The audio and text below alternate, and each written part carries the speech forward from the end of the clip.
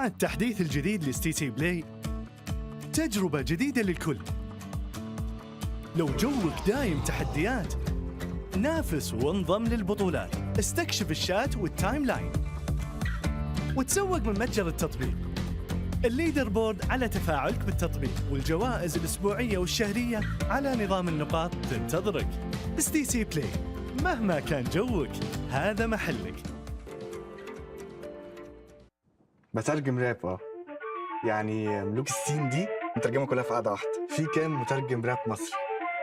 واحد بس، مارو ده البادي، معاه في الميم تيم على فكرة. رايت كانت ماست يا برو. مين ده يا جدعان؟ كوتش مش هلعب معاه. مين ده اصلا؟ كابتن الفريق، فاهم؟ عشان فاهمين السين، سبوتيفاي عمل لك بلاي ليست الاقوى راب مصري، اسمع ملوك السين ببلاش.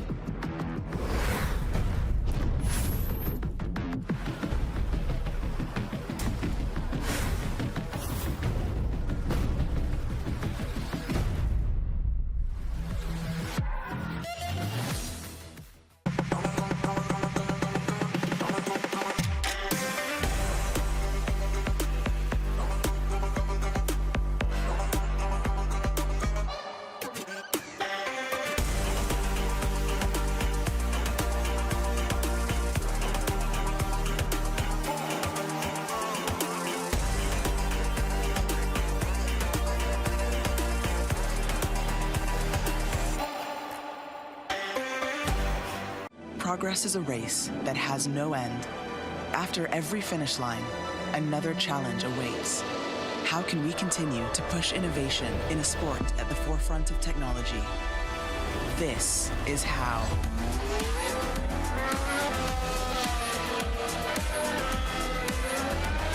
Discover how Aramco and the Aston Martin Formula One team aim to meet Formula One's sustainable fuel targets. Aramco, powered by How.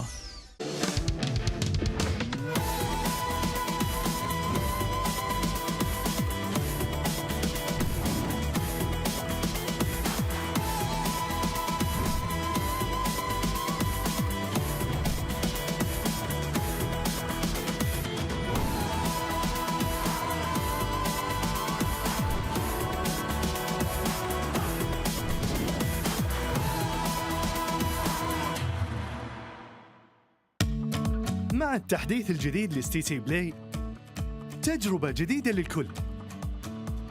لو جوك دايم تحديات، نافس وانضم للبطولات، استكشف الشات والتايم لاين، وتسوق من متجر التطبيق.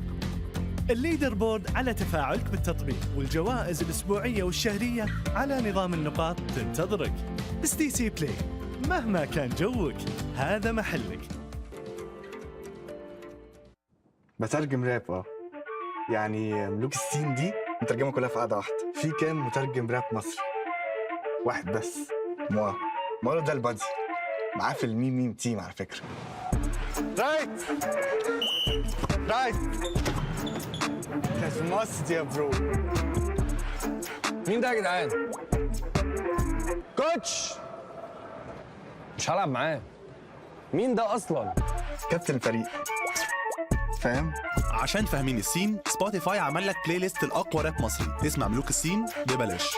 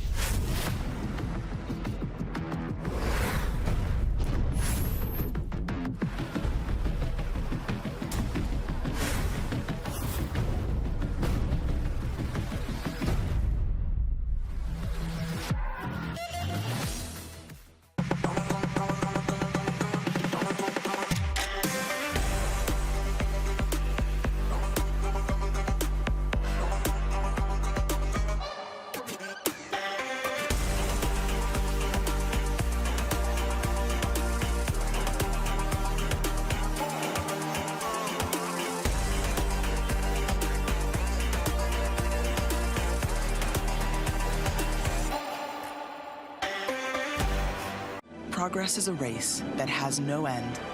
After every finish line, another challenge awaits. How can we continue to push innovation in a sport at the forefront of technology? This is how.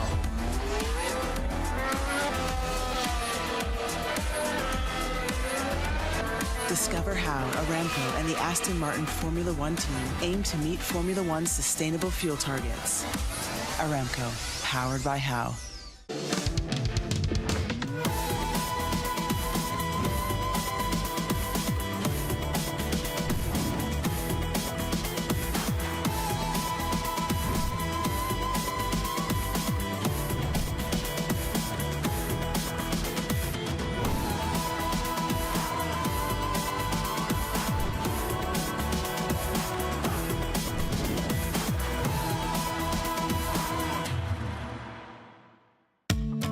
مع التحديث الجديد لستي تي بلاي، تجربة جديدة للكل. لو جوك دايم تحديات، نافس وانضم للبطولات، استكشف الشات والتايم لاين، وتسوق من متجر التطبيق. الليدر بورد على تفاعلك بالتطبيق، والجوائز الأسبوعية والشهرية على نظام النقاط تنتظرك. ستي تي بلاي، مهما كان جوك هذا محلك. بترجم راب يعني ملوك السين دي مترجمة كلها في قاعدة واحدة. في كام مترجم راب مصري؟ واحد بس، موا ده البادي، معاه في الميم تيم على فكرة. رايت كاس ماست يا برو. مين ده يا جدعان؟ كوتش، مش هلعب معاه.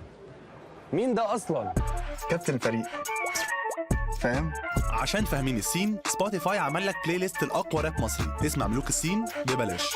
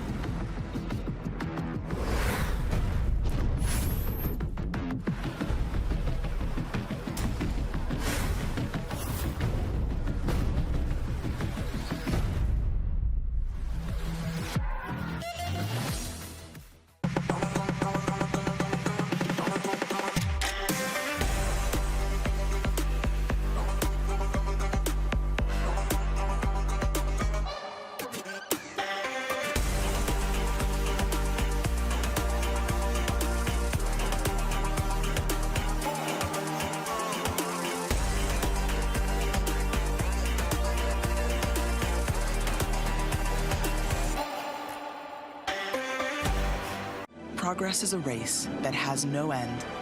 After every finish line, another challenge awaits. How can we continue to push innovation in a sport at the forefront of technology? This is how.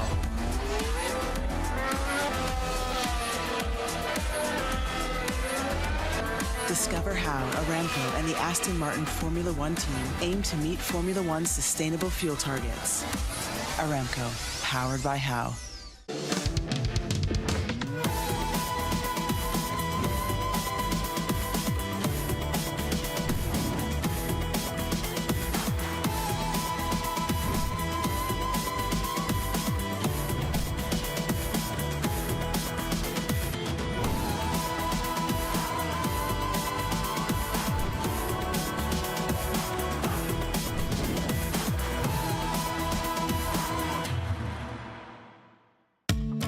مع التحديث الجديد لستي تي بلاي، تجربة جديدة للكل.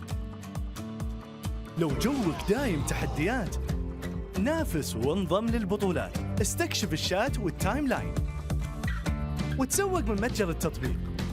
الليدر بورد على تفاعلك بالتطبيق، والجوائز الأسبوعية والشهرية على نظام النقاط تنتظرك.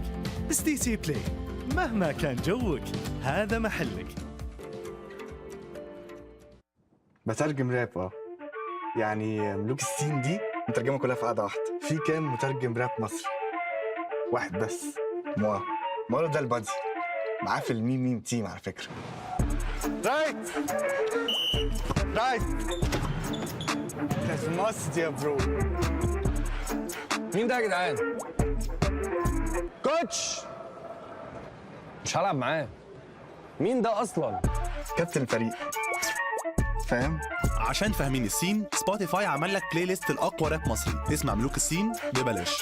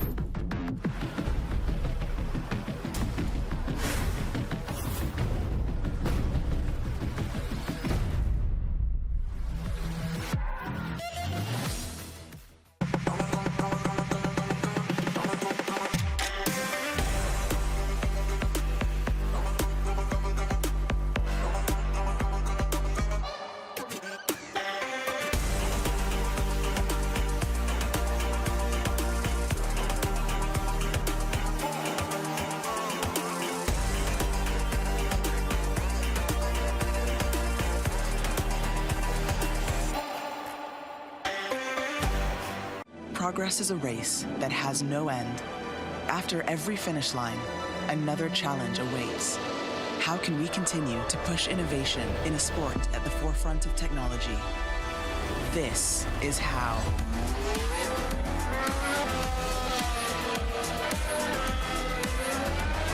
Discover how Aramco and the Aston Martin Formula One team aim to meet Formula One's sustainable fuel targets. Aramco, powered by How.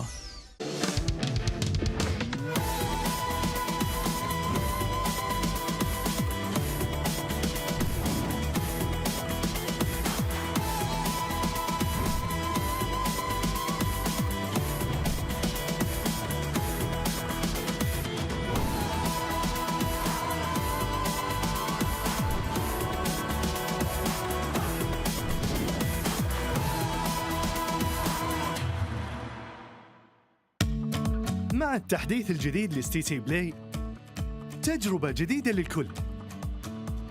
لو جوك دايم تحديات، نافس وانضم للبطولات. استكشف الشات والتايم لاين وتسوق من متجر التطبيق. الليدر بورد على تفاعلك بالتطبيق، والجوائز الأسبوعية والشهرية على نظام النقاط تنتظرك. ستيسي بلاي، مهما كان جوك هذا محلك.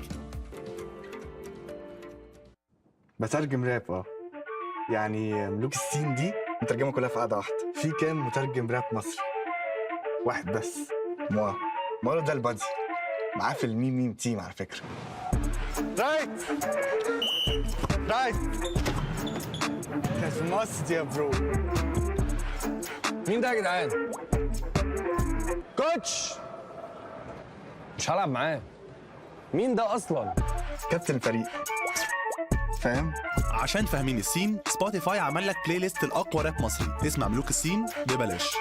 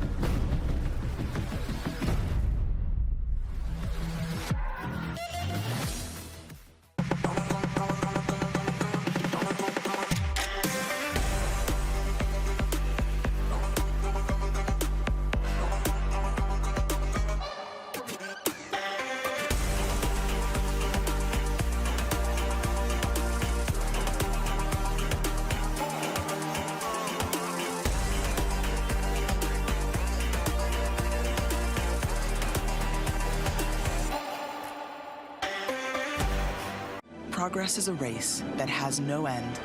After every finish line, another challenge awaits. How can we continue to push innovation in a sport at the forefront of technology? This is how.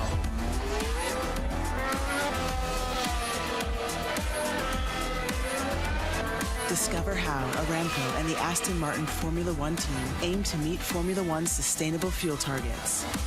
Aramco, powered by How.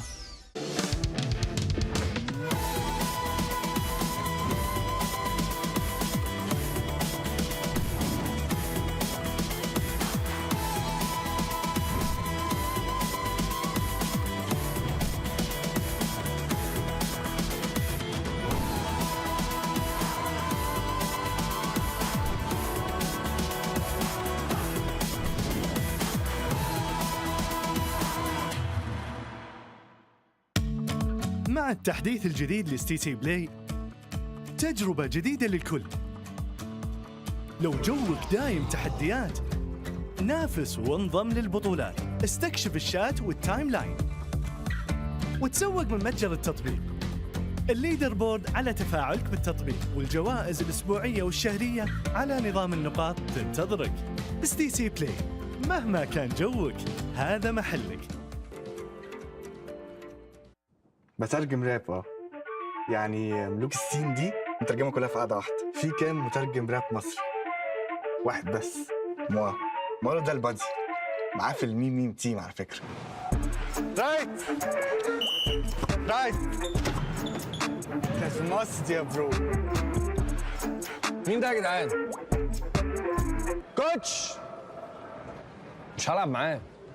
مين ده اصلا؟ كابتن الفريق، فاهم؟ عشان فاهمين السين، سبوتيفاي عمل لك بلاي ليست الاقوى راب مصري، اسمع ملوك السين ببلاش.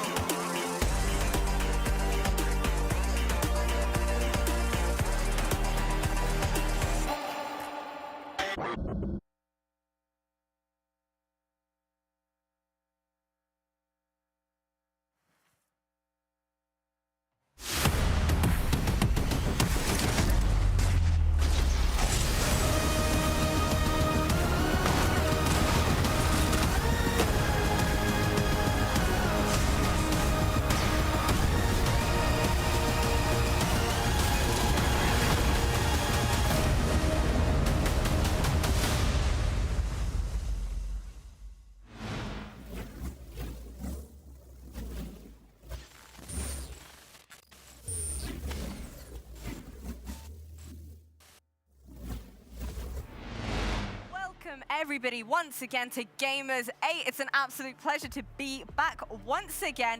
My name is Jasmine, and for those of you that don't know me, you can call me Veracity. And I'm also joined by the fabulous Gregan. How are you doing today, Gregan? I'll get you in a minute. Oh, thank you very much, Veracity.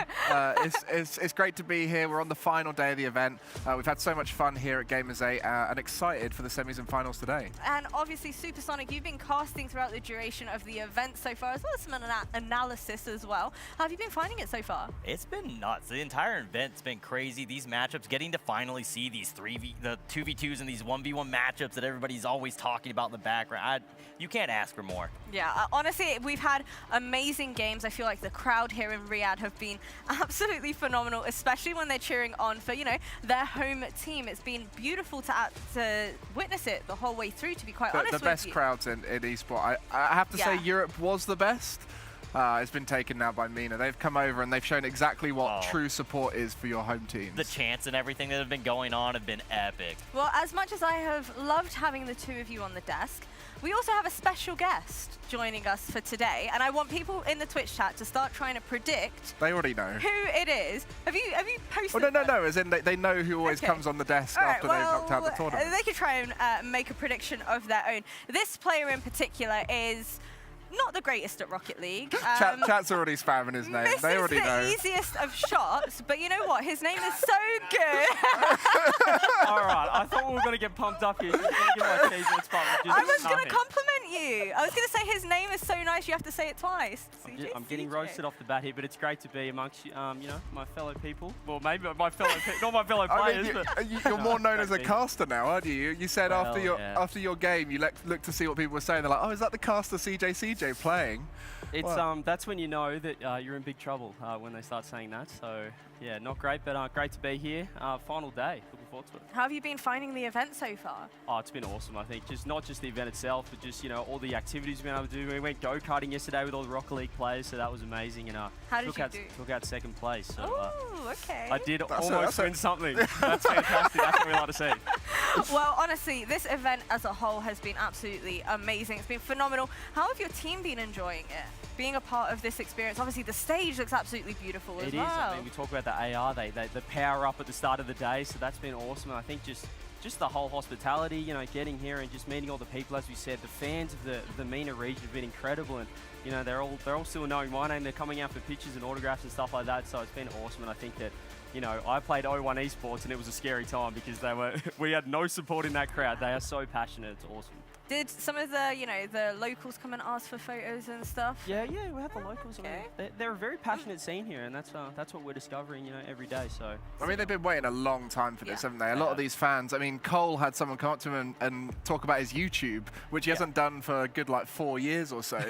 People have been watching Rocket League from home since they were very small, and some of them are now competing on the stage, which is an amazing revolution for the MENA region. Yeah, and it's just an awesome chance to showcase the region. All these guys, they're thinking, finally, you know, we have a LAN, we have all these teams from North America and Europe coming out to the MENA region. So, you know, these fans have been waiting, as you said, for years and years, and here we are, and we're on the final day. Well, I think we should go ahead and take a look at how we actually got to this very moment right here, boys. I want you to chit-chat with me a little bit about how things have ultimately ended up unfolding throughout the duration of this tournament. I mean, the main thing for me, as the matches have been going through, is that in the end, we've ended up with a team from 4 separate regions. That's the main focus for me today. We're going to get to have a battle between the regions. And that's what we've talked about. This is the most international event we've had so far in Rocket League history. We've got South Africa as well coming with the Pirates. So to have 4 teams, as you said, from different regions is awesome. I mean, you're from OCE, where you waited for 2 seasons to get into RLCS. Once you're in it, you're sort of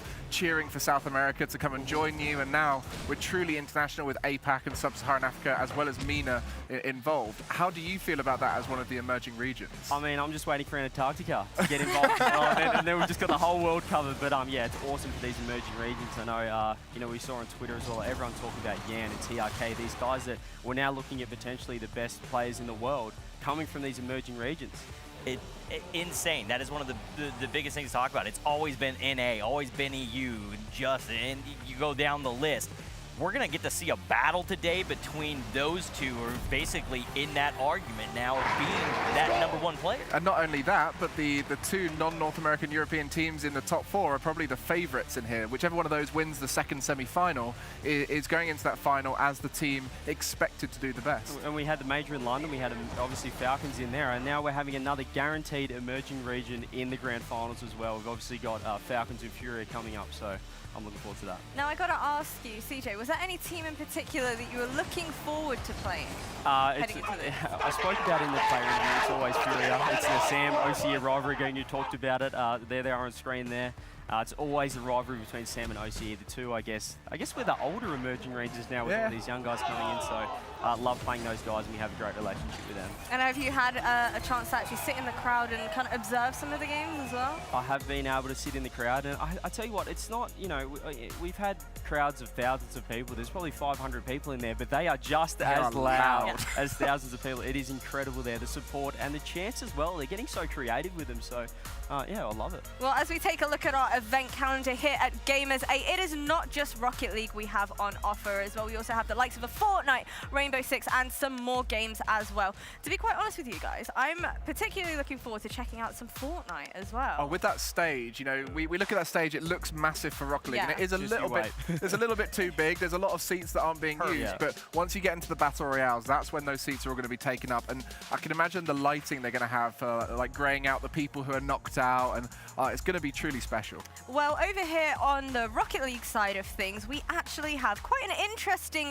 format. I personally myself am a huge fan of the crew battle, but do you guys want to take me through how this format is ultimately going to end up panning out? Yeah, I mean, we went through the group stage, obviously, but we're in playoffs now. We're in final day, championship Sunday, and these guys are going to be throwing down in best of sevens, and we're in that format where basically every odd number game inside that series, that's going to be your standard 3v3s, but the ones we're looking forward to, those even numbered matches. You're gonna, loser of those 3v3s basically gonna get to choose if they wanna go into 2v2 or 1v1 against the other team. Then we get to sit here and speculate about who are they sending in, what players going up against who. Just a ton of fun with that. Especially at this stage, the teams that have made it this far through the tournament, they do have a few mix-ups. You know, FaZe and Falcons have both thrown in different iterations in the 1s and 2s, so excited to see which players play. And the best part is with the best of 7s is that we have a guaranteed 2s and 1s, even if it's a sweep, so awesome format. And then also, I know I've said this every single day, but I'm still a little bit mind blown at the amount of money that we are giving away here at Gamers8 for our prize pool, the largest in Rocket League history. Didn't quite get as much as I'd want, but that's all right. We'll take the 13 to 16 down there. But yeah, it's incredible. Oh, you're right down there. I thought you got the 50,000, and that was a game that you could have doubled your money and probably earned more than you have for a while.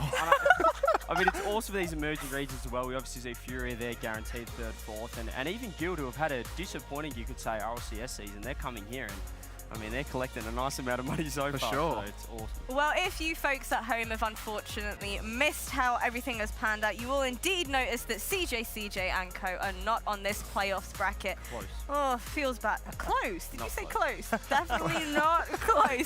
I think there's a buffer of about 4 positions there in between. A couple of series, maybe 3. Come on, let's stop being mean to CJ and let's start praising these wonderful teams in the top 8. Okay, so we're going to be kicking things off today with Guild Esports versus FaZe Clan. That's going to be a banger matchup, but following that, we've got Furia Esports taking on the Falcons, the one and only, the ones that the crowd were getting incredibly hyped about. And to be quite honest with you, I'm fearing for the side of Furia a little bit.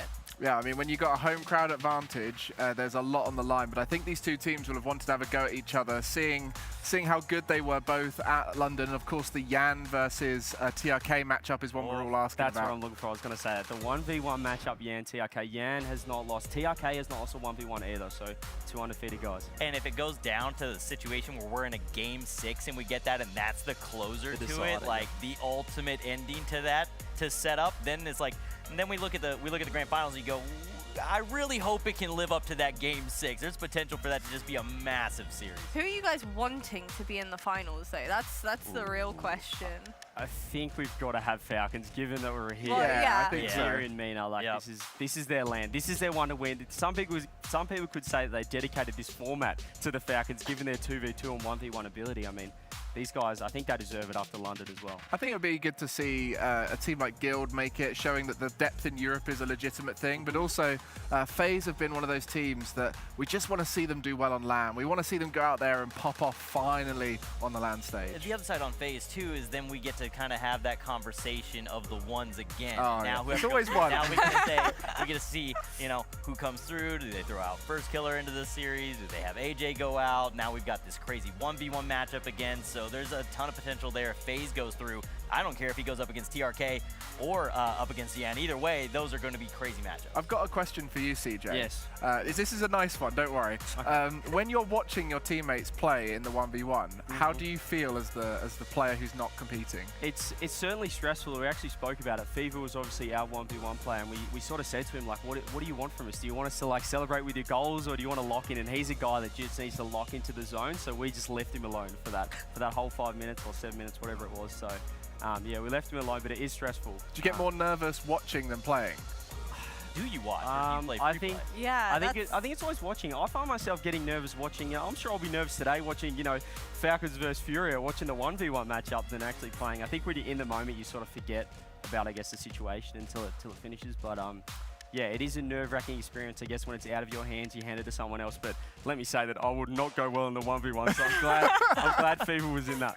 But do you end up doing free play, or do you just sit there and watch your team? You have to stay warm, I think. But Marky Duda, actually the coach of Guild, had an interesting a point that his players like to just hone in and watch the game because they need to like keep immersed, I guess you could say. Because that 5-minute break, sometimes you can get yourself hanging out in free play, you're getting a bit, lackadaisical, and all of a sudden, bang, you're back into it. So they really like to watch the game and, really get involved and pretend like they're playing as well, I guess. There's so much of the strategy around this format that we're still exploring here. So hopefully we get more of them in the future, and the teams who've worked out what's best will be able to apply it in future tournaments. I love seeing the camera angles too on that, as he's telling us kind of different teams have different strategies. You can kind of tell based on the cameras when it goes in on somebody's face. I think it may have actually caught you once where I could tell you were in free play, but you were like kind of eyeing over to the other side to check the monitor. My car's upside down in free play. Just like, oh, what am I doing? I'm meant to be playing. Well, it is almost time for us to get stuck in to one of our first games of the day here. I'm so excited. A part of me is really big sad though. This is the final day here at Gamers8. I know we're gonna be in for a treat, to say the very least. So do not go anywhere, because we will be right back with plenty more Rocket League.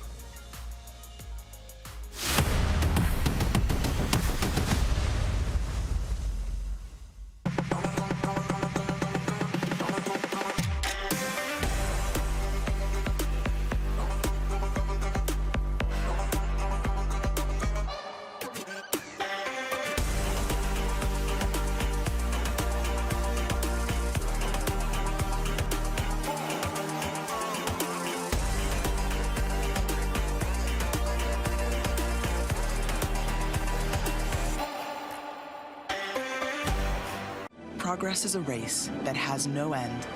After every finish line, another challenge awaits. How can we continue to push innovation in a sport at the forefront of technology? This is how.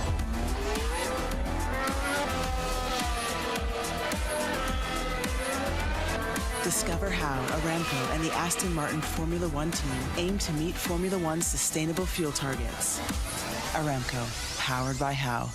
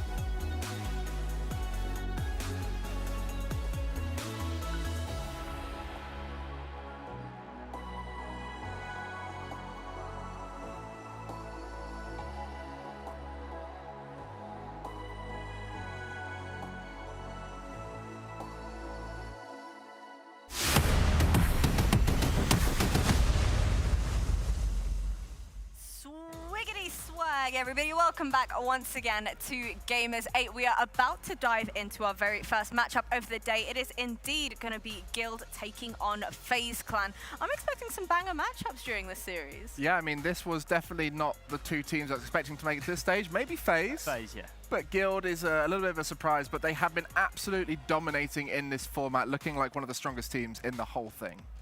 I mean, they've been going through, and that 2v2 lineup on Guild is just a powerhouse. So it's one of those ones where, okay, maybe you don't win the 3v3, but you're going to get one on the 2v2, so you don't have to necessarily take every 3v3. You get the 1v1s off. And CRR is the one. So it's it's definitely a format that I think is helping them get a little bit higher performance than we typically see out of them in the RLCS. I think the interesting thing about FaZe Clan as well is we thought the 1v1s, they've got two of the best 1v1 players in the world, but I think they're in their own heads with this sort of stuff. I don't think they realise or they haven't worked out who they should have in the 1v1 matchup.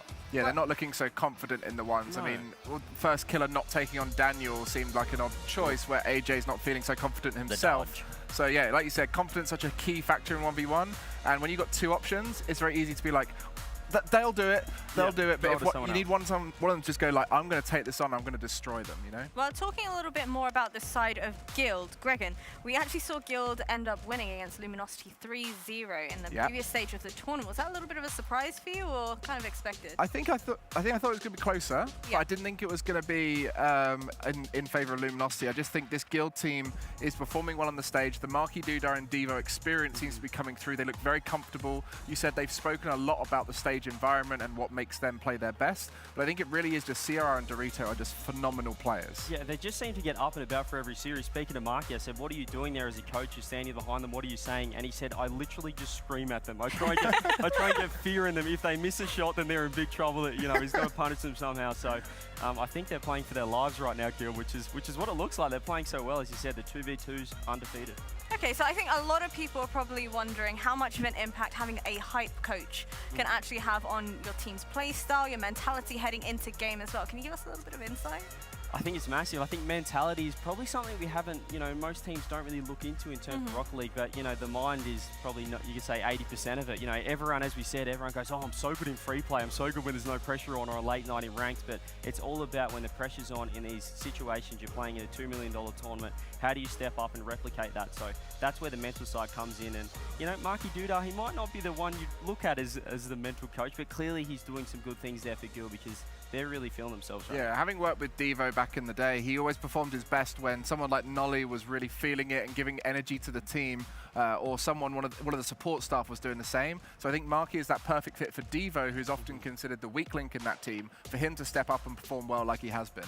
Yeah, I mean, I think that's going to be important in just about any kind of competition. Mental is way more important than it gets the amount of attention. I think in Rocket League, especially in this format, once you get down to ones and it's just you and somebody else, like you've got to have a tough mental, and I think having somebody on the team to keep that mental in check is always going to help out. I think it's huge as well, just knowing, with Guild, as we said, their 2v2 matchups is so strong, and Devo only playing threes. He must have so much confidence knowing that, this is like a normal tournament for him. He's playing 3v3s, doesn't have to do the 1v1 or the 2v2, and he knows the boys are going to lock it down, at least get one of those games. So I think it's just so much confidence on that team. And how about focusing in a little bit more on the side of FaZe Clan now? Obviously, we saw them win versus the likes of Space Station, 4-1 previously. Space Station were looking pretty strong heading into this. Yeah, I mean, we weren't sure which way Space Station FaZe was going to go. I think in hindsight, we should have given FaZe a bit more credit. I think we thought it was going to be close, but FaZe, when they're playing well and when they're popping off in threes, they are one of the best teams in the world. And what we never know with them is whether they're going to play as a unit.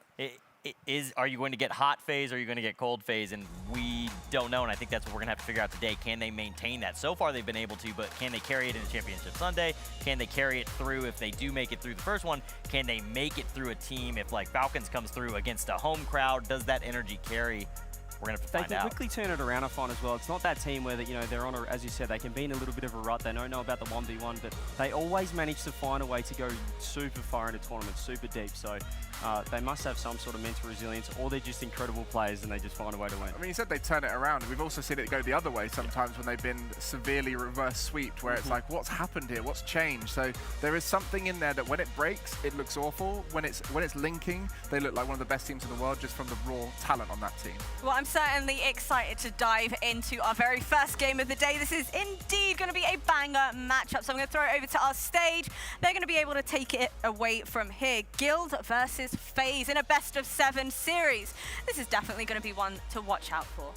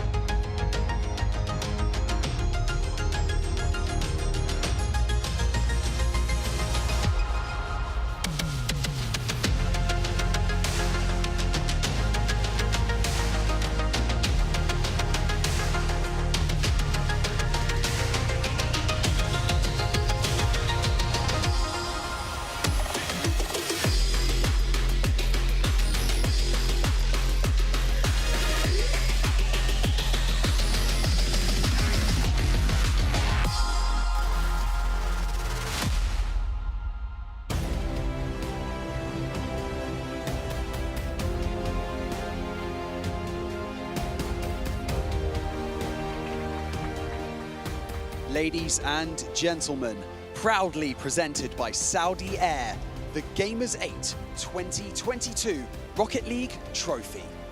أعزائنا الحضور والمشاهدين، بكل فخر كأس جيمرز 8 2022 لروكيت ليج مقدم لكم من الخطوط السعودية.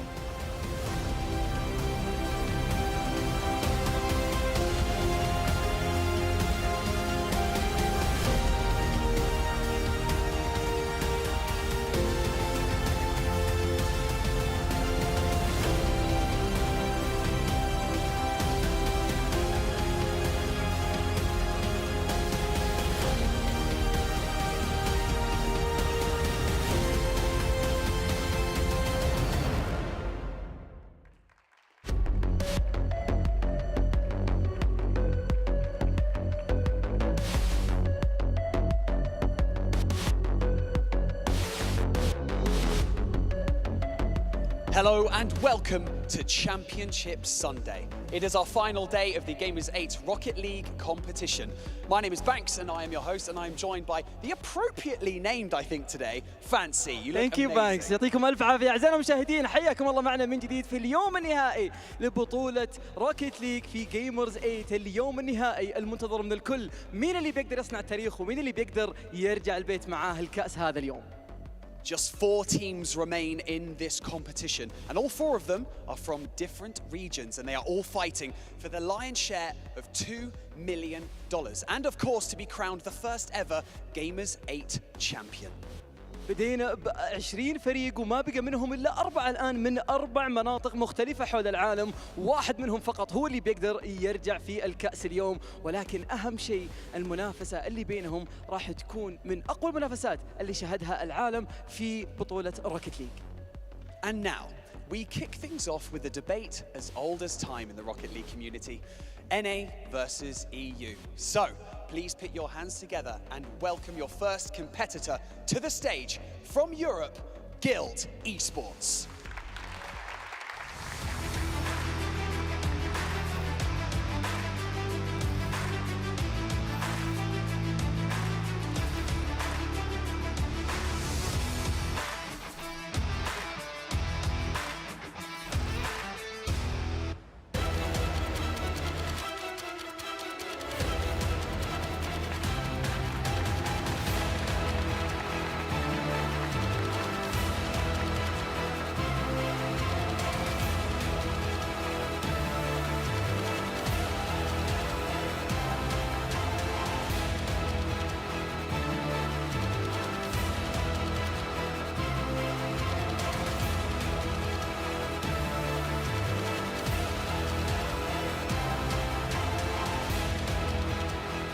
خصمهم في المباراة. النصف النهائي الأول بدأوا بداية ما كانت قوية، لكن سووا كومباك جدا عظيم وقدروا انهم يوصلون الى نهاية البطولة الى اخر يوم فيه. رحبوا معنا اعزائي الحضور والمشاهدين في فيز كلان.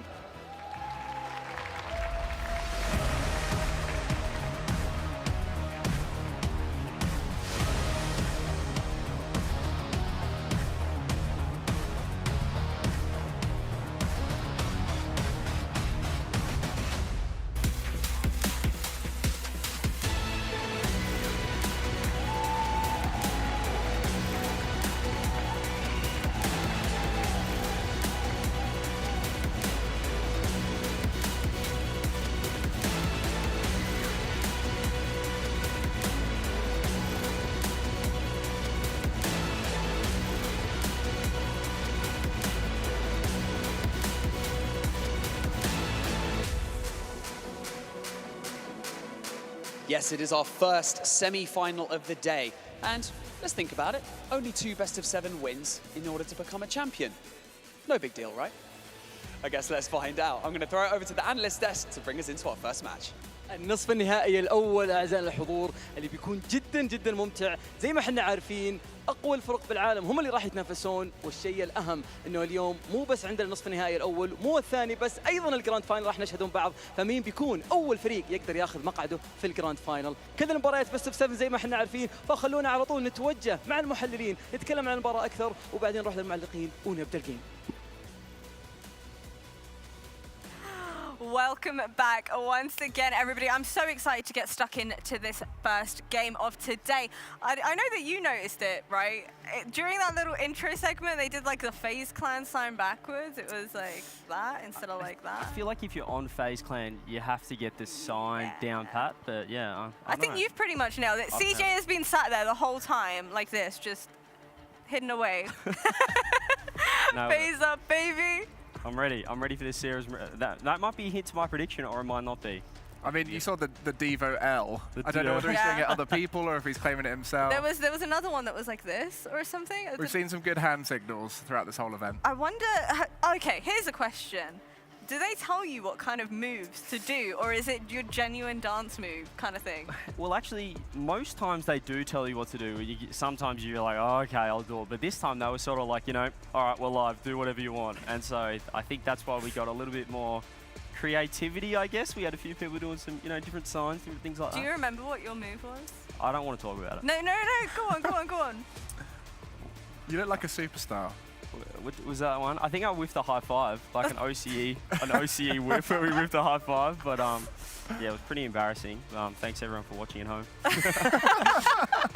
I know us on the desk over here, we started like impersonating you. Who was it that did this? I can't remember. I mean, we've had so many of those walkouts. What, like 24 teams? So there's a lot of different hand signals. We saw quite a lot of these new hand signals all the kids are learning from the internet, and we don't know what they mean. You know, like at Worlds with the 4 fingers and then... Yeah, shout out to Archie for that one. I think he's the pioneer for that. Trying to figure out heats. Yeah, the heats one. The heats one, they got some interesting hand signals, but I'd say this is the coolest any Rocket League team has ever looked on stage when they do those camera shots beforehand. Yeah, I got to be honest with you. Those hero shots, I feel like we definitely need some of our own over here on the talent desk. But I know our casters are certainly looking forward to this matchup. Boys, I know you can hear me. Take it away from here. I can hear you, Veracity. It is great to be up here with you, Stumpy, to get our first semifinal underway. Guild versus FaZe. One team we expected in the semifinal, and maybe one that a lot of people weren't.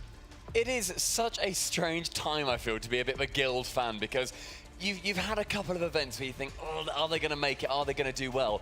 And finally, here they are on literally the biggest stage Rocket League has ever had for the most amount of money we've ever been playing for. And they're in the top 4 against one of the greatest teams in North America right now. I don't know how to feel, but I know that the team are incredibly confident. We hang out with Mark here for now and then. That man is brimming. All I gotta say is that I finally understand what it's like to be you. Nice, isn't it? This is the closest I've ever been to you. I grew somehow this week. It's crazy, man. Easy. Awesome. It happens. It's because, you know, it's the Rocket League. It helps us all grow. And the community is growing. We're here in the world. They're all competing for that global recognition, and the trophy standing in the middle of the stage. That thing was lit up like a beacon. There it is, front and center. They can all see it just past their monitors, but this series isn't going to give them the win. All it means is they get one step closer, and it helps that they're also playing for another $100,000. And I think this matchup is interesting just because we don't have a lot of data on the ones for FaZe and even CRR. There's only one or two 1v1s played between AJ and First Killer, or sorry, First Killer played 2 of them, but he beat Exotic, lost to Roas, then AJ loses to Daniel. 2v2, Guild hasn't lost a single 2v2.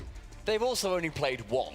Like, they've played a 2v2. It's CRR and Dorito against Complexity. Undefeated. Yep, yeah, very true. It was so much fun to watch, and they're one of the most formidable 2v2 teams in the world.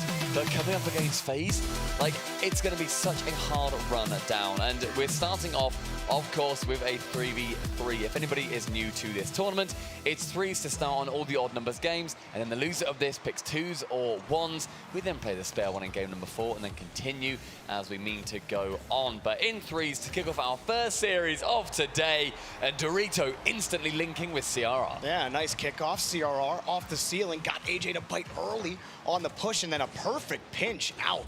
That was excellent job by CRR, getting by the defense, made it easy for Dorito. Great start for them as well. I mentioned that Marky was incredibly confident when we've spoken to him in the hotel. He's been just so excited to be managing this team, coaching them as well, and you see him on the stage. He has got so much charisma, and this team means so much to him as well. One thing Guild are going to have to contend with as they start out the game with a lead is FaZe's passing ability. It can be really strong, especially with First Killer behind the ball in 3s. Actually misses contact. FaZe nonplussed to still have control.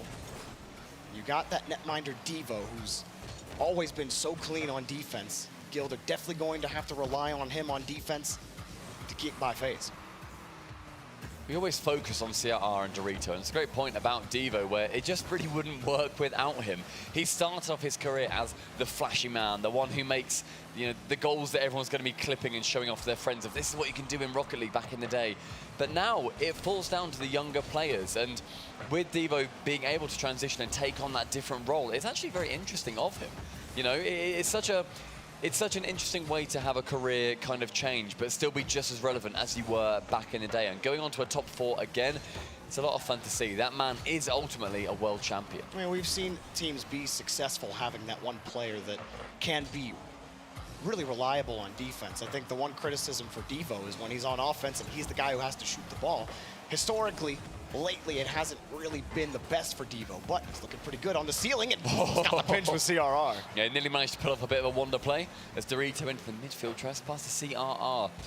Those passing plays have been huge between the two of them throughout this entire weekend. It's so much fun to watch the two Spanish players link up, have that synergy, being able to outplay as often as they would like of their opponents. 2 minutes gone, Guild still leading. Doing a good job keeping FaZe out. There was one opportunity for FaZe earlier where they caught a hole in the Guild defense, but the shot was wide of the net, and then third man was just trying to buy time for FaZe to get back.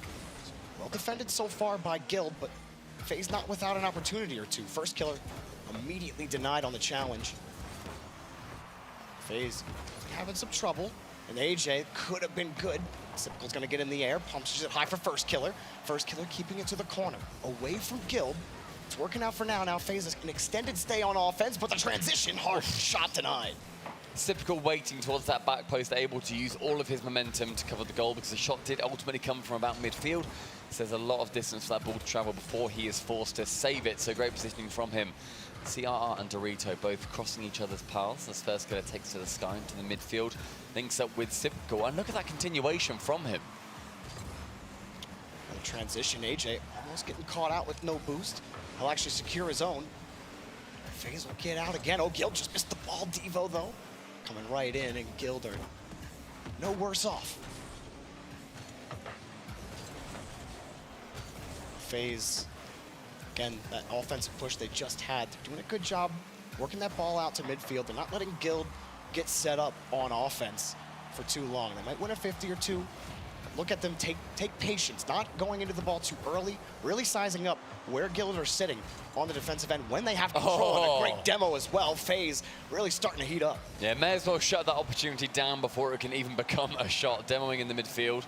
Devo was completely removed onto the backboard. CRR passing to Devo. A lot of trust there. Pass central again. Dorito able to send it towards that right-hand wall. CRR to go long. One of the star players on Guild. The man taking on the 3s, the 2s, and most importantly, the 1s. In the best of 7, we're going to be seeing all of those game modes, and CRR will not be leaving the lobby and clicking spectate at any moment. Oh. First killer, not one spectate himself, dropping it down to Sypical. Interesting play here by FaZe. A nice pass from AJ. First killer just beating out the defender, and that double, CRR in the right spot, but that double was just so fast to bounce off the ground. Great read from Sypical. I mean, sometimes that ball's going to find its way in. That's how acute those angles are able to be. First killer wasn't able to find it, but it does not matter. The selflessness gets them that shot and the goal. First killer, first to that as well, dives underneath, trying to out-Devo. So Guild, they got that initial goal, and did FaZe just completely ruin their chance? Devo gets credit for the goal, but FaZe helped him out. The man from the UK living in Spain is cool as a cucumber as he manages to get that lead for Guild with 1 goal separating the 2 of them. 48 seconds left. FaZe Clan going down. What you expect from FaZe? Their man just caught peeking a little too far upfield. Now they, after just tying, gotta tie it back up again. Not a lot of time. AJ almost getting caught out again. That optimistic positioning, it's caught them in the past in this tournament. And while it hasn't really destroyed them fully, Guild could absolutely punish them again at times running out. AJ on that right wall needs to get a goal as soon as he can. The final 20 seconds sees him challenging with Dorito in the skies. On the right wall with Sypical with 30 boosts, burns it down to nothing and gets nothing for it. First killer, chance to make history in the skies. AJ up for the double, but CRR, the star man, lurking in the skies. Tapped on as Devo wants to get a bit of a worldie himself. FaZe, last chance at 0 seconds. Cut off, but the pass still gonna be complete. Sypical following AJ, denied. Ball high in midfield. AJ getting in front, pass over to first killer. Ball still in the air. FaZe, 0 second drill still in effect. Does he got the catch? No. Guild take the first 3v3. And it really is so much genuine confidence from Marky. He's a bit of a tough man to read, I would say. Where, sure, he says pretty much exactly what he's thinking, but you know those memes where it's the 9 pictures where it's like all the different emotions, but it's all the same face? Yep. That's Marky. It really is. He's laughing, he's smiling. He always says, I believe what he means, but it's also like, is that like 80% of the truth? But your face doesn't tell me anything else. Yeah. I can't read you, Marky. He is so confident with this team. He is so pleased with the position that he's found himself in, and being the hype man behind them on the stage. FaZe Clan have got a lot of fans in the arena, but they also have a bit of a penchant for CRR. Every time FaZe have lost in this tournament, they've always picked 2v2. I don't expect that to change. AJ and first killer only losing 1 2v2 so far. I believe, Stumpy, they've played 4? Yes, FaZe have played 4 2v2s. They have gone 3-1 overall. Fantastic record in the 2v2s. They did lose to F16, though, in their first matchup, and then they lost, and then they managed to beat them in a 5-minute overtime in the end to qualify just to get through to the quarterfinals. So FaZe, I would say, are going to pick 2v2 here. They seem weirdly unconfident in their ability in 1v1, despite the fact that they have 3 of the best 1v1 players in the world. First killer got slapped about by Roas previously. He was frankly embarrassed. It was 10-3. It was not good play from him. And exactly as we said, we see a 2v2. AJ and Sypical, actually. No AJ. It'll be first killer Sypical this time. I'm not sure if they've gone with Sypical at all in 2v2. But Dorito and CRR, arguably their toughest test yet as a duo, especially in this tournament. They have gone with first killer and Sypical historically. They went versus Semper, and they managed to beat Shorset and Exotic when they faced them. So definitely a 2v2 team that does exist. Whether they can get another victory is yet to be seen. Seems like a less aggressive duo as well. If it's first killer and AJ, you think, all right, constant challenges, constant aerial assault. But with Sypical, he's not necessarily as aggressive. He's more so takes his chances when he sees them. more high percentage shot opportunities, and maybe a lot more reliable in terms of the back end on twos. He's going to carry the ball forward, lose the 50 to Dorito. They also used this duo versus Space Station Gaming and managed to beat them in that as well. So definitely a seasoned roster and the more confident game mode for them as well. Guild, I'm sure, will be excited to play in that 1v1 that we know is going to be coming, as is the beauty of a best of 7. CRR to shoot and forces both defenders to try and challenge on that ball. CRR again keeping the possession on, and Dorito, both these players linking up so fantastically throughout this entire tournament. CRR not biting early on Sypical. Allows Dorito to rotate back. Play real close on defense. Dorito getting another dunk. Get the ball out to CRR. He did. Forces FaZe to make the save. A little bit of pressure, but FaZe's boost management has been good enough, and they've been able to secure their own boost as well. Guild can't stay long enough to build that kind of pressure. Guild are an incredibly speed-focused team. They want to try and get that attack on their opponent's half as much as they possibly can, keep the pressure going, rotate via those big boost paths as well in order to keep FaZe penned back. But FaZe are fantastic 1v1 players, and with that comes a certain level of boost management. CRR wanting to flex his 1v1 skills, manages 50 against Sypical, but great static movement from him, bounces that ball straight back out, and now FaZe Clan on the counter. Dorito sizing up Sypical, just misses the bump. CRR's got a little bit of space, but first killer's gonna wait. Easy defense for him. Dorito waiting in the corner, just trying to prevent an easy counterattack for FaZe. It makes Sypical really think about where Dorito is. CRR wins a massive challenge in front. Got the net and try to get the 50, no chance. I mean, it was very aggressive positioning by first killer. So I'm quite impressed that they managed to get back in time to save it away, but because it just bounced awkwardly for them, the shot wasn't able to come off immediately. CRR not quite with that amount of speed that we would normally see from him in order to get that shot away. First killer on the right-hand wing sends it up high towards CRR, but again, return to FaZe Clan, and still even in this game. 3 minutes elapsed, 0-0. Nothing here for Dorito, but they're trying to get that ball to CRR. It wasn't the best 50, but both Guild players have recovered, and Dorito actually winning that touch. First killer working on small pads, trying to stay in the rotation. Sypical, neutral hop down, avoids one. Got the 50 across. Guild doing well enough on defense. It looks like they might get caught out. The 50 isn't enough for FaZe to actually put enough pressure on defense. As it comes back around, CRR baiting the touch and getting the ball back around with control. Yeah, and did so wonderfully, but now it comes down to Dorito and CRR linking in the middle. First killer able to block both the pass and the shot. The shot itself could have been a little bit more convincing. First killer again sending it high. Sypical, they'll have to retreat here. He does, but with a weak touch, he's going to gain possession of that ball. 2v2 is not always about challenging that ball immediately. You can work your way around it. You can go for a lot of off-ball plays and force your opponent to pass it to you. Dorito faking out one, sends him flying. See you later, Sypical. Dorito.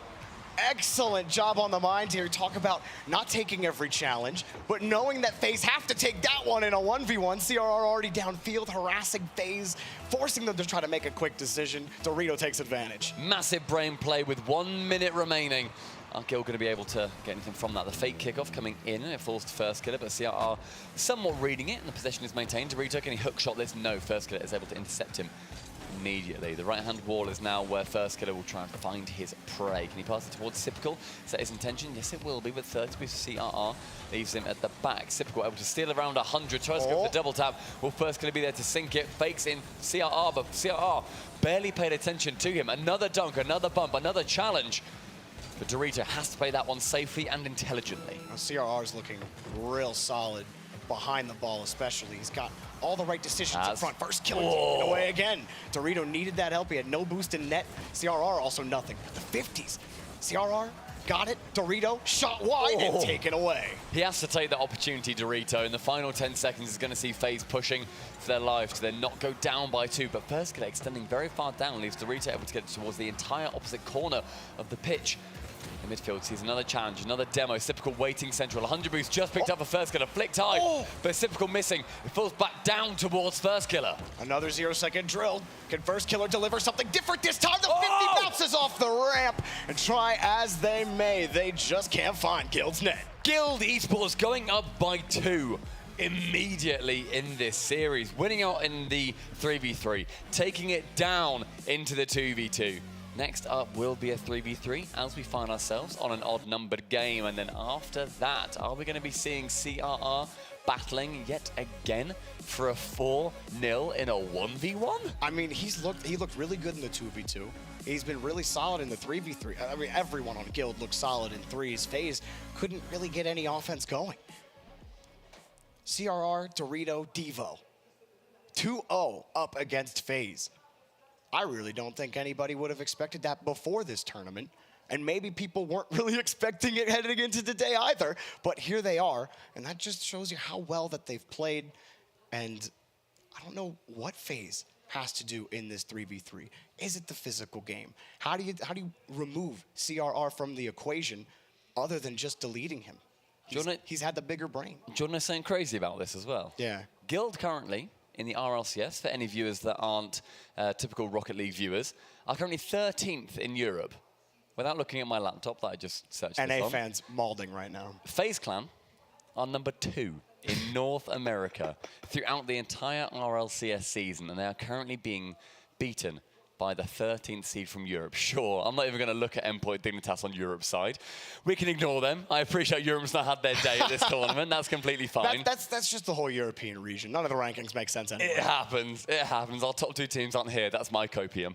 It's such a strong performance by Guild, and it's such a turnaround considering what we have seen of them through the RLCS. These extra game modes, the 2s and the 1s, they're incredible at them. And that's where FaZe, they should be able to match them, but we haven't seen the same high offensive output from them that we expect. All throughout the RLCS season, they have been one of the most aggressive, oppressive offenses in the league, but we're not seeing that at all in these 2 games against Guild. They've looked toothless. They have not looked like the FaZe that when they really work together, and ultimately, their best player in First Killer, when he plays selflessly and says, right, you know what, boys? You are going to be the attackers.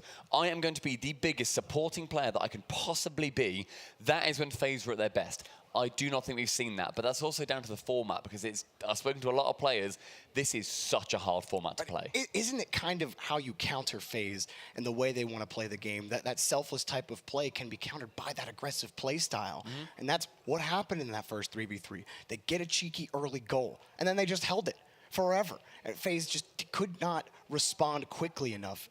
So FaZe needs something. They need an explosive start to this 3v3. Put Guild on their back wheels. Make them start thinking a little bit more, because if Guild are playing with confidence, it might be scary for FaZe. I believe this is a tactical timeout as well for FaZe. It's been quite a moment. There's clearly a lot of chatting going on. They get an extra minute to discuss what they would like to talk about. We always talk about this in the RLCS as well.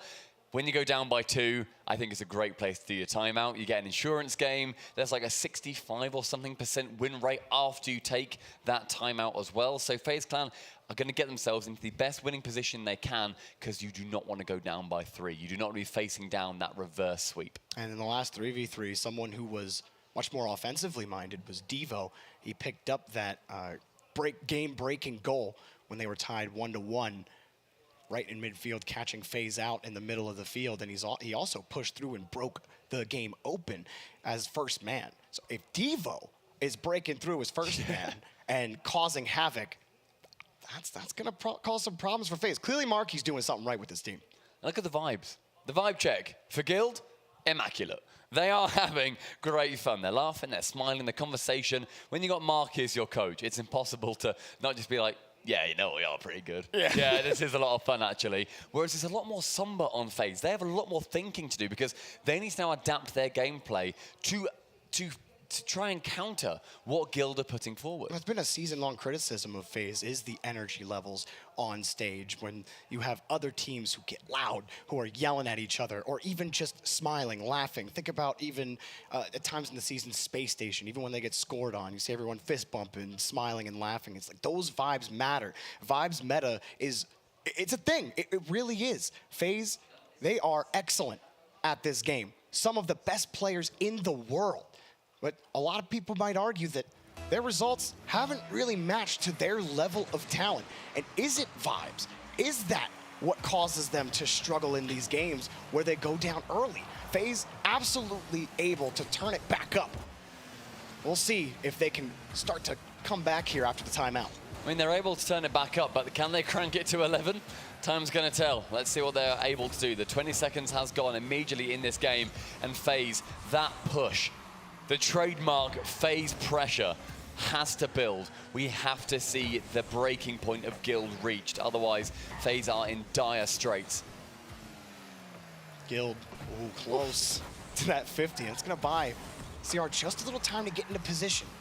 Just the rest of his boost. Dorito also diving down, making the escape really difficult for FaZe. Look, CR just jumping back, trying to get to the 50. Dorito also trying to back it up. Doesn't work that time, but that's the type of defense that FaZe are contending with. Launches it downfield. First killer forced to play it out to the corner. Guild, I feel, ask a lot of questions of FaZe. They try and ping it towards the net as often as they can, just to make sure that they are hanging back. They do not want that full FaZe offense trying to bear down on them. The double touch into that corner from the defense, saved away. Dorito, playing the slow game, is not able to get it past. But the pressure continuing for Guild, and the question marks growing with each second. Guild diving in front of this ball. How aggressive are they from the midfield line? CRR gets the first look. He sees Devo, but it's cut off by Sipical. Already in the air is Devo again, and it's off the bar. Dorito got the redirect. Guild are flying all over the place. That D synergy going from Devo straight to Dorito via the backboard in the blind spot of AJ as well. Dunks on him. The third D getting Guild the 1-0 lead. Not exactly the same matchup, but you think when Dignitas lost to 0-1 and 0-1 got to the playoffs, then they had to play Guild. And Guild 4-0'd them, making it look easy. Now, in position, with a lot of time left. Yep. But Guild have not lost control of this series or any game. FaZe have constantly been on the defense. And the FaZe defense can be great, it can be sketchy. We're hoping that they're going to be turning it around somewhat, because we want this series to be as competitive as we possibly can, but there's still a long way to go for Guild. 3 minutes, and first killer on that attack. See Typical on the biggest open net. What? CRR clears it high. What are you doing, FaZe? You gotta score that ball. You don't miss that. FaZe still on offense. Huh? What? Speechless. How is that not in? Off the post. Off the post. Nobody in net. CRR's diving back from beyond the box, gets behind the ball on the touch, and now FaZe are on defense. They're losing the 50s. Diving in front, first killer barely gets the touch out. CRR's gonna wait with no boost, but first killer has to wrap himself the whole way around, and now CRR with a full tank beats one guy in midfield. One bounce, one over. AJ in a tough spot. Excuse me. Sipical in a tough spot. And it's taken away. I am still actively angry about that play, and it's been a minute. That 2-3 of the shots should have been in, but now it comes down to FaZe to turn that back round. Dorito able to save it over the crossbar, sends it to Devo. Again, just outplaying Sipical on that sidewall. The 100 boost picked up. The wave dash recovery from CRR. Devo sending it low. Dorito, the chance to shoot, but the pressure building against FaZe Clan. They need to get this synergy going, and they do so. Finally, FaZe on the board. I haven't been able to connect on passes a lot, but a nice little move here from Sipical and a great catch and flick over to first killer, who just had to beat CRR out, which he hasn't really been able to do for most of the series. Manages to tap it back behind him as well. Slowing that ball down. Nobody is back in net to clear it away. But Guild, they're going to be on the push. CRR to block it away yet again. Only third boost for Dorito. Sees that mid boost. Looks very tempting. And therefore a FaZe player obviously steals it. AJ fancied 100. CRR trying to go for that double touch, does so over the top as well. Jorby, I see you shaking your head. CRR is immaculate. He's all over the place. I mean, he doesn't seem to lose a lot of those 50s. You got to straight up beat him on the play. They do double commit this time. Haven't seen that a lot from Guild. Devo got his touch good enough. And Devo, another 50. CRR pushes it in front again, the 50s. Sipical, I don't even think he got a touch on that ball. CRR's just a little faster, but the positive for FaZe, they got the game-tying goal. And while Guild are pressuring them, This is just their aggressive offense. They will expend everything if they have it in the tank. FaZe starting to get through a little bit, maybe trying to bump it out, but the clears are good enough. Look, they force FaZe the whole way back. They're just not covering the options as well as they should be. Guild keep finding the gaps through midfield. It forces FaZe to use more boost to retreat, so use more of their brain to try to figure out how to get by Guild. There's a steal from Dorito, but it's cleared away. Interesting touch. Leads to 30 seconds left. Devo with 20 boost, tries to chip it over Typical. But great interception, finds him with control of the ball. 45 seconds. AJ, missed position, set high. CRR has to rocket that home as it ricochets back towards him. Unable to do so. Dorito now, chance to shoot, drop down from the back. Sorry, Devo with a chance to shoot. Dorito dropping back down. 10 seconds, overtime on its way. Another great challenge in midfield from CRR. Third man, but the ball's loose, and CRR get another big clear as we may head into overtime, but we're still ball in the air. The shot denied. Enough boost. Dorito picked up some pads. Now a canister, but CRR comes in. They're not gonna get to that in time. Typical, that's not a hard enough touch. Towards the net, saved! Still in the air. CRR, nope. Devo coming in. He got the lead. Drop it. And it drops it down. CRR had enough of that. That's a convincing drop down. That man dunked it onto the floor. Overtime in game number 3. It could see the start of the FaZe Clan return, or it could see Guild going ahead by 3 games. Dorito to shoot, and Typical on that backboard, finding AJ. The synergy has to improve. These shots need to get tighter. Otherwise, FaZe Clan, they are not in a good position. Dorito. With this push as well from pass. Guild. Devo! He is a monster today! A master pass from Dorito, back to Devo. First killer's got no shot, backside. Oh, FaZe are on match point. 1v1, here we come. Who is CRR going to be facing off against? That man has got buckets of ice when it comes to the final game in a series. Do you just go with Typical at this point? He's like, you cannot, like FaZe, Stumpy, we've heard this song so many times this season. I'm still thinking back to the open net misses that FaZe had earlier on, and while they were able to tie up the game later on. That was abysmal. We've seen that so many times. When that's not clicking for FaZe, they always lose. And I can't imagine the mentality right now. One's is all about mental toughness. Yeah. It's all about your ability to just think about the next second and forget the last second. And I don't know if FaZe are gonna be able to do that. CRR is playing like a monster. I'm intrigued. I'm very intrigued. I just want to take that. Just go with Typical. I want to take that pace down a touch. We're going to 1v1s. My heart is racing. I know. I'm with you. I've had a couple of the delicious coffees today that we keep being served. They are fantastic. What do we see from FaZe? Do we see First Killer take the mantle of the team on his shoulders? Do we see AJ saying, no, I'm number 1. I am the best on this team? Do we see Typical from the red corner say, you know what, boys? It's my time to shine. You know, sometimes you throw logic to the wind when nothing is working. First Killer. Okay. Is the one. Here we go. Mr. FaZe taking on CRR for FaZe's tournament life and to prevent Guild from 4-0ing them to the grand finals. CRR, very aggressive ones player. He will try to get in front, challenge you as often as possible, give you no space to breathe. So how will First Killer be able to deal with that? CRR starts off on offense. Quite a lot of that play down in First Killer's half, but slowing it down, he should be able to get the shot off here. Instead, he waits, wanting to take this a touch more measured than the 3 games have been. CRR, when he go for that flick over the top, does attempt to, but First Killer, with a wonderful challenge, is able to get the opening goal. That is a very, very good sign for FaZe. You know, so one way to beat an aggressive player is just to be aggressive yourself. You take that challenge, don't give him any chance to get that flick on top of you. First Killer doing well there. A high-scoring game, theoretically ahead of us. Both these players wanting to be aggressive. Typical taking this chance to relax. It's now First Killer attempting to shoot on that ball. Does so. The backflip from CRR. First Killer.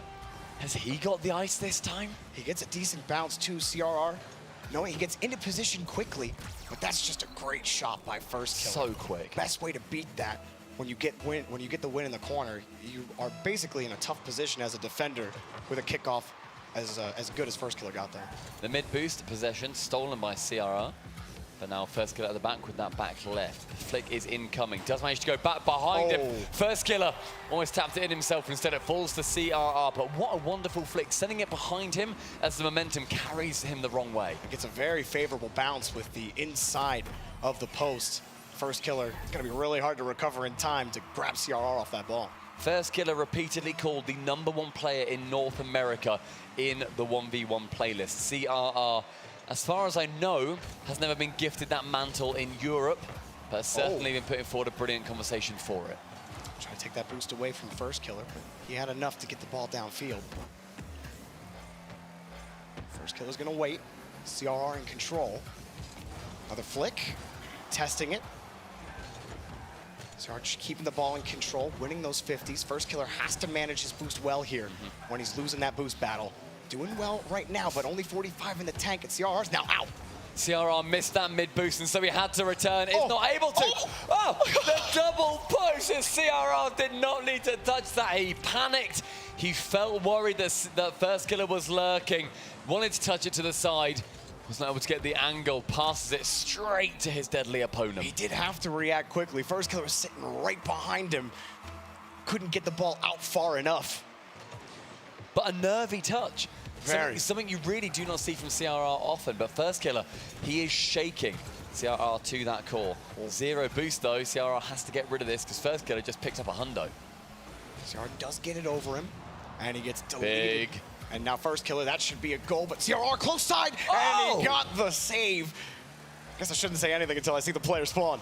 Very favorable spawn there for CRR, going on the correct side, realistically. First Killer wanted to go for the busty, fakes him out. That man is feeling confident. Using the benefit of all that space, has the reset, not use, and like you said, faking the musty, CRR having to wait, and it's so tough to be patient and then react when that full fake comes in, losing to the bounce. Approaching halftime in the game, and First Killer doing exactly what his team need him to do. The mid possession going towards him for the 100 boost too. And we didn't see this from First Killer against Roas. One thing that really hurt him was he was so one-dimensional. Just constant basic air dribbles towards the net, losing to Roas recovery counterattacks. And that really burned him. But this time, he's mixing it up a lot more against CRR, but he's ruined by the post. Robbed of a goal there, realistically. First Killer played that to perfection. 30 boosts as CRR wants to challenge him. First Killer taken to the skies. FaZe Clan players love to. It's a flip reset.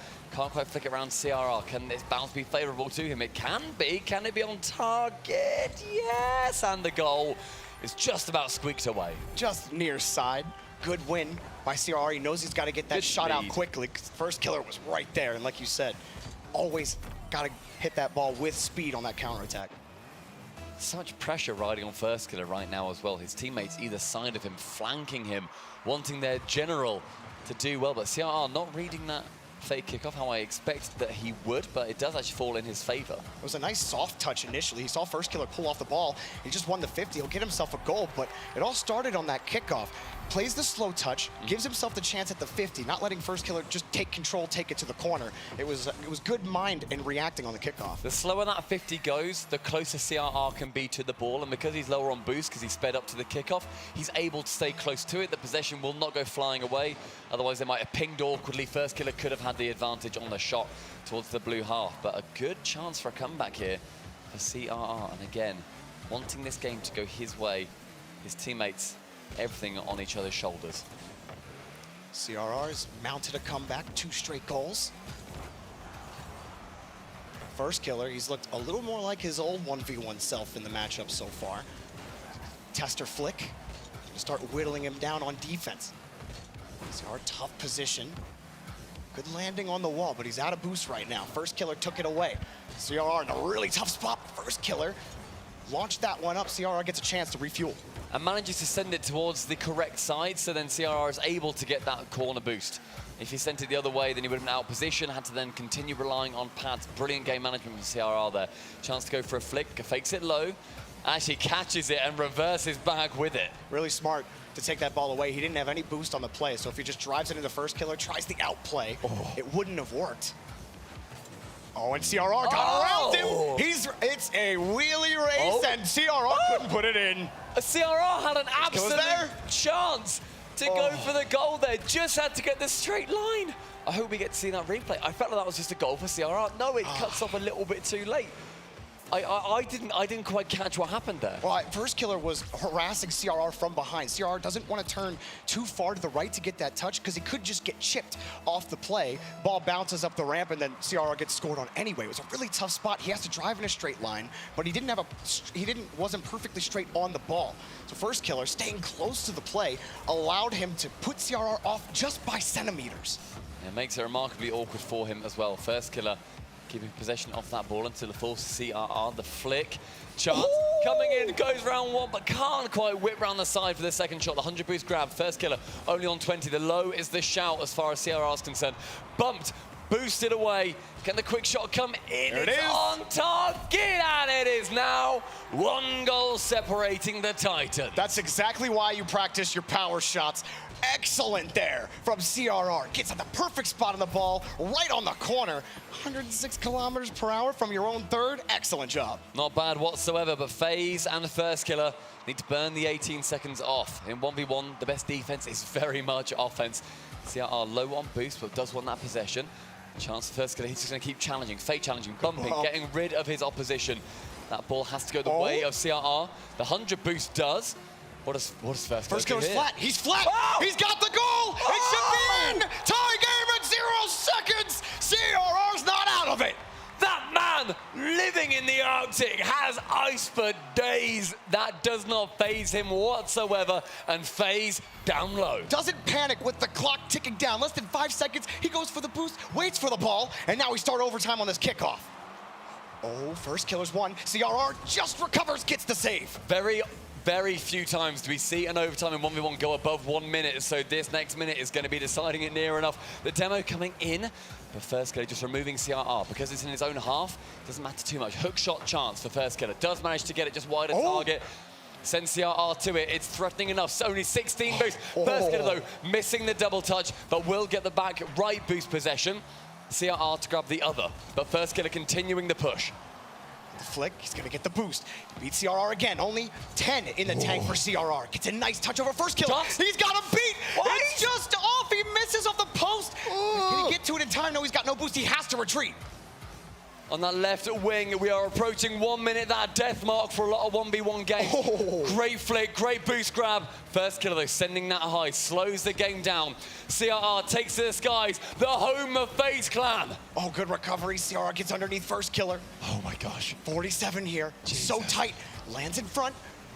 Back and forth, just turns into a boxing match in midfield. First Killer wraps it back around, secures his boost. He needed that. CRR's only got 10. He's aggressive. First Killer gonna get it out. CRR's gotta be careful.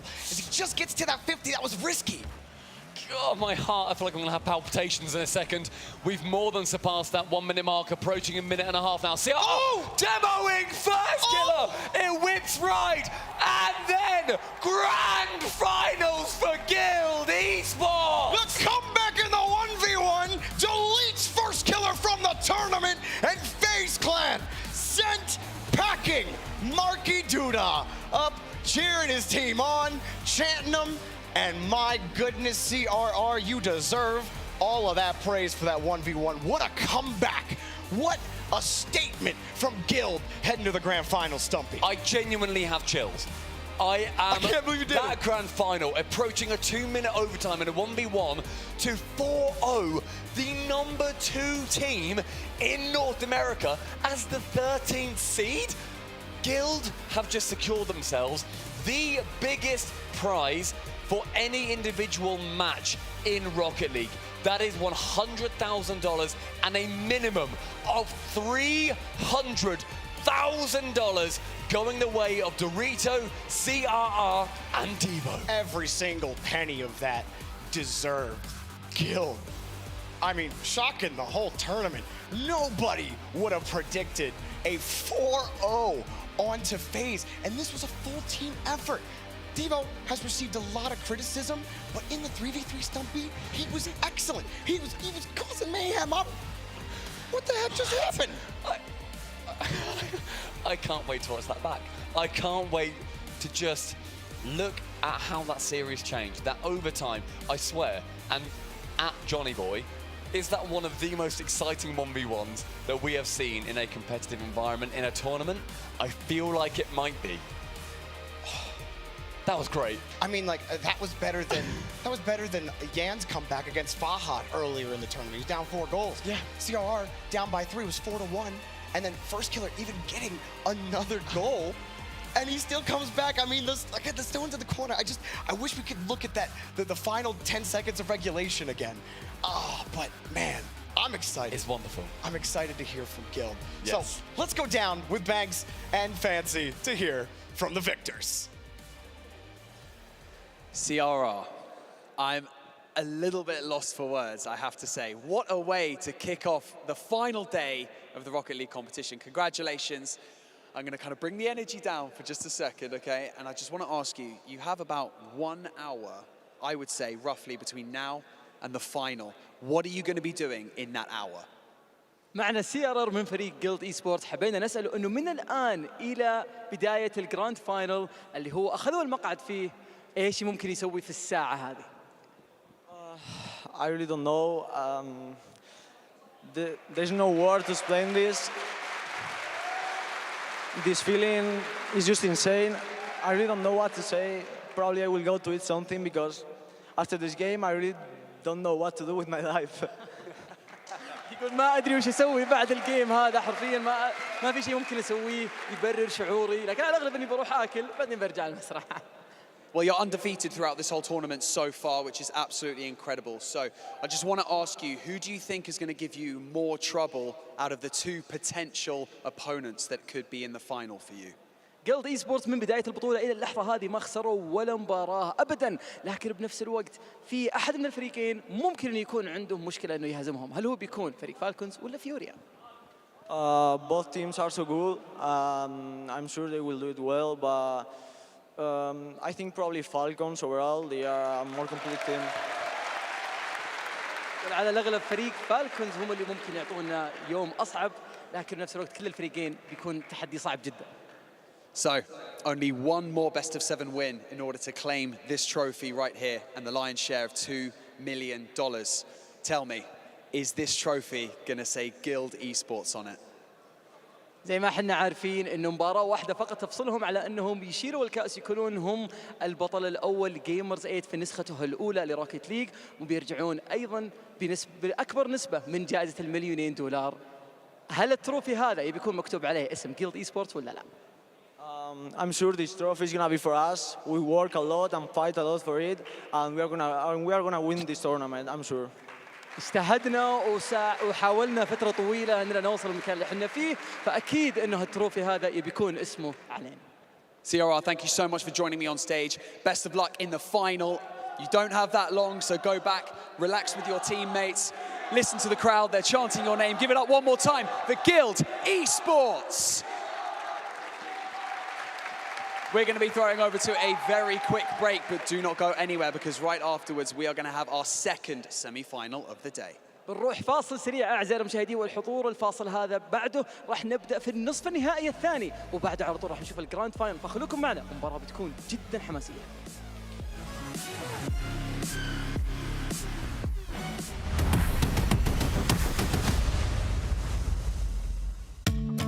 مع التحديث الجديد لستيتي بلاي، تجربة جديدة للكل.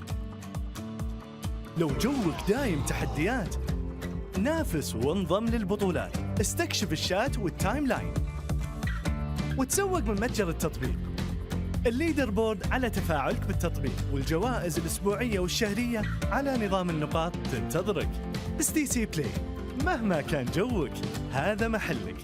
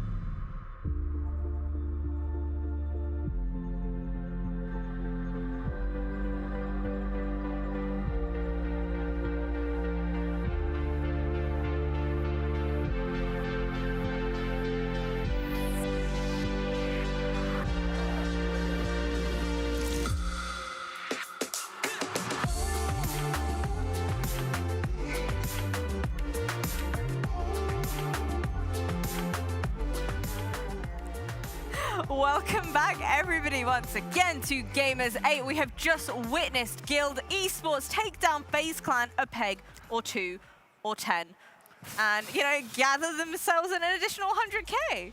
I mean, that was unbelievable. We've seen them 3-0, 4-0, 4-0. I haven't seen them lose a game in, what, 11 games now, which I don't think I've ever said about Guild in the history of their org.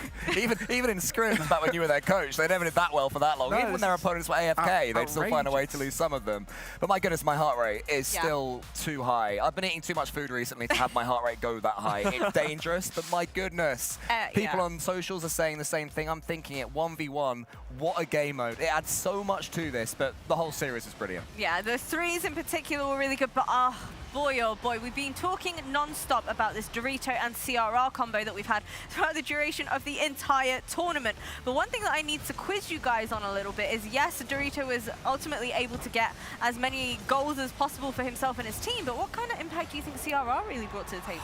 This was an incredible series. This combination, CRR Dorito, have been absolutely deadly, and that fake in that 2v2 to win that series was crazy. But as we spoke about, I think it's all about the 1v1. I mean, Devo, we haven't talked about as well. He was so good. Devo was absolutely brilliant. He's probably the forgotten guy in this because obviously he's not the 1v1 or the 2v2 guy. We're thinking, you know, he's locking it down for the threes. And as we said, when he has the confidence of CRR and Dorito by his side, he can just pop off in the threes. And that's what he did. But the 1v1, this will be talked about for many, many times to come because that was incredible. To force OT on 0 seconds, and then it was a $100,000 winning goal at least. I love how when that final goal goes in, the ball is rolling across the goal line. Often when players know when they're going to score, they start celebrating before. You can see they know it. He was locked in until the ball was over the line, even though he only had to touch it. Yeah, exactly. His teammates were around him. He was like, wait a sec, I still need to finish it. And look, they're a passionate team. We've seen Marky behind getting loud. Devo's not particularly loud when they win. He's quite a tame person.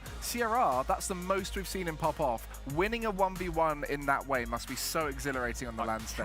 I'd love to imagine what he was feeling like in that moment, but unfortunately not the 1v1 player. But yes, as you said, Cole, 1v1s are adding so much. This format is incredible, and I think we're seeing now that, you know, Johnny Boy, I know he was smiling backstage watching that 1v1 of that caliber, you know, with that much on the line in overtime. He's 16 years old as well. You know, he's the youngest player on the team, and he's the one that they're turning to, trusting in a moment like that, because against FaZe Clan, even when you're 3-0 up, you lose a game, that swing begins, and suddenly the momentum's against you. They can still beat you. He had to do it then and there. But then we look at the 3v3, which is where FaZe really needs to be taking those games. They are by far the stronger team in RLCS history, but it's when we see them crumbling, they look like a whole different team in the 3v3 setting. And the question that has to be asked as well is obviously Guild won game 1, so then FaZe go into game 2 and they pick the 2v2. Now I think that 1v1, statistically you'd have to say First Killer would have the advantage over CRR. Obviously he didn't win it in game 4, but I think that is the added pressure. You know, he's facing match point now, First Killer, but if that was game 2, he has a chance to tie up the series, there's less pressure. And he's playing that 1v1 after losing 3 games on the trot, so at that point he's already frustrated. We saw not the same quality from First Killer as we have seen in the past. Frustrated and nervy. I mean, the end of that 1v1, there was awkward plays, there was missed flicks, they were just doing everything they could to get in front of the ball. It's what we love though, don't we? When the pressure's screaming. on, everything,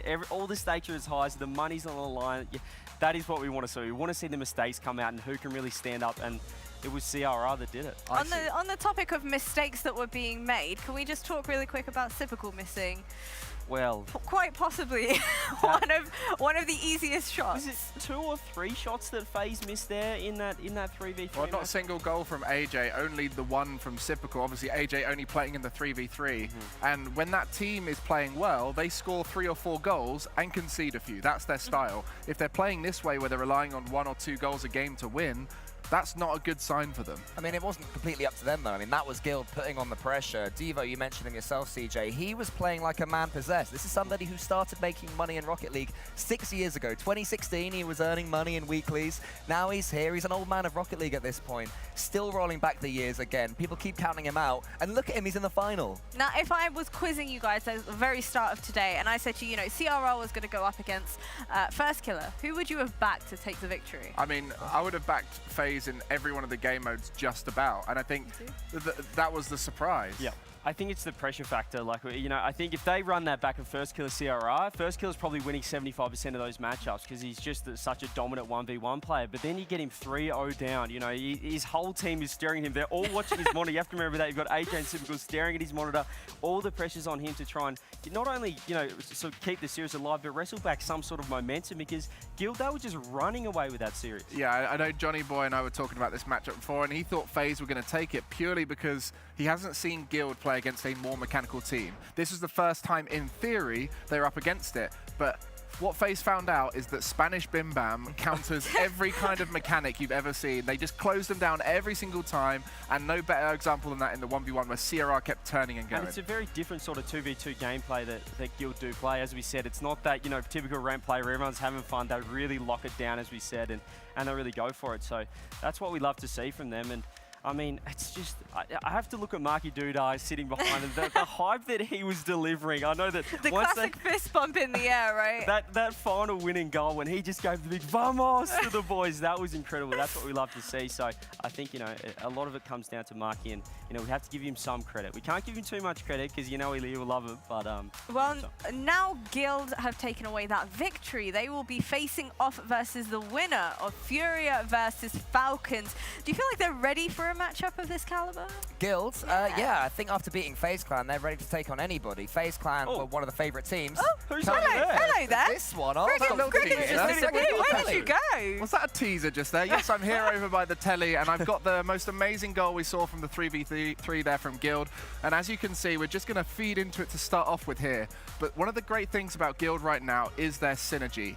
And so off the back of this attempted play by AJ, which he messes up a little bit, CRR has put it off to the side, and you can see as they structure now, CRR sends it off to the back left where he knows his teammate is going to have control. At this moment, Devo has passed it firstly up to CRR. It's then going to go into the middle to Dorito, which is then going to go back to Devo just in front of the net, and they're going to be able to shoot on target. So first into the middle, takes his time on the ground, and at this point here as Devo shoots, you can see he goes to the far back post, right up into the top left corner where First Killer was anticipating the opposite side of the net. That was because of how fast this counter-attack was. The players were not able to cover the net fully, so they had to start taking those risky jumps and committing to one side of the goal to try and make sure they got it. So just one more time through, I'm going to go back and we're going to watch that play. And this is the best thing about Guild, is they punish the mistakes from their opponents. And you can see there, that play from AJ has left him on 0 boost.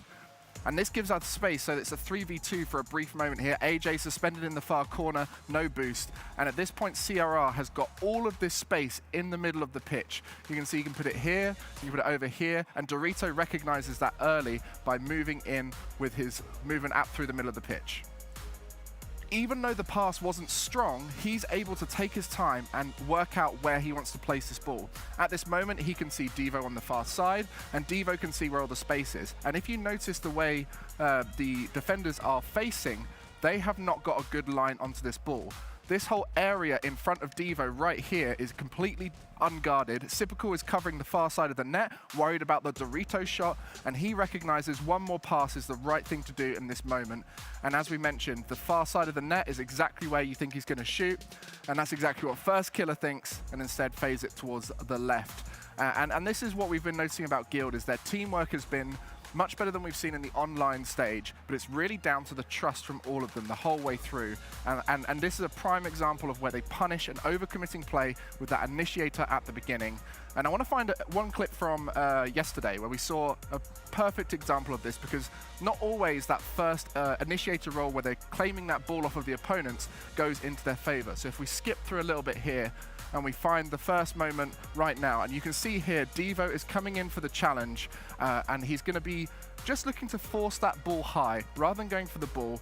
And this is going to give the ball behind him to where a teammate Dorito at this moment is ready to take control of the ball. A lot of you at home might look at this and think, that's a mistake from Devo, he's missed out on that challenge. But at this moment, he knows the most likely place for his teammates is behind him or to the side of him. So if he lets that ball go past him, he's then in a dangerous position, firstly with boost, secondly he's close to the ground, and thirdly he's going to be landing near the opponent's boost if it was there to boost still, and near his opponent to get the demo. So even though he didn't necessarily get the challenge off, he's forced an opponent, so that's one opponent out of the game, and he's landed upfield and he can start doing damage to the opponents in front of him. And at this moment, gets that demo, completely opens up the space for the free goal for CRR.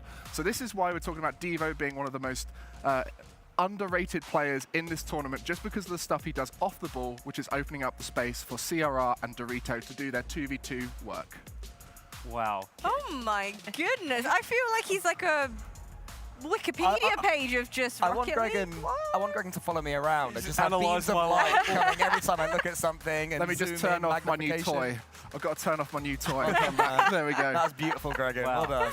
Very well done. How long have you been practicing on that thing? You had every single different shape, object. I don't know what was going to happen next. I'm going to be honest, I just wanted to try every single one. Yeah, that was very clear. I think what we, to summarise that though, there's levels to this game, and Gil was showing that, you know, in spades there with just the different plays, and obviously that shot putting it behind first killer. They were on the ball. I don't want to claim that was my work, but that was a lot of the stuff me and Devo would talk about back in the day of how we could get value out of him without him needing to shine. And of course, when you've got players like Dorito and CRR around you, it allows you to do that and not have to worry, oh, maybe I need to start stepping up now and start scoring goals or doing something creative. The adaptation as well is so important for these older players who will slow down mechanically. They have to find a way to add value to themselves on the pitch, and Devo's really figured that out. I feel like for the side of CRR in particular, bringing it back to that 1v1 situation we had with him.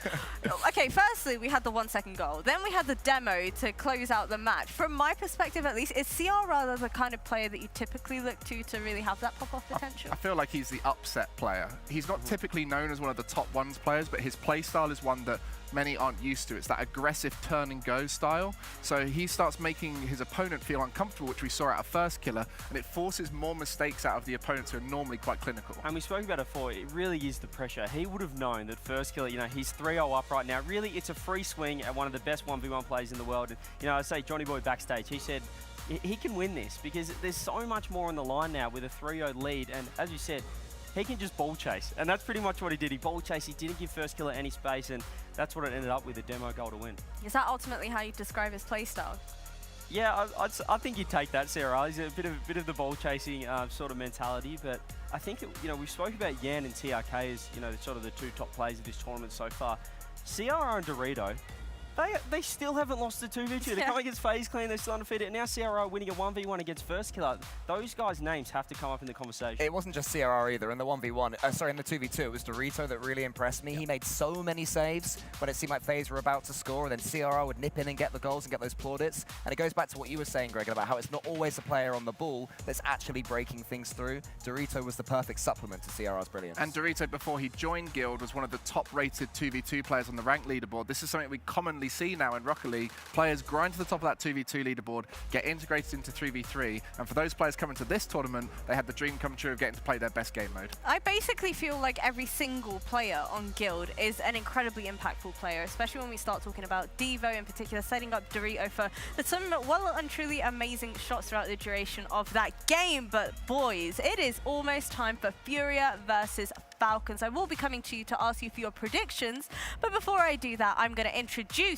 our two teams. This is a make it or break it situation for both of these teams, and I know that people in the crowd are hyped for this. Folks at home are certainly hyped for this, and us on the stage here, well, we cannot wait.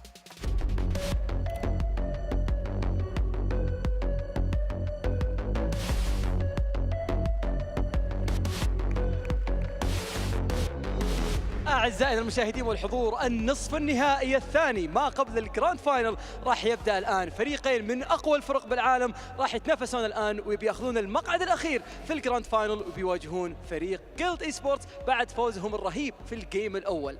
فما نبي نطول عليكم وكلنا ننتظر هالمباراة، فخلونا نرحب بالفريق الأول معنا في المسرح، فريق فيوريا.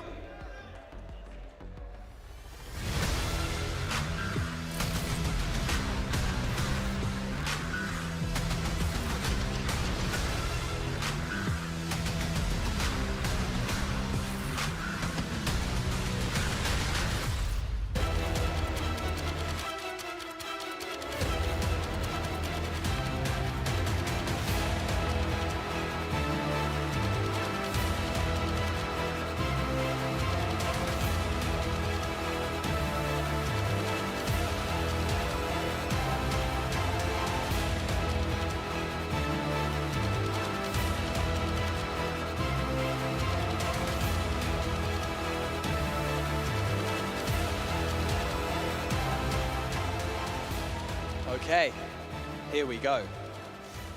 In front of their home crowd, in their hometown, with the help of your energy, they might be able to go the distance because they are undefeated up to this point. Put your hands together and make some noise for Team Falcons.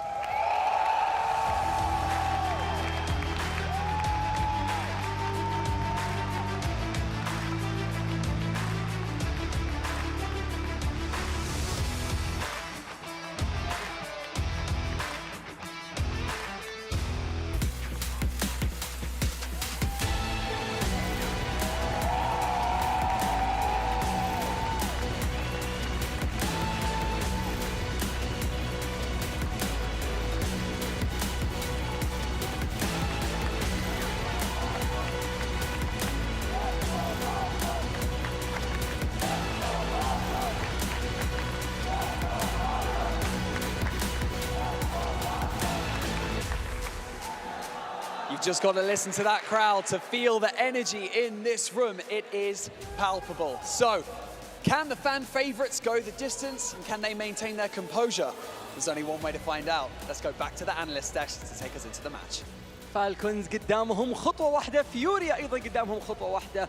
فيوريا من أفضل الفرق اللي موجودين معنا من ساوث أمريكا وجايين عشان يرجعون في الكأس، فهل يقدرون فالكونز يوقفونهم؟ مع فالكونز زي ما احنا عارفين ما خسر ولا مباراة من بداية البطولة، بالتوفيق لهم على طول عند المحللين، ونبدأ المباراة الثانية في النصف النهائي.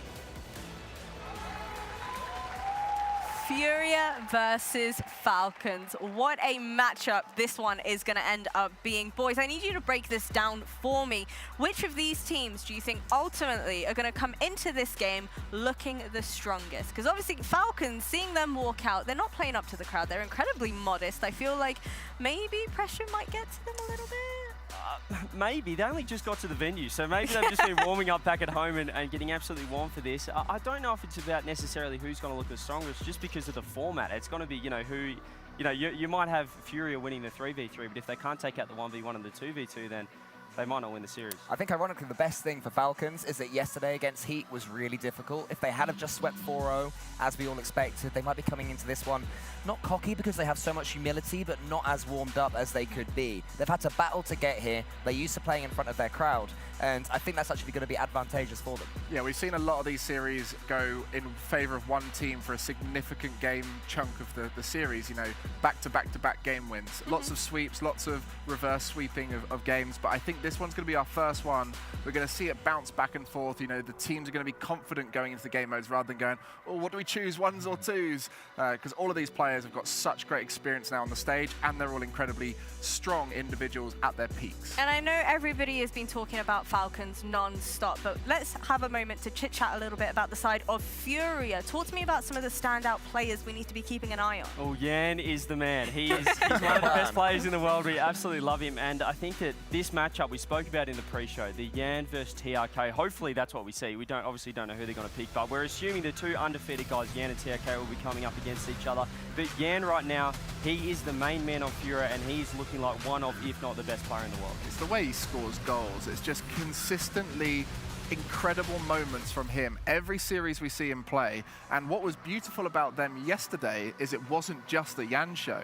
We were starting to see a bit of card come out too. Yeah, we were in the 2v2s. I mean, they played with Kaio first and they lost 2-7, I think, in the 2v2. When they went back to the second 2v2, switched it back, went back to the drawing board, brought in card, and it worked so well. So they have adaptability on the team. They have the ability as well to change up if they have to. All of these tactics come into account in this format. And how about on the side of Falcons now? I know everybody is talking about Falcons being the team to beat heading into this tournament. So what do you think? TRK, that's the answer. TRK. Yeah, just TRK. He's too good for this game. He's something special. He finds a way when he just jumps into, as we said, I think Falcons lost the 2v2 and then he jumped in and said, no, let me go, and he just absolutely carried them. So I think that with Falcons, they have a little bit more versatility in the 2v2 matchup. Their versatility in ones as well. In ones as well. Khaled's the guy that everyone talks about as one of the best 1v1 players in the world, and I guess he's going under the radar now because TRK has been so dominant in a team that is so good. I mean, that is hard to do. Yeah, all three players amazing at Rocket League, and all three game modes they can all compete in. But it is TRK who we talk about purely because he has this next level movement ability that I don't think we've seen from any other player. Match-winning ability as well. Yeah. He comes in at the right moments and goes, I'm going to make sure we win this game now. I'm going to stop them from scoring. And that's that cold clutch that we don't see from many players. The humility is so effective as well. I mean, the 2v2s, TRK, probably the most aggressive player. If he plays with Ahmad, they want to blitz their opponents, but you bring in Khalid, if they're not quite feeling it as much, they can defend their way to a 2v2 victory, and that's so important to be able to mix it up. I mean, I'm super excited for these matchups. I think that for Furia, this Yan TRK 1v1, I think Yan has to win it, because I really think Falcons have the edge in the 2v2, because as you said, they can just, whoever's feeling it, 2 out of the 3 players on Falcons, whoever's feeling it, they're going to run that, and they're going to be just as strong as the best lineup they can put together. So I just think, you know, there is a lot of pressure on Yan, but he's stepped up time and time again. He's yet to lose a 1v1. Same can be said with TRK. I'm putting you guys on the spot right here, right now. Really quick, what is your prediction for me, kind sir? I'm gonna go Falcons. I just think with the stylistic matchups, I'm a Furia fan, so I know the guys at home are gonna hate me for this one, but I just think Falcons, I think they got the 2v2 on lockdown. I think the 1v1 is a 50-50, and the 3v3 is a bit of a 50-50 as well. So just for the 2v2 matchup. All right, well, folks, I will check in with you a little bit later, but before we do that, let's check in with our casters and find out their predictions.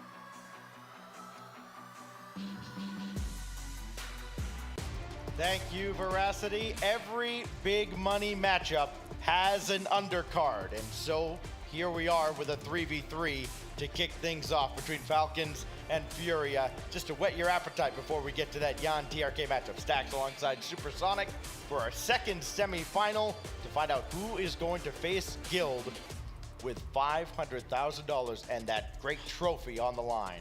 Man, I went in there, checked that trophy out earlier, stepped on the stage for a second before the show started. That thing is epic. It's been cool to finally see it in person after seeing it in the augmented reality and kind of teased the whole weekend. But man, this matchup here, if this has to deliver. There's no way it doesn't. There is so much on the line. Falcons, Furia. I think a lot of people expected FaZe to be waiting on the other side. Instead, Guild shows up in a big, big way. 4-0 sweep. Guild having the tournament of a lifetime. And now those guys right there, Team Falcons, with all the support on their side. Will TRK take down yet another juggernaut on his way and Falcons' way to another trophy? Or will Yan come through for Furia? Will Card and Kaio come up big on their own? It's going to be all about the supporting cast for both these two stars. Here we go, game one underway. Oh man, there is so much tension going on here. I can't imagine what the crowd is like in there. A near miss just off the post, immediately off the start. Close shot. TRK will take possession for a second. Cut off in the midfield there by Card. Not much different in the 3v3s between these two squads. They both have similar records, 5 wins each, with Furia having 8 attempts in the 3v3 and Team Falcons 7 times having played this format. Of course, with the 3s being much more prevalent than they were in the qualifiers, it's been a change for some of these teams, but Furia has answered the call more often than not. Shot here, sent away by Yan from TRK. Khaled's shot blocked as well, and the Furia defense asked to answer a lot of questions early. A lot of 50 wins there through the corner as well. Constant offensive pressure there. Finally, Furia going to find their way out of their half, back down into the other end. There's a demo in the corner and a ball shot back across the midfield up early there. I think that was Khaled who came screeching across, got a touch. TRK trying to follow it through, can't get it as Jan's able to take it back downfield. Those two will definitely be seeing each other probably every single game this series. Jan with a full tank of boost, trying to pinch that downfield. Instead, it was blocked away, and then Card had Ahmad up in his business. Now TRK right at Jan. Again, you can expect those two to have a lot of history by the end of this one. It is Khaled, blocked by Card, and he'll get by TRK. Card looking to center. That's blocked, though, by Ahmad. Good clearance out to midfield. And Team Falcons now going to work. TRK against Jan again, and this time Jan stopped him again. Opportunity there. O'Callaghan just high up and over the top of the ball. Had an open net to shoot at, but couldn't get a piece of it. That one's going to sting a little bit. That definitely should have been one that went in. Cut off here, back on their half as TRK is able to try and shoot that one out into the midfield, and Ahmad will be the one to try and track that down before it gets pushed back into their half. A battle here again in the corner. This time, Furia being the one on the swarming attack through. Oh, Kaio waiting right there on the doorstep, and Ahmad had to be sure-handed. No boost in the tank as he falls by the wayside, but TRK is there underneath, and there's the opening goal as TRK stands up. Crowd goes wild. You can see him smiling. Thumbs up coming from TRK out to the crowd. He is loving it here with this home field advantage. And you love to see that. You can hear the chants in the background. This crowd is electric for these guys on Team Falcons, and they do strike first. Took them a couple minutes to get it done, but it is Falcons up 1-0 here as we approach the 2-minute mark. And not just chants all throughout. We were able to sit in the arena yesterday for the series with Heat, and the crowd just singing almost the entire series. It was such a unique atmosphere, and it has to do something to a team when you're playing the villain role there, when you know the entire arena is against you. It was so fun, too, sitting there with you, because on one side of the crowd, they're chanting the individual player. On the other side of the crowd, they're doing the songs, and at some points, the song would take over the whole arena. The other time, the player would take over the whole arena. The crowd was battling. They're cheering for the same thing, and they're battling to see who can cheer for what. Yeah, the left hand didn't quite know what the right was doing, but they knew one thing. They were a pro-Falcons crowd for sure, and they still are tonight, of course. This block back to midfield. I'm out there to collect, and Card will drop one down to Yan, who's got by one, but could not get by TRK. These two continue to do battle even in the threes department, and now Kaio up ahead, blocked by Ahmad. Gonna be very interesting to see if these two teams decide to go with the 1v1, whoever comes up with the loss in game one, or do they make us wait just a little bit longer? Remember, neither Yan nor TRK have lost a 1v1 in this event, both 3-0, as CJ mentioned on the desk. It's so much fun to watch these two regions go at it too, where both of them tend to play matches a lot of the time in ranked out of the region, so they're so quick, so used to having to read things early. Both of them having these fast reads and constantly challenging that ball when typically you see these guys kind of dust other players. It's not occurring here. Constantly, there's somebody there to meet them at the point of contact in that battle for possession. There was a time where Kaio was maybe the dominant ones player in this region. He's had to pass that torch to his teammate Yan. This blocked out to the corner. Ahmad trying to burn off the final 5 seconds. Thrown in front. Card is there. No time on the clock. And Team Falcons take game one. It's a 1-0. It's not a massive win, but it is a huge feeling win here. You can see how into it TRK was, standing up again here at the end, fist bumps with the team energy. You can now hear the crowd coming in once again off of the back of that W. But what do we get now? What is the choice on the side of Furia? Do you go for the twos, or does Jan just want it right out the gate? Does he call TRK out? I mean, neither of these teams have been particularly successful in twos, so maybe if you're Furia, you go with the twos, understanding that, look, Falcons have been able to throw any combination of players in twos, and they have in this event. So maybe they don't know what their best foot forward would be, but at the same time, I don't think you make the same mistake that FaZe made. You've got Yan sitting there ready for a 1v1. I think you have to pull the trigger on it immediately. That's what I would imagine, and at the end of it, I kind of want them to do it now, then the 2v2, and then we repeat in a game 6, because a game 6 1v1 to decide this, regardless of which team is in the lead there, just to have that game 6 be that 1v1 is what I hope for. Well, Khaled seems to be in spectator mode, and we will try and glean what we can here. You see one in free play. Ahmad also seems to be in spectator mode. I think we've got a 1v1 in store now between TRK and Jan. This is what everybody's come for, and this is what everybody's gonna get. Jan, TRK, Game 2 semifinals. And here comes the chance immediately for TRK. Jan will be in the aggressive position there for a moment with TRK on defense, and now the other way, looking for the flip reset. It's gonna be just high, has to recover quick before Jan comes down and can get a touch. That one should be just wide of the net, and it is. He'll be able to get another touch here and keep it stuck in the midpoint for a little bit. Not a lot of boost to work with. How impressive was that though from TRK?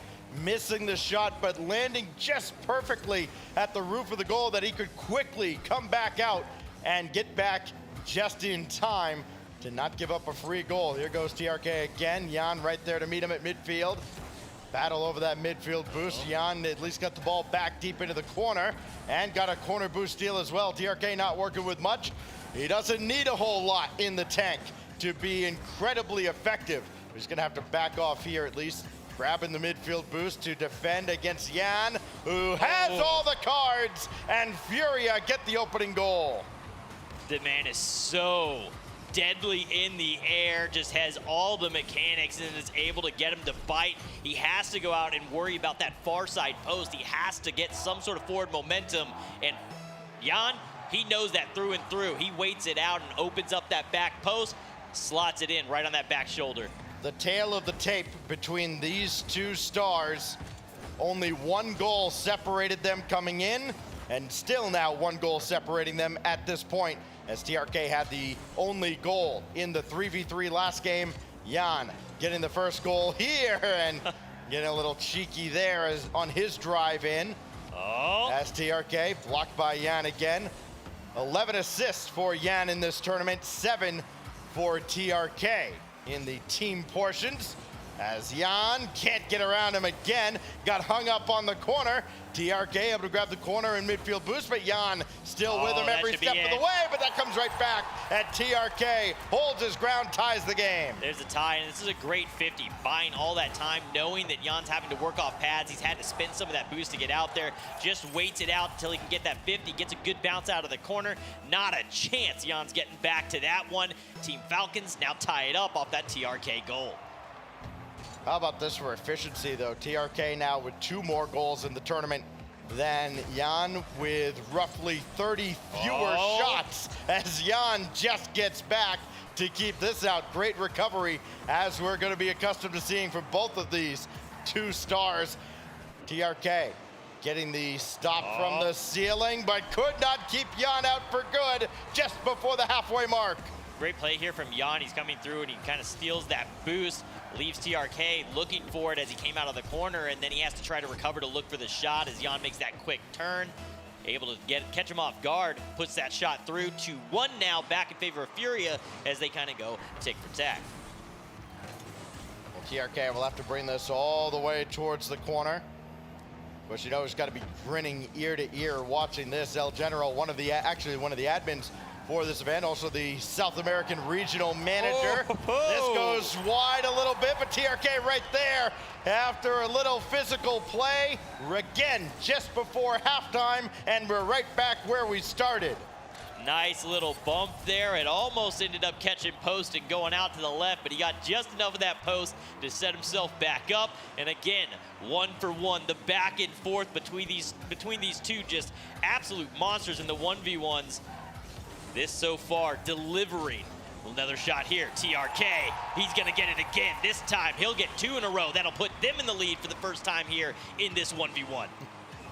It must have been a great birthday gift for El General yesterday, seeing Furia make it into this top 4, but now it's kind of turned into a nightmare as TRK has jumped ahead. Still plenty of time to work with though. 220 and counting. TRK adding another. He's starting to pull away just a little bit. He's heating up. He's going for it constantly. Another shot's going to go through. That's 4-2, 2:18. We've got an eternity worth of time left here. I'm never going to count Jan out of a 1v1. But TRK heating up, that's worrisome. Not just for this, but what happens when you get back into the 3v3, into the 2v2s in these subsequent matches. What a save by Jan. And quickly out of the goal to try and pressure TRK, who's answered the bell. Would he go for the bump here? No, he's gonna play it slow and almost got around him. What a recovery again by Jan.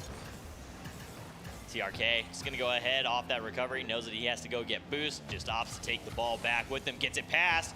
He'll have a cut in though for Jan, looking for that mid boost, not going to be able to grab a hold of it, and a little off challenge there, a little fake from TRK, didn't quite go his way. That one's a good bounce for him though, that'll give him a little bit of time. Jan will be first on the scene with possession. Making sure to secure the boost. Still a dangerous play, even giving the hint of possession towards TRK at any point on the field. He's gonna have to back off here. Got the midfield though. Jan, just throw it downfield and say, all right, it's your turn. What do you have? He's got this through the air, flip, reset, easily saved by Jan. Can he do anything with it though? Up to the high risk area. Can he get the shot by? He sure can. Throwing off the timing just a little bit with another flip reset. It's Jan. Do you even Sure question is. if he's able to get it? Yeah. Of course he can. It's Jan, man. What do you mean? He's going to hit it every time. The only question is whether or not TRK can save it, and that time he could not. That's always a question. Can the defender get there? Because you know the ball's going on net. If either one of these guys get that reset and have that shot, TRK, he's going to have the opportunity here. Looks for the low 50. It does go wide. Great little 50 touch there from the Furia side. In Jan, another flip, or flick, I should say. Flip, flick. They all rhyme. It's all the same word. For both these players, this actually is a relatively low-scoring 1v1. They have both gotten into double digits combined with their opponents a couple of times in this tournament. Jan standing strong, gonna rotate around. Circling in for the shot, easy stop by TRK, but he couldn't get the corner boost, so he's in a little bit of trouble. Jan giving him time to get boosted up, and TRK at least slows things down, almost like he's baiting him in. Well, careful what you wish for. Jan will take it. Unfortunately, him biting there, this is a great play from Jan. He sees him go up. He says, I'm going to go ahead and wait, see how this plays out.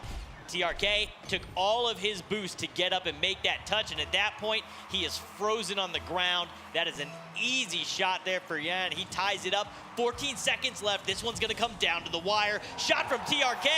Never mind, it's going to come down to about 10 seconds left with Team Falcons in the lead. TRK with yet another exceptional kickoff.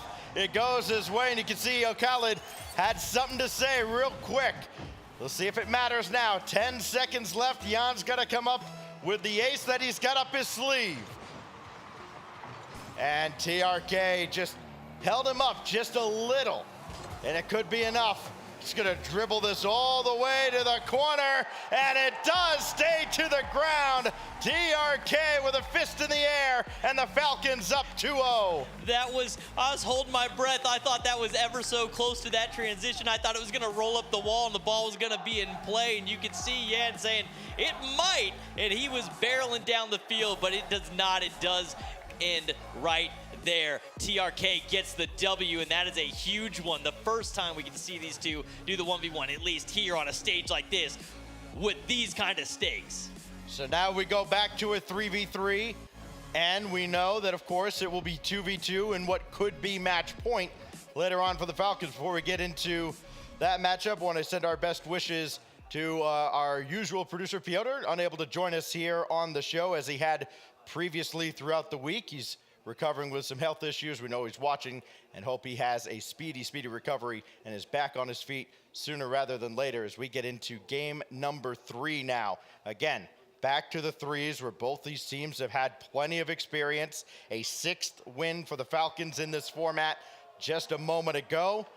And if they do it again, they'll be on match point and hold all the puzzle pieces at that point. And the important thing, if you're down 1-3 or worse going into or after game 4, I mean, at a certain point, you no longer have any control in the series. You've got to win these next 2 games if you're Furia, if you want to have any say in how the second half of this series will go. And looking at this, the first series of the day, it ends in the 4-0 sweep that we just watched go down with Guild. This one so far looking to keep pace with that. I would not have predicted that at the start of the day, and I obviously cannot say that that is what is going to happen here, but so far, Team Falcons looks solid all the way through. It has been 1-goal games each time. It has not been what passive, a shot! but man, what a play. Ahmad getting his first goal of the series after TRK just takes whatever he wants off the field. That reaction, he jumps early to challenge the ball over the top. It gets lifted to the side last second, uses that flip and ends up just putting it perfectly onto Ahmad, who just sends that ever so nicely inside the edge of that post and into the net. 1-0 early lead here for Team Falcons. Yeah, I'm gonna have a little battle here through the corner with O'Khalid. Eventually, Team Falcons will get another touch. That's TRK to the backboard. Ahmad's up, shots on target, just high. And Jan able to bring it out for the moment before Kaio is gonna actually just end up handing possession back off of a big touch and a near miss as Ahmad almost just kind of rolls back down and hits that one in.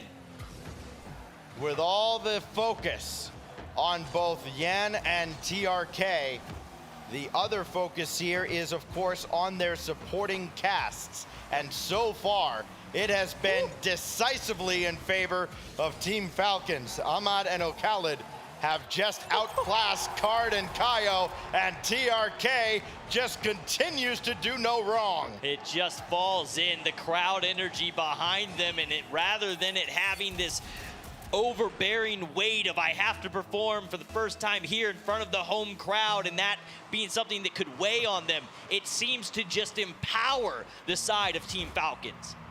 It's so weird and almost terrifying that TRK just gets more and more confident with every ball that finds a net.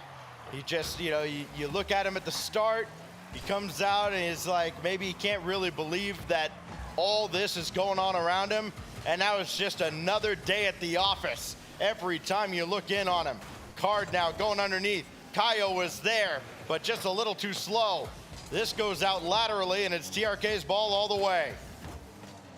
He's gonna try and maintain possession. Doesn't quite get the touch he wants off the wall there, so it will fall over to the side of Card and Furia as they push down into the corner. Kaio gonna try and win this one. Does get the first touch, and a good follow-up from Jan here as he tries to maintain that possession. Just over and over again through this corner here. And finally, not enough boost and not a quick enough jump. It will finally go the way.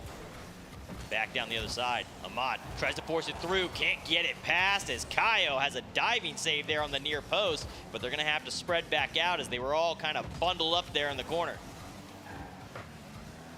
Kicked out right down the middle and brought straight back in, but there's Kaio with the clear that Furia so desperately needed. Now they've got to get one on target and still do not, with the entire defense of Team Falcons in the way. Of course, life-changing money on the line here as part of the prize pool for this event.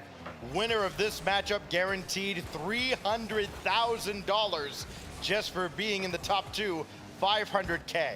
Yes, 500K, the top prize for whoever gets to lift that trophy we saw sitting on center stage. And if you don't think it's life-changing, think about Raziers putting on a clinic here and then having the gall to go, oh yeah, by the way, EU or NA, look, I just got the lion's share of a $95,000 purse. I'm ready to go anywhere. I loved all the responses to that too, the audacity of putting out that tweet. Right? Everybody just be like, you can't just go do that and then just be like, hey man, I'm willing to move continents on a moment's notice, let's run this. When you triple your career earnings or better, yeah, I think you can do that. Yeah, it's crazy. Especially with the performance he had. I mean, we've been talking about TRK and Jan here, and obviously their supporting cast, but there has been stellar play all throughout this Gamers 8 event thus far, and Raziers definitely a standout star here. And no matter what happens the rest of this tournament, nobody is going to touch his total goals. 55 for the event. Firmly in first place in that category, but of course his team out in the quarterfinals, thanks to these guys, Team Falcons, who are on the defensive now as Jan intercepted by Ahmad. Kaio's shot easily turned aside by O'Khalid, and O'Khalid only as far as Yan. as they continue to hold a 2-0 lead, continue to shut out Furia in the team modes with a 2v2 looming. And what could be match point unless Furia magically turn this around. Jan has options. He's gone for Card out of the corner. Ooh. Got a piece of this. It's still available in TRK so quickly to the backboard, and that has just been the problem. Double commit. It's all desperation now, and Furia's gonna run out of time here as the final few seconds tick away, and Team Falcons are 5 minutes away from the finals. We're looking down the barrel at a possible 4-0 here once again, Stack. Unreal. The first one goes 4-0. This one looking like it's going to do the same. We should be seeing the 2v2 here. Now the question is, who's going to run it on the side of Team Falcons? We have seen all 3 lineups possible from this team thus far. Only one loss. Now that loss did come through with Khaled and TRK, but it was against the matchup of Jack and Jorius, and it was only a 2-1 affair. Yeah, honestly, I think you just draw lots. You just Why not? Draw straws. Let's go. Exactly. Somebody's going in. We don't know who, but that's a great way to figure it out on that side. I think you could realistically go with Ahmad and Khaled just to give TRK a rest, unless you just want to keep going with the hot hand, who of course now has 6 out of your team's 7 goals. Check that, 8 goals in this semifinal. It's just been an incredible performance out of TRK, just putting this team on his shoulders. We'll see if he continues to do so in the 2v2. Meanwhile, on the side of Furia, it is do or die here. I mean, look, it's hard to be disappointed with the kind of money that these guys are going to be taking home. Already up to $200,000 just for getting into the top 4, which just sounds absurd. But still got so much to play for. Jan and Card will indeed take on Ahmad and Khaled as TRK gets a break. TRK gonna get the break. I'm still kind of in my head chuckling at the fact you say with them on their shoulders, and for some reason my mind goes to an image of TRK carrying a mod in on his shoulders actually, and the mismatch of that height just is a bit wild there. An opening shot here from Jan gonna be saved away in this 2v2 matchup. Everything dependent here on Jan and Card. A must win to keep their tournament life alive. This is a huge 2v2 matchup right now. Out of the 18 Saudi Arabian players that were part of this Gamers8 tournament, the 3 remain that are 5 minutes away from the date with Guild Esports in the grand finals. And of course, it's the 3 that may well have been favored to win it from the start. And they are certainly not disappointing. Card's shot falls a little short here as Ahmad will bring it away. Now Jan looking to bring this over to Card in the defensive end. And it's Ahmad. Way back is Khaled, so Ahmad's got to buy him time to get boosted up and back in the play. They both have plenty to work with, but so too do Jan and Card. Around 1, but not 2 as Ahmad makes the stop. It's a good 50 through that second player, though, Jan, with a secondary effort after he gets past the first to just give an opportunity to his teammate to come back through. Jan, boost to spend, over 1, but gets bumped off as he runs into Khaled in the air. Card's going to shoot one off the backboard. Is Jan able to recover in time to get there? No, he will not be able to. He'll have to go for the mid boost, but gets a touch on the transition. Almost able to touch it back over the top of Ahmad. I like the idea, just not quite enough power in that touch. It is still kind of a high-risk play. You're burning a lot of boost to make a play that's not very high percentage. And boost has got to be everything in this matchup. Right now, Jan doesn't have any, and he's having a tough time finding any. He finally does way at the back. His Card now gonna make his move against Khaled. Khaled not threatened 1 iota. Soft pop, Jan with boost to spin. Scary man looks for the shot. No way! Just ever so slightly saved. It goes just off to the edge, gets to the post and out. I thought that one was in for sure. A demo on the line will leave the 1v1 as Jan gonna work it through the corner. Khaled actually spawns in on the right side and right up the wall and into that play, making sure he cuts that off and doesn't let that near post become a situation. The South American squad has 4 goals in this series. They were all scored by Jan in a 1v1 with TRK, which ended with TRK getting a goal off another great kickoff with 10 seconds left. They finally break the drought in the team formats with a 2v2 goal that gives them a rare lead in this series. Furia will strike first here. Card will be the one to get it done, able to come in and read that save and just force that ball through. Now they have to maintain this lead. They've got 2 minutes to do so to stay alive in this event. And to get a shot, as we were talking about, that 500K purse for first place. These two teams have a tiny bit of history together as Jan gets the double lined up, and Furia finally have some momentum going their way.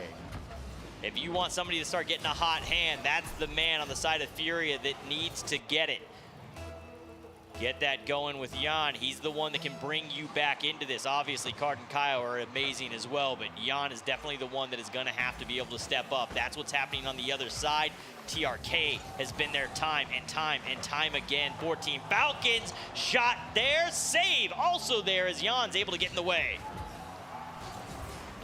We call them King Card and Kaio the Great One. Kaio right now spectating, watching his teammates, hoping that he gets another shot at a 3v3. Of course, that's the task that is ahead of Furia right now. You need to not only survive this one, and trust me, you have not gotten Falcons' best shot just yet. They got to pile on maybe 1 or 2 more to feel really confident in this one. But then, you know you probably have to deal with TRK in another 1v1. Good luck. And even then, you still have to win 2 more 3v3s. It is such an uphill road thanks to the strong effort of the Falcons in the early stage of this series. Here goes O'Khalid. That's gonna fall right to Card. He's got around Ahmad. 1 more would certainly put it away for good, and he does not convert thanks to O'Khalid's hairline save. But Jan doing just enough to keep Falcons from breaking out and getting a quick counterattack, and this trap deep in the Falcons' defensive end may be just enough. Just under 20 seconds here. Need a goal now. In this moment, if they want to close out the series, that one not going to go through in under 10 seconds. It is looking abysmal. It has to happen with at least a second left. Can Ahmad get it down? No, that one should ground out, and that will be the first dub for Furia here in this series. Once it closes out, there it is. Ball touches down, and Furia finally get a notch in the belt. After being shut out in both 3v3s, Furia returns the favor with a shutout of their own. And now we go back, of course, to 3s, but just remember, by virtue of opening up that 3-0 lead in the series, Falcons are in total control here. After the 3v3, if they don't close out the series, yes, the pressure gets to be a little bit more on their shoulders, but then they choose how they want to try and close out Furia, whether 1v1 or 2v2, and judging by all results so far, it seems like a foregone conclusion. But the crowd has been silenced for just a moment. The celebration put on hold. There's another game and another life for Furia. But we both know after sitting in that crowd, it doesn't take a goal. It doesn't take anything. If they think that yelling is going to give some energy to that team, that crowd's going to get loud real quick. A North American crowd, that is not. They do not need a reason to chant or cheer, and they've got plenty up their sleeve. But there it is, what everybody is playing for, that beautiful trophy. And a little bit of money. Yeah, a little bit of money too. Yeah, that kind of helps. That trophy weighs about $500,000. I don't know what that works out to in $1 bills if you throw it on a scale, but it weighs about that much. Well, here we go. TRK back on the field. So too is Kaio. And we will see if Jan can continue his magical run in this tournament. Trying to bounce back. Card denied this time. And Ahmad deep into the corner. with Kaio just gathering this, buying his teammates time at best. You wonder if Furia maybe becomes a little more aggressive. If Falcons take advantage of that, that's the game within the game, as adjustments clearly need to be made in the 3v3 department for Furia. Changes do need to be made. I just kind of want to highlight for a second. You know, we kind of got to talk a little bit about Jan and watch him through the IWO and over the year since then, because we're basically a year since that event happened, and he kind of exploded. The shots that man was hitting, and now getting to watch him here, this man has done so much in 12 months. I don't know if I can look at a player and say that they have done as much as he has done in 12 months. It's been incredible. Him and Raise Bull have made significant strides in their careers. And all, of course, with the RLCS becoming so much more global than ever before. Here's Kaio's shot. Back on the field and onto the scoreboard. His first goal gives Furia the lead here. Kaio places that so perfectly in that bottom left corner. No one getting there, not a chance. Furia in the lead here once again. Took them exactly a minute and 30 seconds to get through there. A little battle here, a little scuffle on the sidewall to open things up between the two teams. And Card was looking to try and pinch that one down to set up an opportunity for a teammate, but in the end, Jan will be the one with possession anyways. Tries to go high, read well, and cut off. Kaio, he lost the ball there, and he was hoping to get a piece of O'Khalid. That didn't work out, and this might not work out defensively either. It's left in front and swept away by the Great One. It's gonna be chased down by Card on the opposite side.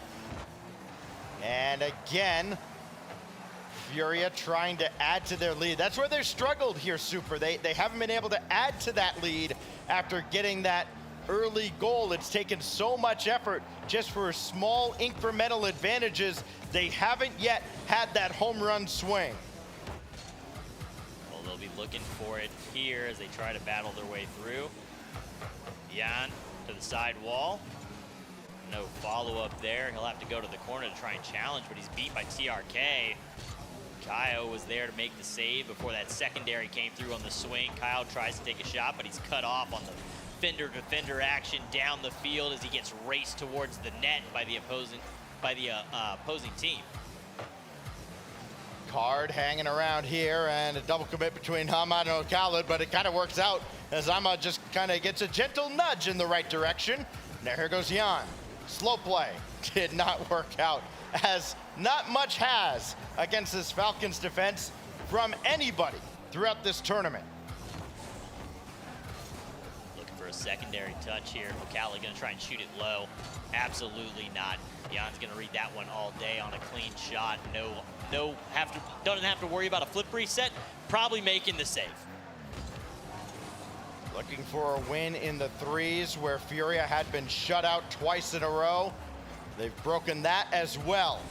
And still nursing that 1-0 lead, but O'Khalid up to TRK. They're out quickly, but Card will send this away. Maybe a little bit fortunate that was not on target. Maybe another try, and Falcons could tie this game up. Hamad, almost like he was trying to screen the ball there, and it didn't work out. So Jan got options in front. It's Card and set away. Great defending again by Falcons. Can they turn it into offense? Not yet, as O'Khalid's got to dance around one, and Jan's there to make sure there's no follow-up touch. Can he score on the other side? No, TRK is right there. It's been interesting to watch as Furia really hasn't been having to play a whole ton of defense. They have that 1-0 lead, but they've really been able to just kind of keep possession for the most part down in the opponent's half. This one gonna be close as TRK was looking to try and pinch that in at that near side post. O'Khalid has a touch before it's just sent packing back down the field from Jan on the backboard now. TRK looking for his teammate, gonna fake, go over the top, looking to try and drop it to Ahmad. 50's through, and it will get followed up and sent back down into their half. Under 10 seconds to go here, Stacks. They need it, and they need it now. TRK up the ladder, got around Kaio. O'Khalid's there, but so too was the defense of Furia. And another low-scoring shutout And Falcons left scoreless since the end of game 3.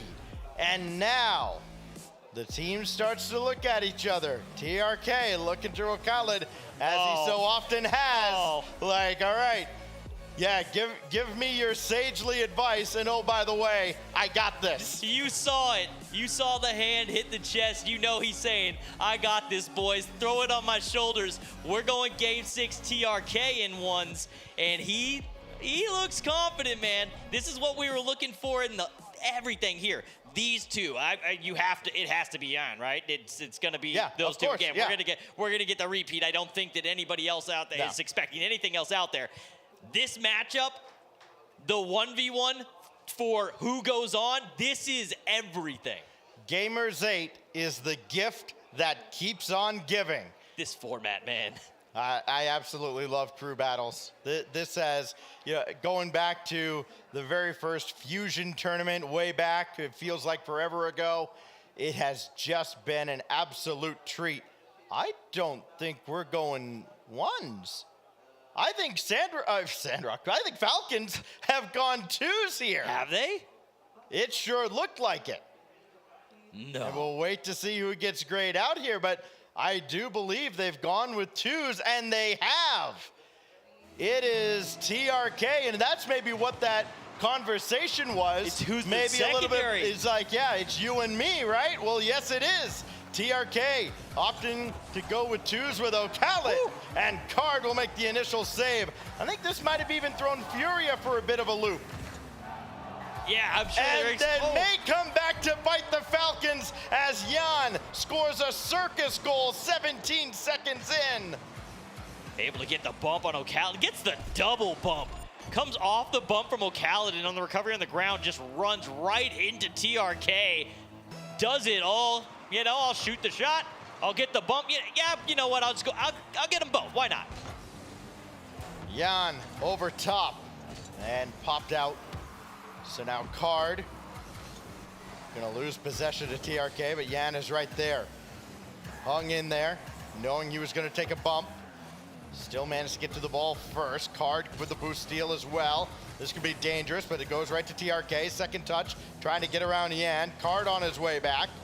And Jan slowed down TRK enough as Card will make the save on Khaled's drive.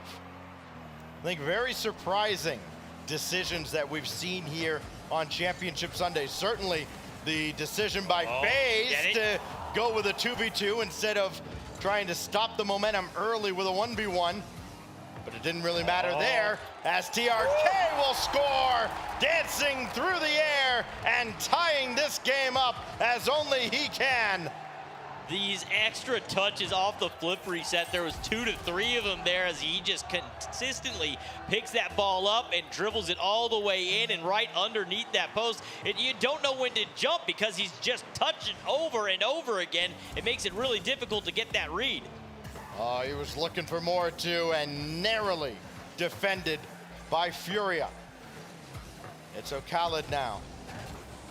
Of course, as great as Khaled was when he burst onto the scene, when this region started garnering some attention, he's almost, I say almost turned into an afterthought with the rise of TRK. So this is gonna be Khaled defending in the corner. I think he's still got a lot to prove that he's still got it. As Khaled's shot almost beat Card, but he's there with the reflex save. And some space to work with. TRK made him go over top. Khaled's there, and this duo with more lockdown defense. TRK up this time. He'll have to pop it towards the midfield to look for the touch. He will steal that midfield boost and able to actually get a piece of the ball. Turns it around, 50s through. Jan actually recovers through that. Is the defender there? Yes, he is. Cuts it off and actually sends it all the way back down the other end. Furia takes the lead again. Card picking his spot, caught the defense napping. No boost for TRK out of the play. And Furia back in front, still over half the game to go. What an incredible comeback effort this has been out of Furia. Led by Jan, Card has picked it up since the third or since the 2v2. As this is Card waiting for this ball. Slow start for Furia. Dug themselves a hole, but not quite a grave just yet. As TRK is going to pop one away. Yana's waiting for it. He also let TRK go by. Slow play, met by O'Khalid. Card waiting to take his shot. And TRK not willing to just give the ball away to him. That is great patient play, no panic on either side.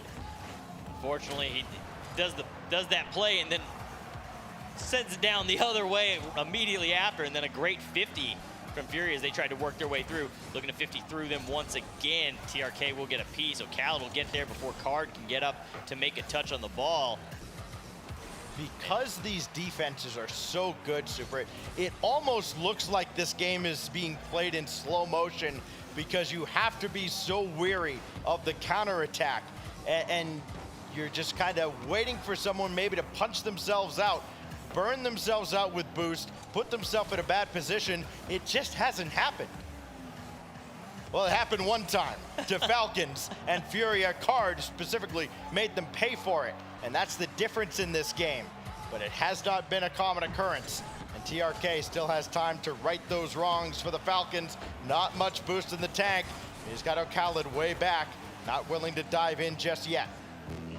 60 seconds away, the 1 minute remaining comes up on screen, and we are that far away from the Game 7 here in this semifinals between Furia and Team Falcons. Furia leading 2-1 right now. TRK, O'Khalid for Team Falcons. Been trying to find an opportunity downfield, but as you were saying, the defense is so strong and so clean on both sides. Furia's been able to just kind of lock it down at this 2-1 scoreline for quite some time now. Jan gonna chase this one towards the corner. Looks to try and bounce one out, looking for the bump as he comes through. TRK will be able to get up and over. Only one defender there. O'Khalid gonna throw it up. Jan able to put it to the backboard. TRK's there, a shot opportunity, cuts it in, and that one's back the other way. Game 7. Very much likely, I'm not gonna say closed off, but the way this has been going, we're 9 seconds away from a Game 7 here, Stacks. We need one really good TRK kickoff to say otherwise. And I don't think such a thing is coming. Actually, you really need 2 of them. Yep. It's got to be an O'Khalid kickoff. In fact, this time around, they fake it, and it blows up in their face. Jan's not having any of this. And Furia have somehow brought this all the way back to Champions Field. Champions Field, you know, if one game giveth 4-0, the other game will also giveth, but it's going to be the other end. We're going to go to Game 7. Unbelievable. The way this series started, it just looked like Furia did not have it on this day to find a way past this staunch Team Falcons defense in front of a crowd that is very much pro-Falcons. A mere golf clap as Furia gets a 3rd win in a row. And this crowd that was ready to erupt and celebrate a trip to the finals has had to sit on their hands a bit and wonder if it's ever gonna happen. Is this one of those moments too where now the question is, well, I know the question on Twitter and the chat is probably already there of why wasn't it the ones? Why did it go 2s? What was the decision there to go 2s?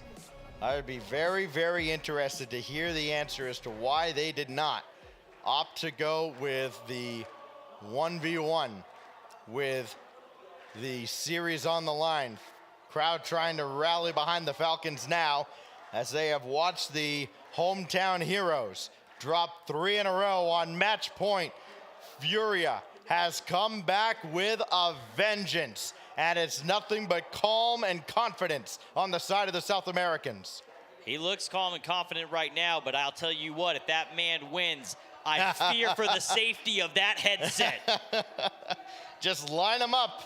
Gonna need about 3 more if they win this whole thing. You probably take back shattered headphone bits as a souvenir. They can afford to replace a few. Yeah, right? You just take it out of their winnings. Could have a few gold-plated ones by the end of this event. You might have to start patching the table back together, though, because I imagine a win here or a win in the finals, that headset's going straight through it. If Furia pulls this off, we'll hear them from a whole different building. Here's Jan to start things off after a defensive stop. And TRK trying to get things going again. He was so brilliant in the first half of this series. He's got 8 goals to his credit, but Falcons have been very, very quiet of late. The crowd has not. They're trying to get themselves back into it. As Jan dribbling through, stopped by Ocala, but only as far as Card. This is gonna pinball around, an opportunity for Furia to get another early goal, but Jan too far back. Yeah, great idea there from Kyle. Unfortunately, teammate not able to come in and fill that middle field. He found the space, just the rotation not there in time to strike. That would have been a good one had it even been a shot that was off. Other teammate was back there. They could have easily just started one of those swarming constant attacks. That shot gonna be wide, and a miss there from Kyle. That's going to have Jan have to come in and backfill to try and take it downfield. He gets past O'Khalid, pops high, tries to throw it out into the midfield for a teammate. No one there, so that'll fall to Ahmad, who looks for a bump as TRK takes possession. O'Khalid has tried to make himself known in this series with his defense, as TRK has to do so up at the backboard, and that's a great clear all the way down. A dangerous situation brewing with the Furia attack. And Jan reading this play well, trying to bring this out to Card. That's blocked back. O'Khalid, the only one yet to score in this series, and he has played 6 out of the 7. Remember, he did play both 2v2s. One with Ahmad and then one with TRK. Both at Falcons, of course, lost as Furia has led this comeback charge, and Card casually rolls one in, and I think finally people are starting to believe this could really happen. This is quite possible to have this go down. Furia 1-0. These ones where they've led early, they've tended to be able to hold on to the lead. It may get tied up, but they haven't really given up the lead in these situations. We're gonna need to see an immediate response from Team Falcons, and preferably for them, 2 goals in a row if they want to try and get this going. They probably want to get 2 quick, really get that wind in the sail. You have to think that the confidence is shook a little bit with the way that things have shifted after that electric start for them. Many times on land, teams have come close in best of 7s. But getting across the finish line, a different matter entirely. TRK couldn't keep this in the zone cleanly as he would have liked, but he maybe has another lease on life here with a full tank of boost. Beaten out by Card, though. Good follow-up defense from Furia's O'Khalid in a real tough spot. Had to play that back to Ahmad, and again, Falcons so willing to use each other as teammates on the defensive end and not worried at all, even though they have not had much offense in the last 20 minutes of gameplay. They realize they are still the team to beat, even trailing here on Champs Field. So strange to be talking about these two teams and really more highlighting the defensive efforts of these two squads when we're used to talking about these regions and how offensive heavy, how quick, how fast these guys are. Looking for the pass out now off the pitch. Teammate can't get there in time, and another opportunity goes to the wayside for Falcons. You gotta have those. How many more grade A opportunities are you gonna get? There it is, O'Khalid picked a fine time to get on the scoreboard. Tension building, 95 seconds left in this best of 7. Falcons need another goal. They've got to find a way to fend this off. You do not want in this situation to allow Furia to do this sweep on the reverse side. On home soil, on no less. home soil, that Just is not where you unreal. want that best of 7 reverse to happen. This is not how the story's supposed to end for Team Falcons. And they've got one back here. Tie game late in game 7. It doesn't get much better than this. Card got the bump. Shot is saved away by TRK. The young Hercules trying to pull it off yet again. Kaio, though, to Card. And the longtime duo connects. 101 clashes in session on the scoreboard right now. Goal gonna come through, infield pass, Card with the pre-flip, it's through. Furia just need to hold on for 61 second stacks. They're 61 seconds away from the reverse sweep to go on to play for $500,000. No pressure. None at all.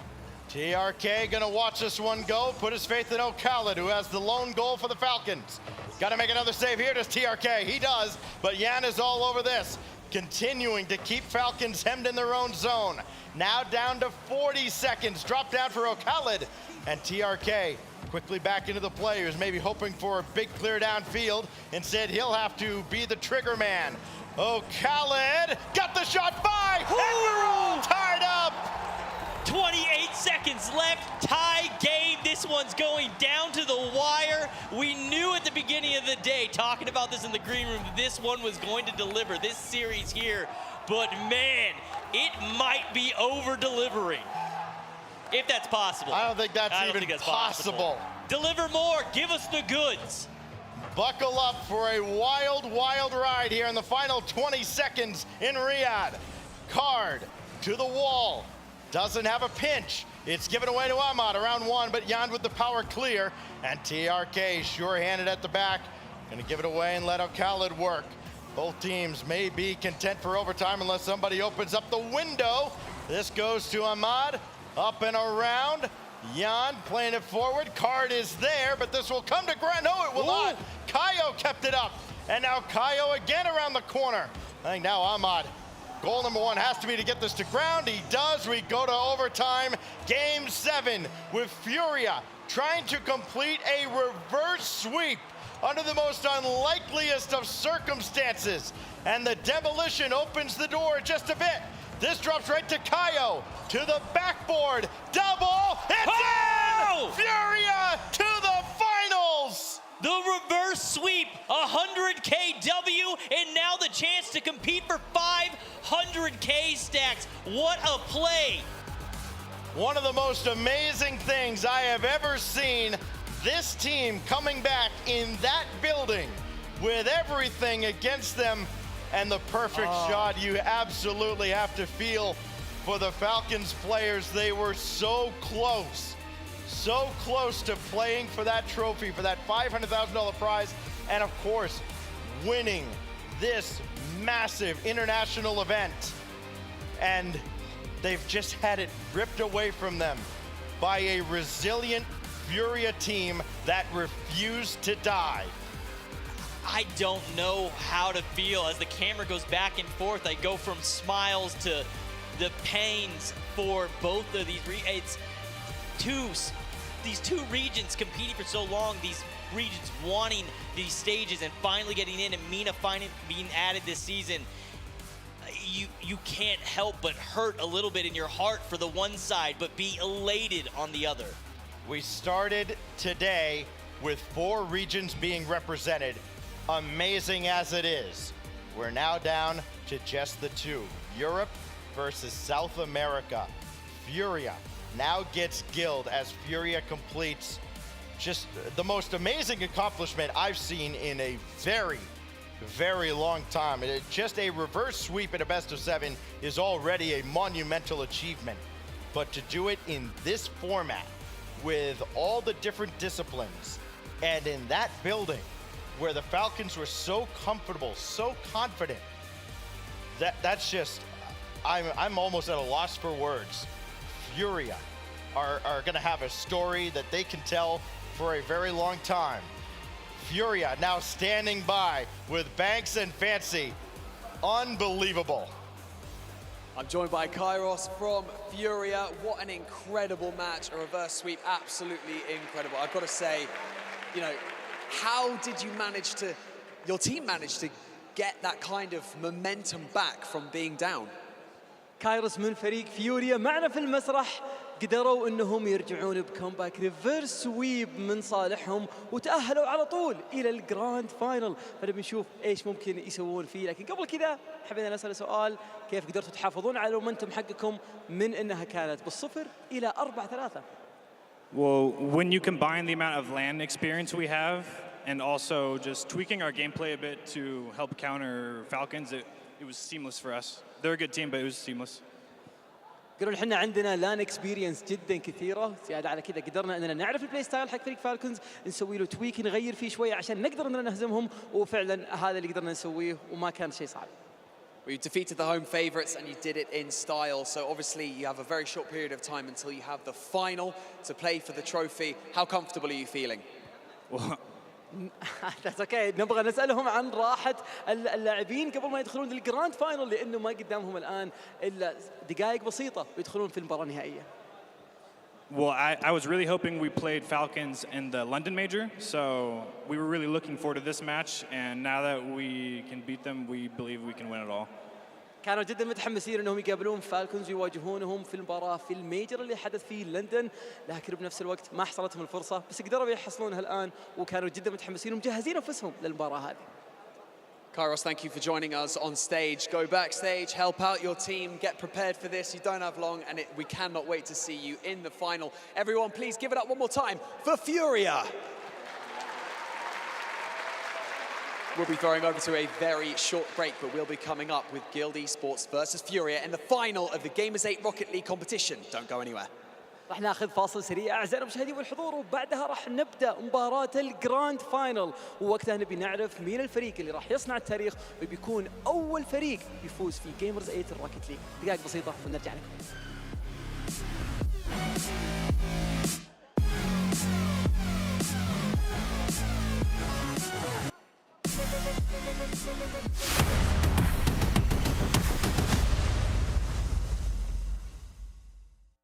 بترجم راب يعني ملوك السين دي مترجمة كلها في قاعدة واحدة. في كام مترجم راب مصري؟ واحد بس، موا ده البادي معاه في الميم تيم على فكرة. رايت كاز ماست يا برو. مين ده يا جدعان؟ كوتش مش هلعب معاه. مين ده اصلا؟ كابتن الفريق، فاهم؟ عشان فاهمين السين، سبوتيفاي عمل لك بلاي ليست الاقوى راب مصري، اسمع ملوك السين ببلاش.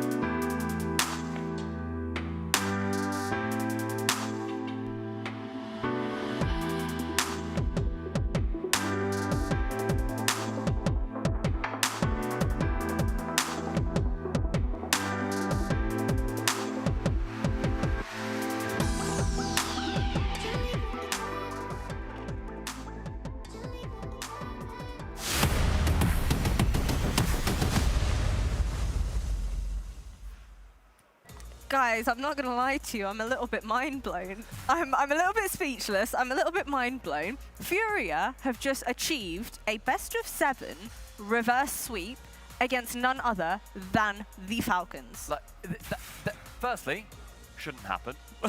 That shouldn't happen. That is, that is the first best of 7 reverse sweep we have had on LAN internationally. We've had it in, like, you know, small, like there's one in France, there was one years ago at the Elite Series, but this is the first one we've ever had an international LAN. It's one thing to do it in any other conditions, but on foreign territory right now against MENA, against the and in a boys. format where the losing team gets to choose a preferential game mode, like the format is not a good one to reverse sweep in yet.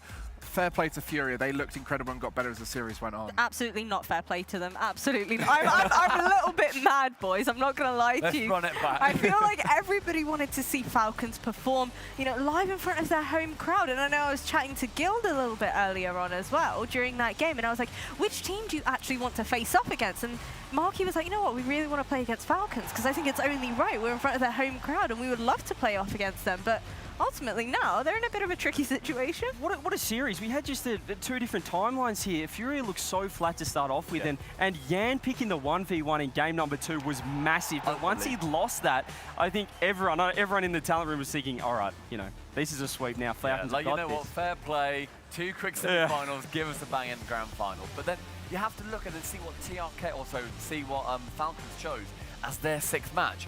They went back to 2v2. They did not go for the 1v1. Instead, they got rid of Ahmad, brought in TRK, and they lost it. That was such a huge moment. I backed it at the time. I thought, you know what, fair play. Switch out Ahmad. He has not looked like the player that we've seen historically. But man, oh man, oh man, you don't beat that Furia team. Imagine the confidence if TRK had come in and gone, I'm going to do the 1v1, I'm going to win it for us. But instead he felt, we've got to do this together. I'll step up, but in the 2v2. And of course, that momentum shift for Furia meant they played so well in that final 3s game. It was I mean, that overtime was worth $100,000. Imagine playing an overtime, next goal wins to win $100,000 more. That reaction there just says it all. I feel like, oh God, just looking at that is honestly a little bit painful. My heart more bleeds headsets to full prey as well to Furia. Just off the head, bang, get rid. I mean, it's that interesting thing as well, because obviously they had 100% of the crowd was going for Falcons, but that adds a lot of pressure as well. Yeah, you might have the home court advantage, but you've got everyone in that venue right now was cheering for them so loud in that overtime, and you're thinking, gee, I don't want to let all these people down. And it was just such a close series. Do you guys feel like if Ahmad was playing in that 2v2, that it could have been a different result? No. I think maybe if it had been Ahmad TRK, but at the end of the day, we're seeing this consistent theme for the Falcons. Once they get to match point in best of 7s, they struggle to close it out. It happened to RLCS. They managed to get it in the 7th game, but they seem to struggle to sweep that 4-0.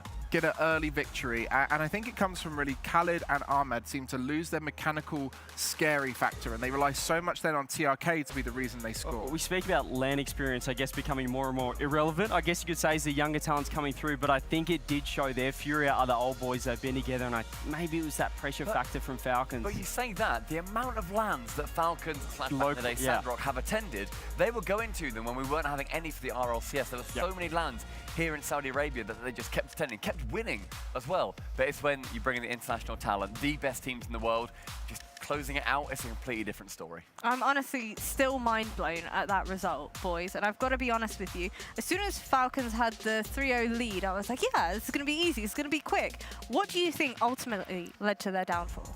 I think it was Furia stepping up, and I think a little bit of regression from Falcons in terms of their confidence. You know, they started thinking we've got to play safe rather than let's play freely, keep winning those interactions, and that's the real thing. Those little interactions between the two teams started to go in favor of Furia, and over a course of a game, that wins you a lot more goals. You can nearly say that Game 4 won them the series, because Furia just needed something to go their way, and once it started doing it, as you said, that doubt starts creeping in the back of the mind of the Falcons, and they're thinking, okay, 4-1. Oh, sorry, 3-1. Okay, 3-2. 3-3. Okay, now we might be in trouble, and that can really add up. There's also a case of, you said about that Game 4, there was then Furia did not let Falcons score for about 10 minutes or so in gameplay. They just held them back entirely. There were shots coming in, but my word, did Furia step up? And you mentioned Yan earlier. Yan, oh Yan, he did an incredible Well, the telling factor, as we spoke about, is that Game 6, choosing the 2v2 shows the respect that they have for Yan in the 1v1, because obviously TRK got the win, but he was like, I don't want to do that again. That was close. We keep saying Yan all the time, but actually I was watching that gameplay and not fully focusing on who it was on the ball. And I was like, cool, Yan's doing a cool mechanic there, and it was Card or Kaio. They were all looking amazing. The king. Well, as we take a look at our bracket, how everything has unfolded so far, still disappointed, to be quite honest with you. My heart bleeds for the side of the Falcons, but ultimately, the next matchup we end up having is going to be Guild Esports versus Furia. How do you feel like this one's going to end up going, Stumpy? Oh, is that an answer? I don't know. Is the boiling kettle sound an answer? Just noises. Right now, Guild are on a 12-game win streak. They won their final on versus Complexity, they 3-0'd Luminosity, they then went through and 4-0'd 0-1, and then they went 4-0 versus FaZe Clan. 12-0 in a row. What is this, Kill? I feel like they've been the underdogs every single series. We're thinking, all right, now they're coming up against FaZe Clan. This is their time. All right, you know, they've had their run. Word on Guild, you can go home now. But they just keep sticking around. Out, boys, and they don't just stick around. They dominate. As you said, 12 games in a row. It's really hard to pick against them. Well, I'm certainly excited to see what the big brain analyst himself has to say about this. Gregan, where have I gone? Where have you gone? His favourite segment, he's back. Look at where I am. I'm back with my favourite new toy, and that's the Telestrator. We're going to be looking through the second goal in that final Game 7 there. I think the big thing here is we're going to be looking at how Furia were outplaying the Falcons, but also where Falcons were making a few slightly off decisions for them. So we'll start with a bit of context here. As you can see, first off the wall, this play here, it's a mechanical play from Card, and the scary thing about it is what point do you challenge, because that bump is coming through, and that's when Kaio comes through and takes the ball off of him. So that interaction there, one where a player from Furia takes control of that ball, takes out an opponent, and gives possession to a teammate. So a one interaction. This will then force this save out of TRK, and you can see how this ball gets saved over to this side, and that's easy to read now for Yan, who's behind the team. They know where TRK had to send that ball, so he can then start looking to move into areas like this on the wall and start to push up to try and push onto the ball. So as that ball goes around the side, you can see Yan has already flown up for that ball because TRK has to land. He's not able to get back to it. So at this point, you can see the Falcons are under pressure. And this is where the constant onslaught from Furia coming in and winning interactions carries on. Yan taking TRK out of the game. He's now going to try and get a 2-for-1 trade and take out the next player, which he does. Ahmad clearing that ball away. As you can see, once again, we've got Kaio, who's reading that space. And this is where the synergy comes in. They know that if that ball gets won from the opponents, it's going to go behind them or to the side of them, so they can start covering for their teammates. And right now, Kaio's looking to move up into this part of the wall and start to take control of this ball. And this is the moment here where we're going to see a mistake. So Ahmad, off the back of that, does get bumped, conserves his boost, as you can see down here, but he's now in an awkward position. He's going to need some help because, yes, he's covering the backboard, but there's now a threat opened up in the middle of the pitch. So this is where that pressure has turned from pressure into an advantage state. So we just watch here. I don't know if you guys saw the mistake, but this opens up the infield pass. I'm sure a few of you might have noticed it live when it happened, but just at this moment, Ahmad needs help in the middle. TRK is out of the play over here. Ahmad is on the back wall, so the main area now that needs protection is this middle of the pitch section here, which is where Card is moving into right now. And Khalid at this point, you can see in the top right, let me just go back 1 second. You'll see his boost in the top right. He's on 40 boost right now. He does not need to go get the back 100. At these kind of decisions, at this kind of pressure, that will take mistakes. You can see up here, he's now down at 25 boost. Opts to go for the back boost, and that opens up that window where Card is able to come through and slot that one in low. And it's those kind of split-second decisions that really come in with the pressure of a high pressure game like this, Game 7, where you're on the back foot. Split second, you can see the goal. There we go. Back to the desk. Wow. I was in a trance then. Just such a soothing voice. Tell me your bedtime story, please. Please, Dragon. That was awesome. Thank you. I mean, that just shows you it was one true mistake there of Khalid making the decision to go for 100 boost. Outside of that, that was Furia just winning slightly every interaction, whereby the losing of the interaction would give possession to the next teammate coming in. I love we're bringing up King Card. I know Kaio had some great couple of lands. Everyone always talks about Yan, but the King Card Stumpy. he's back. Yeah. And he's in form and he's looking. I mean, you've backed him for so long as well. Like back in what, season 7? Yeah. Like when they were competing, and it was a bit of like, it wasn't like he a had meme the confidence back then, about him back but it was then. like, it was the confidence, Yeah. his genuine presence, and the fact that now he's getting those top results alongside that team. It's so fun to see, just all of these regions. We're chatting to the guys in the green room as well. Just the fact that now we have competition across every single region we're looking at. It's no longer about EU versus NA. Truly it's global. genuinely about, it's truly global. It's every single region against each other, and truly and anybody can OCE. win. And OCE there as well. All right, boys. Talking a little bit more about the upcoming matchup. Furia versus Guild. Let's be honest, we didn't expect it, okay? No, not even slightly. Throwing that Nobody one said out Furia there. or Guild in their top 4 Yeah, teams that we're going to win. 100%. But now that we are... Furia with Jorby would have said Furia. I think there would have been some people. Delusional. I think some people would have expected Furia to be in the final, but like I don't think necessarily winning it. But they just keep getting better and better. Yeah. Okay, so talking a lot more about Furia versus Guild in particular. Obviously, now the kind of elephant in the room is the fact that the home crowd are not going to be roaring for the side of the Falcons. I was talking to Marky earlier as well, and I said to him, I was like, can you guys actually hear the crowd? He was like, we can hear like a faint something, but you definitely can feel the atmosphere of the crowd there. Now that that's not going to be backing the Falcons, I feel like maybe that will alleviate some pressure on both of these sides. Which team do you think will ultimately end up benefiting more from it?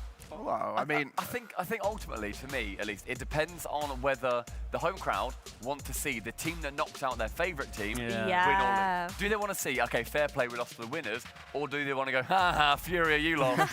Like, I was always someone to play. If the team I lost to went on to win or something, I'll be like, well, come on, what can we do? But I think that obviously the crowd was disappointed with Falcons losing, but now I think it's just for great Rocket League. Like, those guys are so hyped that they're all here, everyone in the crowd. So I hope they just cheer for some awesome goals and we have a great series. All right, so who do you want to win?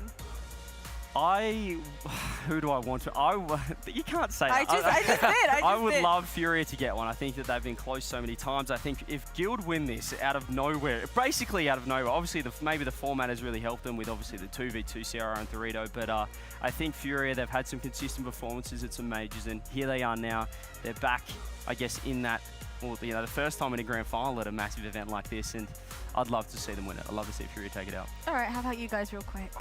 I think I've got to go with the heart. The EU boys over here. Yeah, no, it's not just EU. You can't just say it's EU. I was part of the forming of Guild Go as an on, organisation. I've heard that story. Who do you want to win?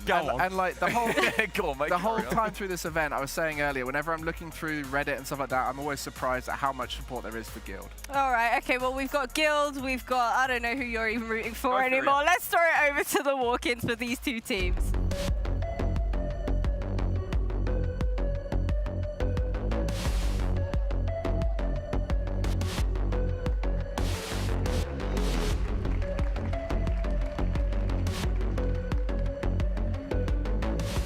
This next one is for all the marbles. The lion's share of $2 million, the Gamers8 trophy, and of course, all the bragging rights, all of the above, let's be honest. So, please welcome to the stage your first finalist. It is, all the way from the UK, Guild Esports.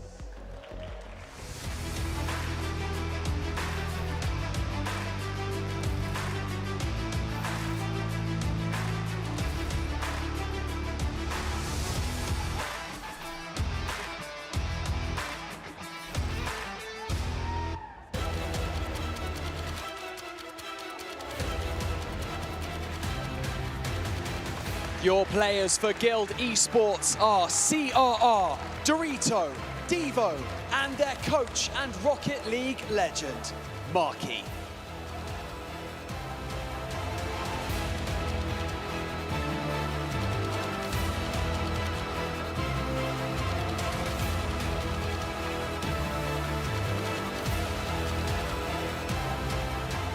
الخصم الأول الفاينلست الأول وصل معنا للمسرح، لكن خصمهم الثاني كلنا شفنا قبل شوي ايش قدروا يسوون، ريفرس سويب مرة قوي وداخلين معهم مومنتوم جدا عالي، وبأي لحظة ممكن انهم يقدرون يسوون المستحيل ضد فريق جيلد.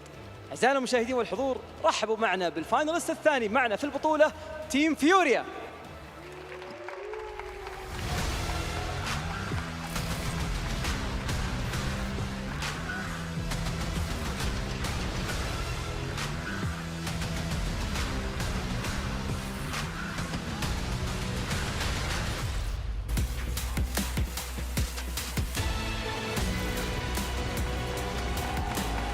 لاعبين فريق فيوريا كاف، كايو، يان والكوتش حقهم كايروس.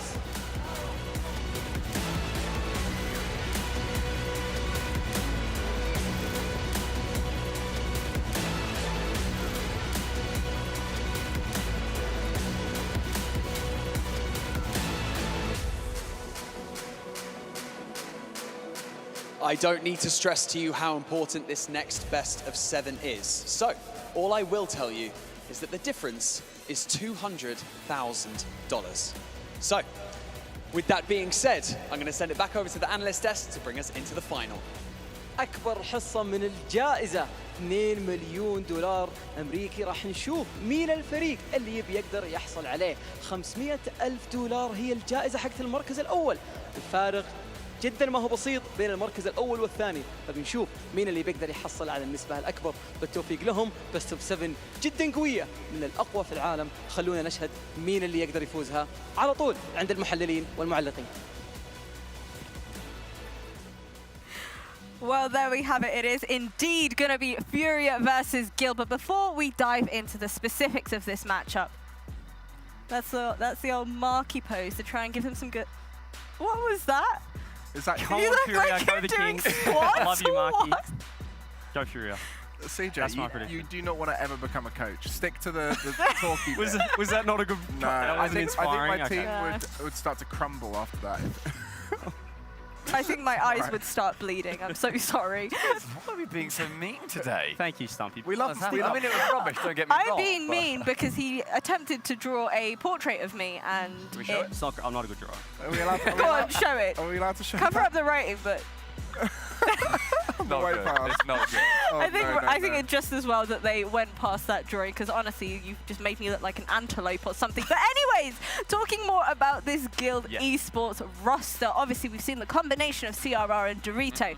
Epic kind of lineup on their front. Yeah, I mean, Banks called out legend at the scene with Marky Dudar, but not far behind was Devo. Devo has been around for a long time, and every time people start questioning his ability to perform on the biggest stage, we see him step back up, and this is a great example of that. He's done so well at this event despite all the critics. I've been blown away by Devo this event. You can always say, you know, it comes down to the 2s and the 1s with CRR and Dorito, but like, you're not going to win the series if you don't win at least one of the 3v3s, and a third of that team is Devo. The way he's turned this around, the fact that he used to be that star man back in the day, and now he's being that more supportive character, just feeding the 2 youngsters that are really trying to attack up front. It's so good to see, and he was beaming outside. Devo does not beam often, but my God, he was smiling. I think we'd favour, you know, Yan in the 1v1 as well, but CRR is coming off beating First Killer. I mean, what the confidence are you going to generate from that as well? So, you know, they're undefeated in 2s, but I still like the Furia lineup. But the more you think about the format, it's going to be a great series. Yeah. Stay tuned. You're great at this. I love it. Okay, let's chit-chat a little bit more about the side of Furia now. Obviously, Yan is most definitely a force to be reckoned with in this matchup. So how do you think they're going to look to approach the likes of Guild? Well, I think Yan is the force, but he has got the support of 2 teammates who are looking better and better as this tournament goes on. Card and Kaio. We speak about legends of the scene in RLCS with Devo. These are legends of South America and have been around for a while now. These are the big boys. King Card, he's stepping up now, and that's what we love to see. I think that the 2v2 matchup is going to be super interesting. I still think Yan has to have the 1v1, unless it is a pressure situation, as we saw in the FaZe series where, you know, First Killer was 3-0 down. Pressure is going to play a big factor. Who steps up to it? Guild have just looked like they haven't untouchable. I don't know what's going on with that. in the last three matches. Yeah. Well, no, if you then include the complexity, they won the final one in that, obviously. It's 12-0 in the 4. Like, it's been unbelievable, their streak so far. We're waiting for their downfall, but we're just not. They haven't lost a 2v2. Maybe the moment they have not lost a single 2v2. They haven't lost many games. I mean, the moment they lose will be the moment we see whether they can bounce back, because that's what we saw at our Falcons, right? The moment they lost that first game, it was like, oh, what's happening here? So Guild, are they untouchable, or will they start to falter once they get challenged in a single game? What's that? Do I have Guild? Yeah. I mean, I do. In the head or the heart? I do. Wait, you're in the gut. We have the gut. Yeah, someone's coming from my NA gut. Okay, so you're going Guild. Yeah, gut feeling it's Guild. Okay. Go on, what's your prediction? We've never had, bear with me, we've never had a non-EU or NA team at winning an international LAN event. Okay. I want to see it. EU has had their time. Come on. We've had a couple of dubs. It's time for South America. If Furia get this, this is history. So far, this has been a LAN of history. We've seen so many record-breaking things happen. The prize pool, just the entire atmosphere.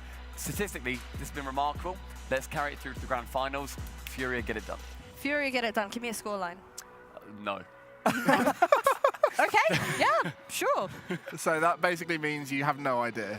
Well, it's more the hype, really, Greg. It sounded I'm really more the hype good. guy, not the numbers guy.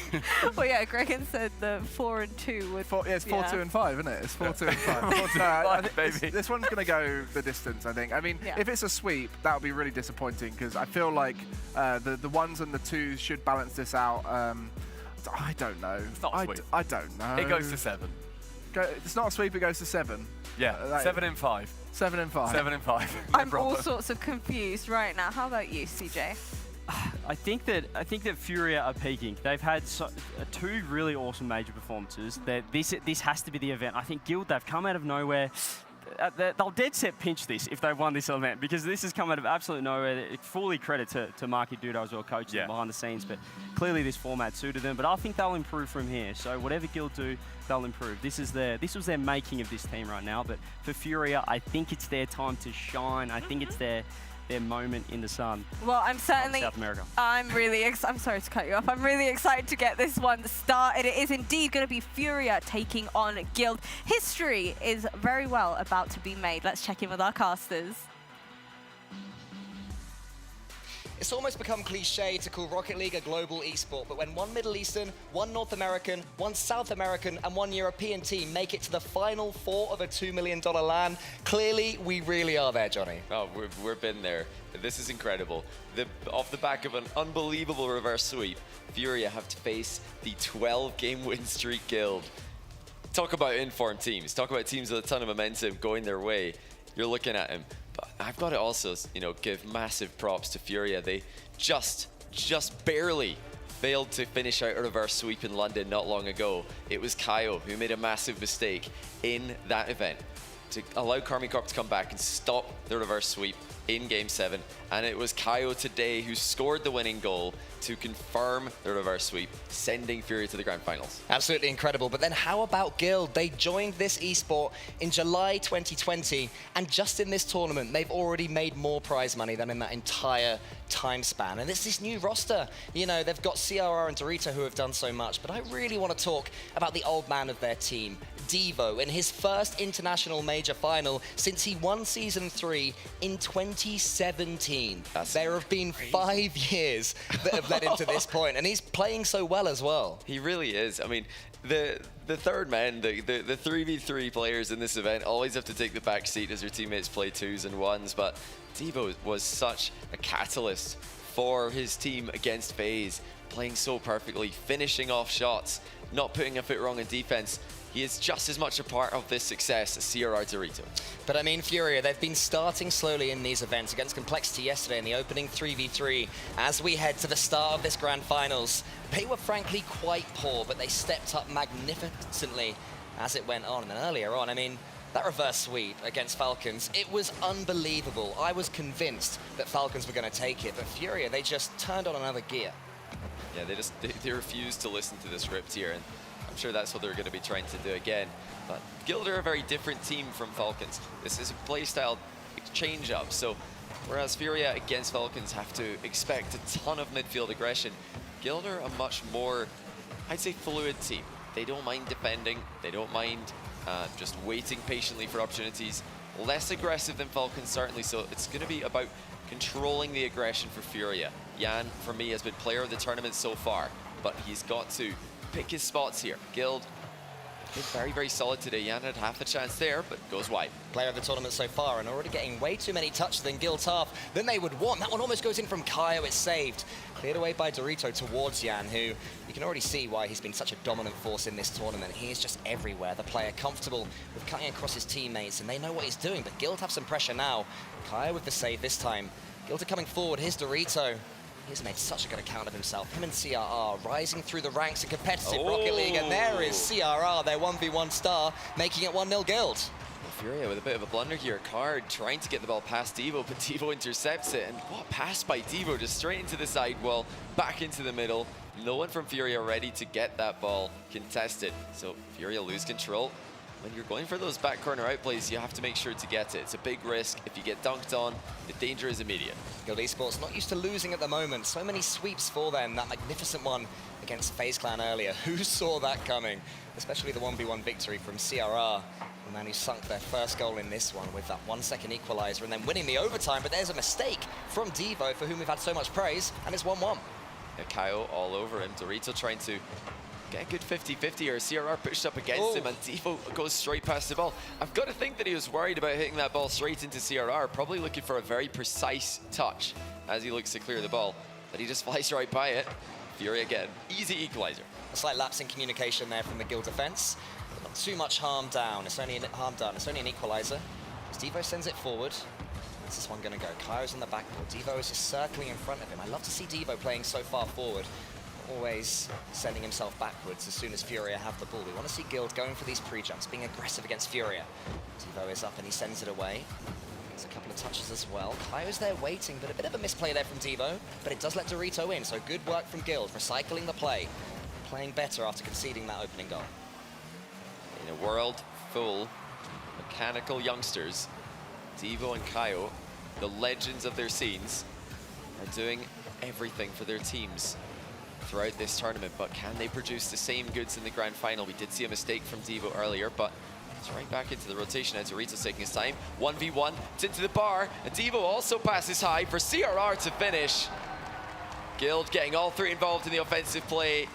Unfortunately for Furia, they just could not recover. Scored one of the team goals of the day earlier on against FaZe when all three of them were involved, and that was the same there. You do think that Devo could have snuck that one in, but when you have CRR approaching for his second goal of the game, it doesn't matter too much. But Esports do restore their lead, and maybe Furia's game one woes are going to continue here. That one's going over the top from CRR again. That was a good kickoff from Guild. A much needed strong start for Guild here.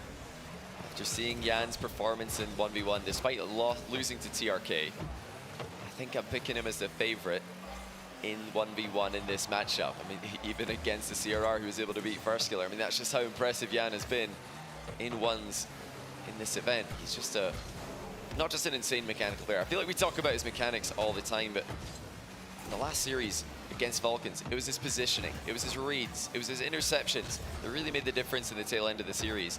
Look at this from CRR, setting up the butt, but Jan's got away from him, and he's pre-jumped the save. Not just mechanics, also composure and speed of thought to get in the way there.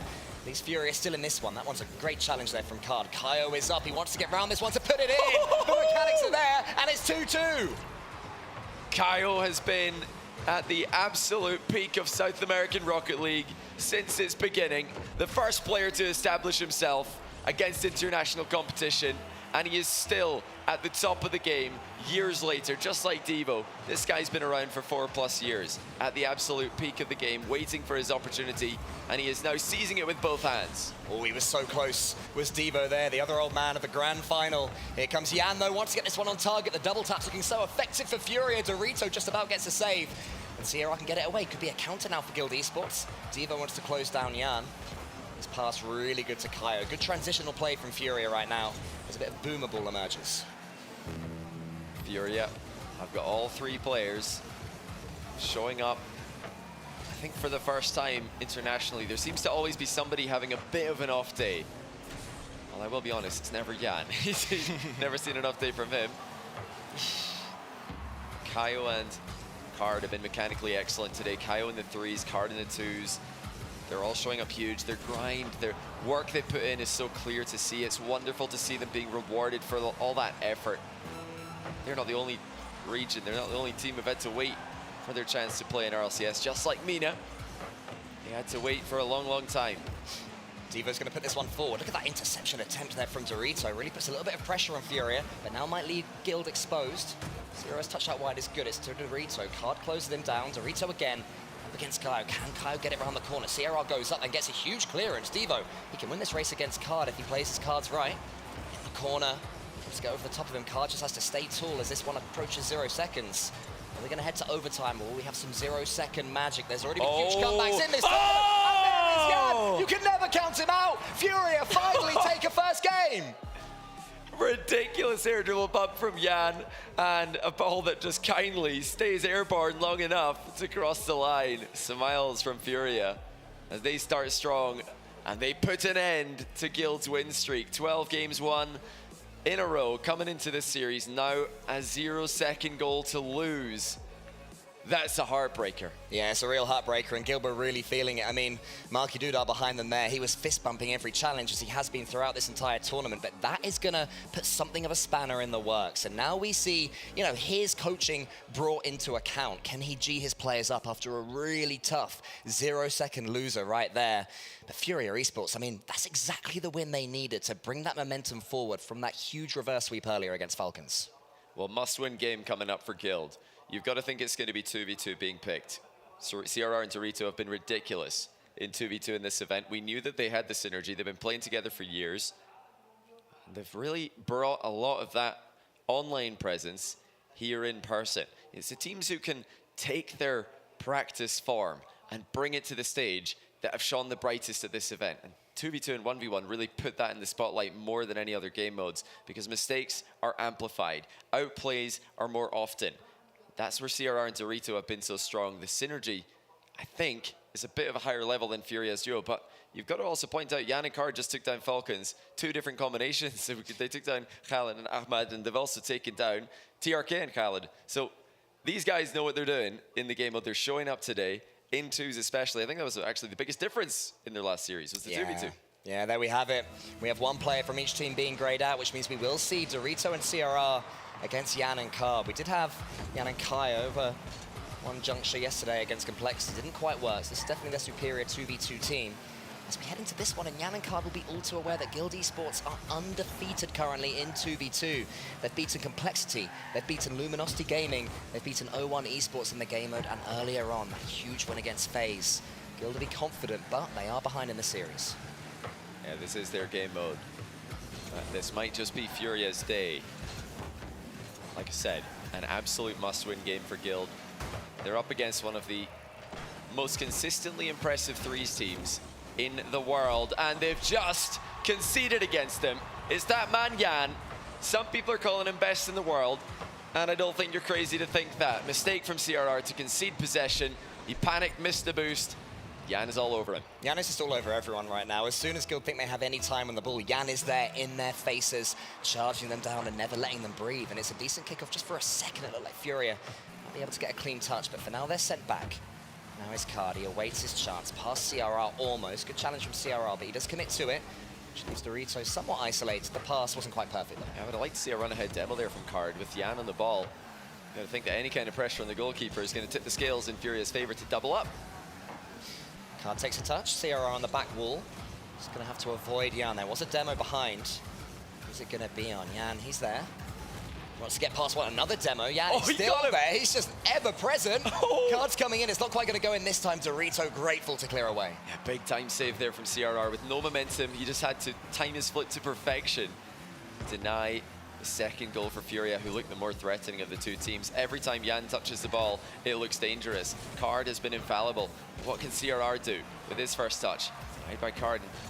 That's really what Furia have been so good at today. They've conceded so many goals in 2s throughout this tournament, even in the quarterfinals against Complexity, but they've really ironed out those mistakes. And now 1v1 play from Card, delays the flick, he lands in reverse to try and make a play.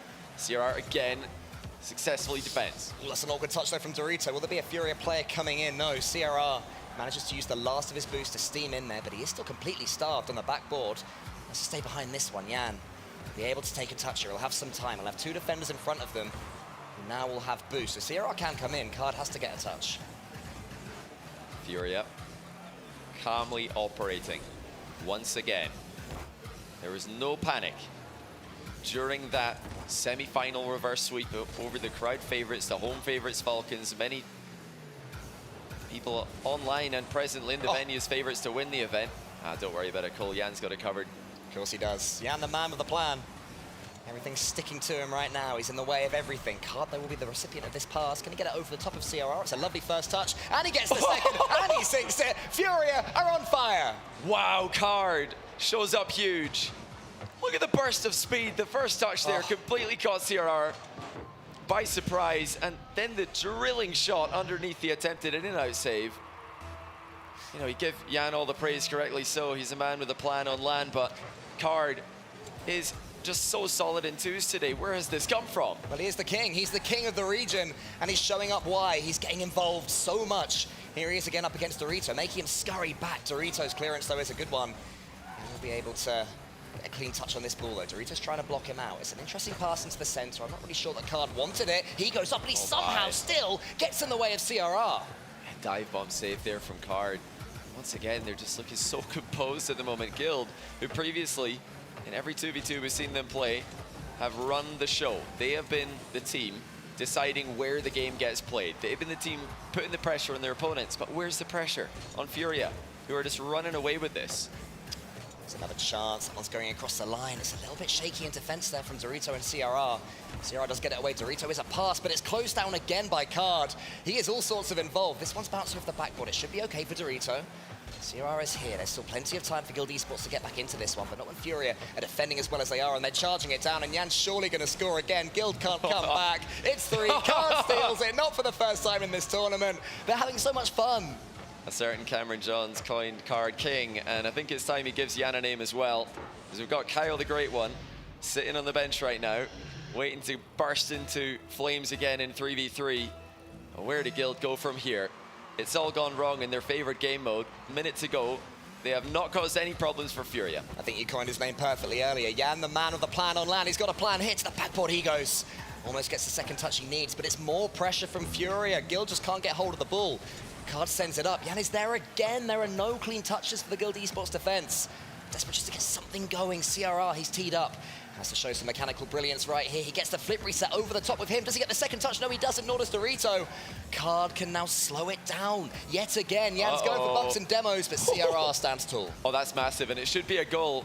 Dorito's going to make the goal just a little bit bigger in case CRR's shot was going wide. And like Furia did moments ago, he steals a goal away from his teammate. A little bit bigger and a little bit quicker as well. Maybe that timer would have ticked over to 35 seconds. And when you need 2 goals in a 2v2, every second, every split second can count.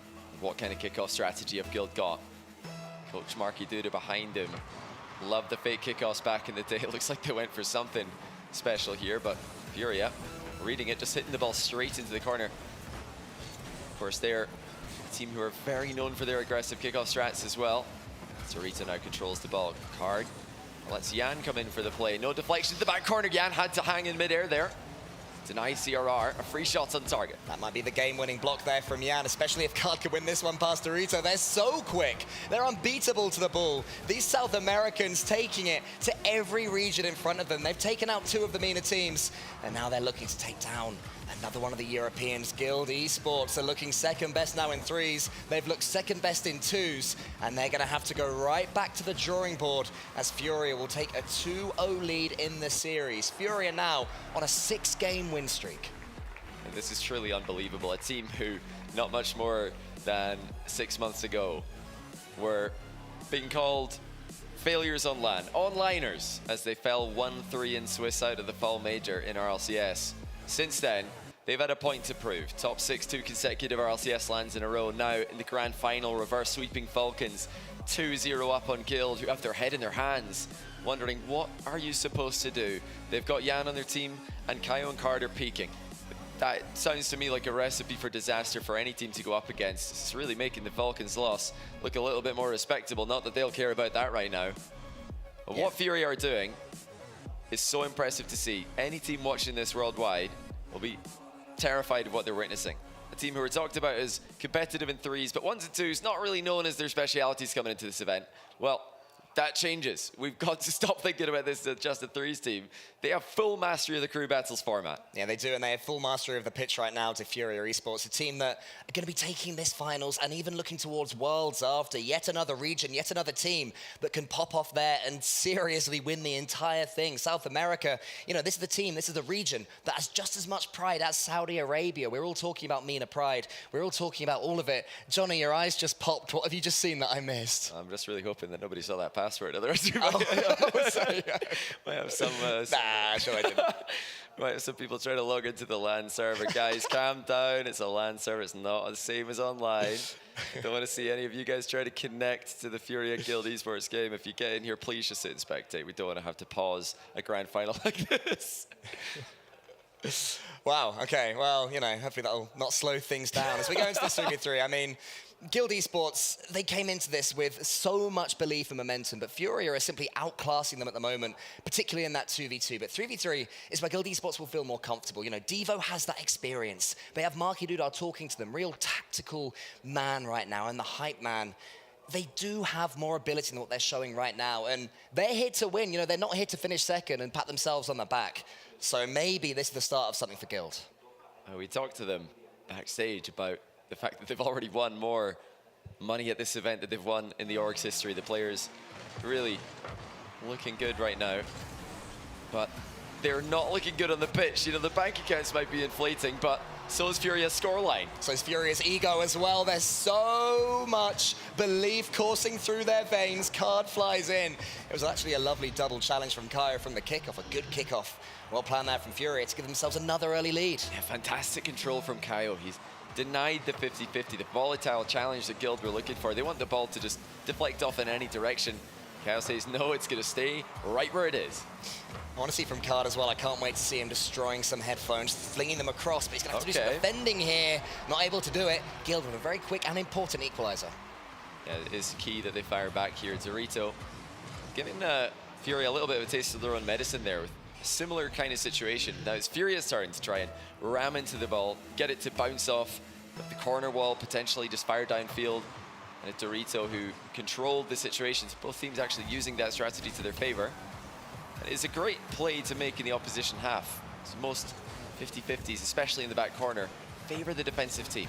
A couple of kickoff goals. It's like we're watching 1v1s, despite having 6 players on the pitch, and won't even be able to take control in the same way as if there were fewer. CRR into the center. Dorito's waiting. He does take control, but Jan closed it down so quickly. That's a serious question of Devo, who just about had the answer, but only for now, because Card can shoot. Dorito, he sends it away, and CRR is up. Dorito thinks about winning that race, but leaves it to Devo, but there's a miss from CRR, right when Guild were beginning to think about pulling that trigger. And Guild must be careful here. Every player on that Furia roster has been controlling the pace of the game throughout this final day of the tournament. They're using bursts of speed rather than constant speed to surprise their opponents instead of suppressing them. And it's those pick the right moment kind of plays that have been the difference in every single match we've seen. Dorito calling Devo off there. Devo came back on the ground, saving the boost that he had, but somebody's got to get up to stop Card. It's off the backboard for Jan, who shoots just towards the goalkeeper. Follow-up is denied by Dorito. Double save there from Guild Esports, and they're still having to do some defending. CRR is right behind Dorito. Has to be careful he doesn't get too close, because that could open them up. That's exactly what's happened. Kaio is there for the double tap, doesn't get it. Jan, he smashes it home. Furia Esports regain their lead. All eyes on the high-flying Kaio, who's close to the double, but called it that he is not hitting that. He knew, as we can see from that view, that he's not near that ball, and Jan could hear from his teammate there that it's his ball, uncontested. Guild had no idea. Once again, they trail. Kaio's sitting in net, showing you don't always have to just grab boost on the kickoff. Well, look what happens when you've got a goalkeeper. You don't concede. Lovely play from Dorito to get that fake and leave himself in the corner, but he couldn't quite get the ball for that devastating final touch. What a pass it could have been. That one from CRR just rolls around. So Dorito is waiting. Guild Esports still playing on the front foot, wanting to attack Fury. It's been working well for them in the 3v3 so far, at least in this tournament, but not so much in this matchup against Furia, who seem to have their number. CRR wants to challenge this one, can't do it. And Dorito is there. He beats Jan to the ball, but Jan does manage to send him backwards for now. Devo wins it cleanly. Can he follow it up? Can he put it away? Does he need to? No, he doesn't. It's 2-all. Well, big-time interception from Devo. It looked like Furia had control. Card faked one away from the ball. Devo plays high for the block, and Kyle had a bit too much faith in Cards 50-50, moved off the goal line. They do concede another unnecessary goal here. Guild just refusing to be shaken off this tournament and shaken off this series, but surely not another kickoff goal for Furia. No. Guild, for all the tactics they were talking about at the start, it's collapsing on the set plays. Yeah, Guild playing a close cheat strategy, and looks like they've turned up the line as well. I mean, that's just amateur. We've been seeing this occasionally in high-pressure situations, but it's moments like these, when the pressure is on, that your default kickoff strategy needs to be a safe one. Guild punished for a huge mistake. We've seen kickoff goals for each side, though, so can Guild return the favour. They're still attacking from this kickoff. Wow, a huge redirect, an accidental one from Card. Actually worked out really well after the save from Jan, whose touch, of course, was sublime. He gets it to the side. Devo's coming in. CRR's in front of him and stealing the boost, so there could be some open spaces here for Guild to play with. Until Card just has so much pace. Furia, they are fearless in defense, and look how well they transition. Every clearance is a perfect pass, and they keep sending it forwards. Until, is that one going in? Can CRR bundle it home? Yes, he can. Guild can turn it around quickly as well. Well, look at CRR just lurking upfield here. All the way in the opponent's half as Dorito knocked the initial clear into the Furia end. CRR just happened to be upfield off the end of his last offensive play and made something off it. Great awareness, but let's see what they can do afterwards. You see that Furia have got that goal covered every single kickoff. They're not making the same mistake Guild did in the previous goal they've conceded. At least Guild have learned from their previous kickoff mistakes with that one. Actually winning a kickoff after equalizing for the third time in this third game. Now, can they take the lead? Something they haven't done yet in this one. Jan is there, he's up, beats Dorito. Good play from him to the backboard as well, past a couple, but Devo, he is there. All that experience, knew exactly what was happening, sends it away for now, and then flops at the ball and misses. This is all Jan pressure. He forces so many players from Guild to use what boost they had just to defend his air dribble, and now Guild left scrambling, but they've got a break for you with CRR's offensive effort. CRR looking to chip into the middles. It looks like Guild just didn't have the boost to follow up, and they're still trying to recover their boost totals. I feel like this is the game that Guild Esports have to win. Surely we can't have another redirect, another reverse sweep, sorry. Another international reverse sweep and a best of 7.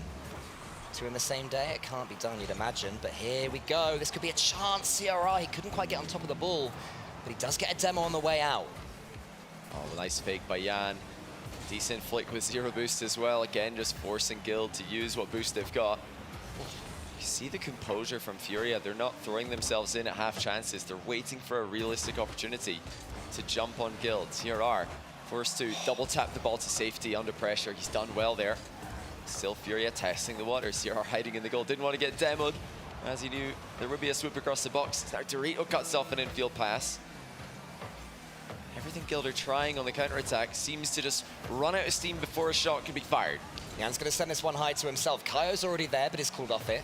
Jan into the center. The flip reset is read so well by CRR. There will be time for at least one more attack from Guild Esports. CRR is up, but Card closes it down. Furia are clearly world-class. Can they clutch up yet again? 0-second goal in the first game. Confirmed the end of Guild's win streak, but we're not going to get one here. It's overtime, game 3. The most important goal for Guild Esports' career ever. Any of these players, even Devo, the former world champion. This means more to them than anything that's come before. They have to step up and show belief, but so do Furia. You know, they have that 2-game lead, but it could be cut so quickly in this format. Great touch from Jan towards CRR, but his clearance is good. And he manages to stay behind the ball, but only as far as Kaio. He's in the backboard now. Dorito's been taken out the ball. Jan maybe should have left it, but maybe not, because Card's stealing in. But that's a good clearance. Guild really following the play brilliantly there. Is well worked from Furia, changing the angle of the ball in multiple directions, but Guild were with them the entire way. Now CRR puts in a nice early challenge, but Jan pounces. He seems to just never miss position. When you've got a player who's this quick to the punch in the right place every time, you're never going to get the ball past the midfield easily. And he plays the exact same way in overtime as well. No chance of him just sitting back, playing defensively and waiting for his moment. Always so desperate to get involved. And so often he makes the right choice when he does. Now he's got his team another attack. Kaio is here. And is steaming in, cooling off Card. He wants this one, even from an awkward angle. Look at the first touch. Look at the control. Look at the boys. Look at the skill. Look at the start. Look at the goal from Jan. He is simply built different. Jan continues to raise the bar of expectation.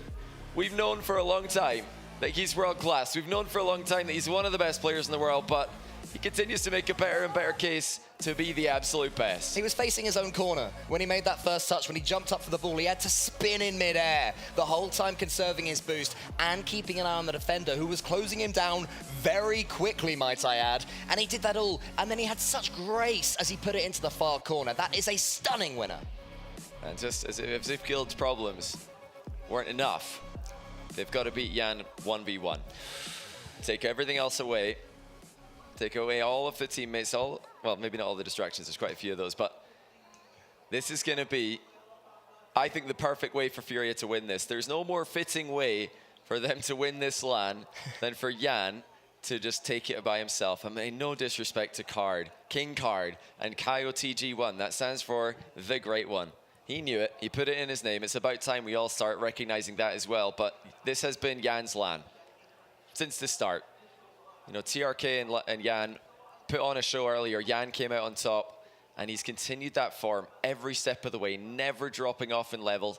And it's that man in the middle, CRR. The amount of pressure he's about to face is something very few of us will experience in life, never mind in Rocket League. 16 years old, and he has the difference of $200,000 in his hands right now, does CRR. 300K or 500K, the difference is between first and second in this massive, this beautiful, this monumentous tournament over here in Saudi Arabia. He has been so pivotal for Guild's success, but every time you win a 1v1, the next one just gets that little bit harder, the pressure. You have that belief, you have that consistency, you have the history of beating First Killer. You know, people will be expecting you to come up against Yan, a man who has just steamrolled everybody in the 1v1s. Even Razebull, you know, that was hyped up so much in that quarterfinals. And CRR has to do it all over again. 16 years old, Johnny, and he has that weight on his shoulders. Well, he took down First Killer earlier on today. The greatest 1v1 player North America has ever produced. Now, Yan is making a name for himself as perhaps South America's greatest, although I'm sure KV1 will have something to say about that World's Wildcard. Another legend. I mean, this is a rising scene, not just in the world of threes. South America is putting itself on the map. I mean, all the talk's been about MENA naturally this weekend since they're hosting their first international LAN, but what a success story South America's having this season. Really fighting Middle East for that claim to fame. Hold on, we start off here with a 1-1 score. We look like we've had a blazing start here that we didn't even have a chance to witness. Call yourself an analyst, Johnny. What happened for the first 40 seconds, pal? I'm gonna guess that Yan scored a quad flip reset, and then CRR got a flick goal for the second one. Well, there you go. Decent start to the game, and, you know, you guys not good enough to watch it, chat, so get over it. Here we go. It begins now to us. CRR gets a lovely catch. Yan is closing it down so quickly, though. Clearly the situation isn't overawing him at all. Oh, both players go for the demo here, but Yan's the one who lands it. CRR thought he could steer into Yan at the last second here, but Yan was timing it to perfection. Of course, he's not going to miss the open net. Doesn't matter what side CRR spawns on. Yan snipes the middle. They're smiling as well, Furia. They're turning to each other. They're laughing. They are somehow managing to ignore this bubble of pressure, which is just getting heavier and heavier around them. Absolutely massive mind games right there. You know, you have Card. He hypes them up so much. He's not in it. You have Kaio, all that experience. He's not in it. All eyes are on Yan, the man for the LAN, the man for the occasion. But CRR, he's up. Yan closed him down so quickly again. It might be another challenge goal. I think it's going to be, and that's 3-1. He's just too good. CRR trying to back him up here with multiple fake touches, but Yan knew what was happening. He knew that was a complete fake, and he just pounces in. And it must feel good to be Kaio and Card right now. It's definitely going to be a nerve-wracking experience as we're watching your teammate try to clutch out the biggest prize pool in Rocket League history. Yan is doing well. He's flipped late into that kickoff, so CRR's delay was ineffective. Yeah, it's a nice idea, though, from CRR, just to try and mix it up and then to win the race versus Yan. CRR well and truly in this one still. And this is what CRR does. He doesn't leave your half. If he's got half a chance, you bet he's going for it. Phenomenal recovery. So quick. I mean, dusting Yan is impressive at any stage, but that looked like a pretty 50-50 race. CRR air rolling perfectly to win it. So tense right now. CRR wins the kickoff against Yan. This could be the equalizer right now, and it will be. The swings of the 1v1 never cease to amaze. The Falcon rises out of the goal as CRR equalizes. CRR able to drill the ball through Yan there. We'll see if Yan changes up the kickoff strategy the next time around after getting beaten standard versus standard. I think he's going to be glad to see it's a straight spawn with the kickoff with the least direct uncontested kickoff goals. So we're not going to get one here either. Yan should be able to save this. He's still in a lot of trouble. CRR 100 boost to Yan's 20, and he fires immediately. Pre-jump save or an immediate reaction. With this guy's reaction time, it's hard to say. He's trying to get the boost on spawn here, but it's not there. Missed time from Yan. CRR going all the way. That is beautiful. Timing the flip reset to perfection. He knew Yan didn't have the boost to challenge, and he placed his shot perfectly. How does he keep doing this, CRR? Oh, look at that. That's so good. It is sublime. Off the crossbar as well for good measure. And CRR and Guild have the lead for the first time in this 1v1, and now the question is slightly different. Can you keep the lead? Can you stay playing the same when you have nothing to chase? Yeah, and with a smart play there, he's lost 2 kickoffs in a row, so he fakes the next one. He just wants to make sure that he's not in a massively losing position, as a direct kickoff goal and a very strong kickoff possession for CRR bagged him 2 goals in a row. Now Yan in control, but against a boosted up CRR. Direct air dribble will be denied. CRR's not landed on the back wall, though. That means Yan can seal the boost away safely. Turn and shoot, and that is the margin for error in 1v1. If CRR lands on the back wall, he will be able to challenge, but he lands on the post. That slowed him down, and Yan, with more momentum, turned around, put the ball past him. CRR made the decision from a long way away, and Yan, he just had his eyes on his opponent the entire time to bop it over him and put it away. Another really close 1v1. We have been blessed with them on this final day. Within 1 goal, within 2 goals, always close. Yan might be about to retake the lead, but CRR does get back from that kickoff. Yeah, lovely vision there from Yan, checking to see where CRR was. After realizing that there was not going to be an easy shot, takes his time. He's really going for the slow roll here. He knew the boost wasn't there to steal immediately, so he attacks slowly, waiting for it to spawn. That means that even if he doesn't score, it's more pressure, it's more possession, and eventually a goal for Yan. Such composure. Brilliant strategy, perfect execution. There was also a really important boost steal there from Yan. They raced for that corner boost, and it was CRR that lost it, and there were no pads either, so completely stranded. Well, he used his 12 to get up to the ball, couldn't quite make it. And as you say, the finish from Yan. When you have this much pressure on you, it is not simple to do. And Furia retake the lead in this pendulum of a 1v1. Well, Yan's backed off here. CRR knows he has a little bit of time, but not too much, as Yan rushes in for the challenge. Got to always mix those in to keep your opponent honest. CRR constantly thinking now, is Yan going? As Yan now just sits back. CRR goes right through. Oh, that's fantastic. Yan with the recovery to match the ridiculous play from CRR. So good from Yan to still stay alive. But CRR might have done it with the challenge. He will get there. He will equalize. How does this man stay so calm? Many players would have just thought, what's the point after watching a save like that? But CRR focuses on the next play, and he goes right through Yan's challenge. 5-5, minute and 46 on the clock. The kickoffs have been swinging back and forth. Yan making a correct adaptation. Earlier on, he was consistently losing. Now he's got the better half of it. Another free shot. CRR needed to clear the ball into a safer location. Yan up again. Once again, it's Furia that have the lead. A big challenge from Yan. CRR are committed. Couldn't quite get back to it either. Yeah, it's an easy finish for him, but nothing's easy at this point. And we'll go to this next kickoff. We had seen a mix-up in the kickoff so far. Will we see another? Will either of these 2 players blink? No, it's standard, both charging into it. CRR is going to get the boost. Yan's back, though. He's getting back to that 100. Can CRR get there in time? The flick's on, but Yan closed it down perfectly and sends it high. And he has the boost, and he'll probably have another goal. And Guild, they need 2. And that is a huge mistake from CRR. Kickoff possession. It looks like, Kyle, calm down. I know you get excited. Yeah, right. Don't hurt Yan's hand. He's going to play with that for a couple more minutes. But CRR dribbling straight at the net, unable to generate a flick in time. Another fake kickoff from Yan.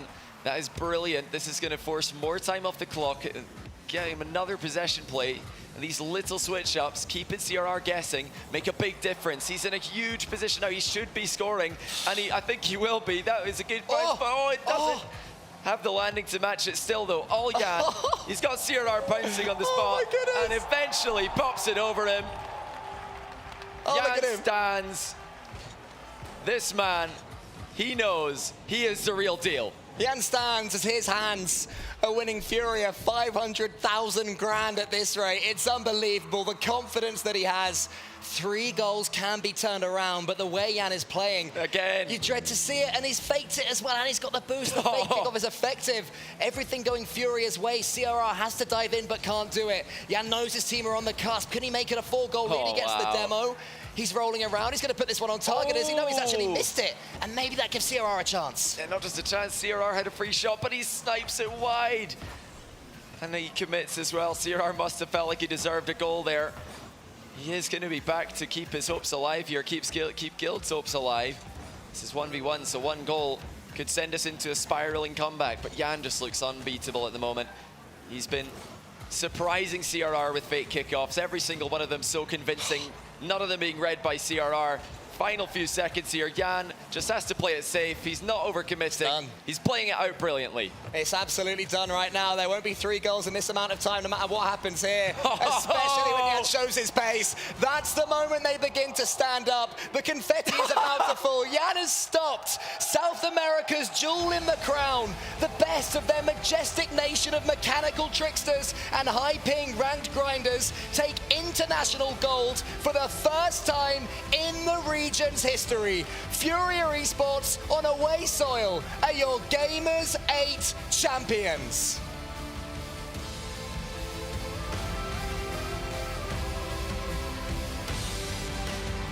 That's iconic. That's going to be an image we see for a long, long time. Not just Jan, but Kaio and Card putting their demons to rest. Everyone who called this team a team who couldn't get it together, choking in the big moments, performing best online, win the biggest international LAN in Rocket League history. Not just in Jan, style. not just Kaio, not just Card, the entire region. I'm sure the club, crew, Team Secret watching on, whether they're here or at home, rooting for their boys to make the statement that South America is up there with the very best of the regions. A great story from Guild as well. Their season is over, but they showed much promise. Another team in the mix for Europe, continually deepening the region. But today is the day of Furia. Today is the day of Jan, Card and Kaio. They'll lift their trophy and receive the applause.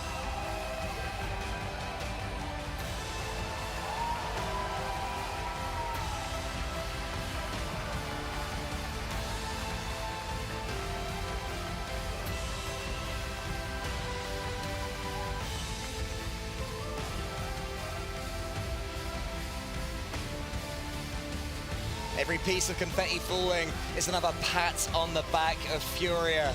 What a battle they have had. Some of the victories absolutely huge. The only reason they're on this stage right now is after a reverse sweep. Impossible. Absolutely incredible work. You managed to reverse sweep the home favorites in the semi-finals, and now a 4-0 in the grand final. Kairos, coach, how are you feeling? Can you put it into words?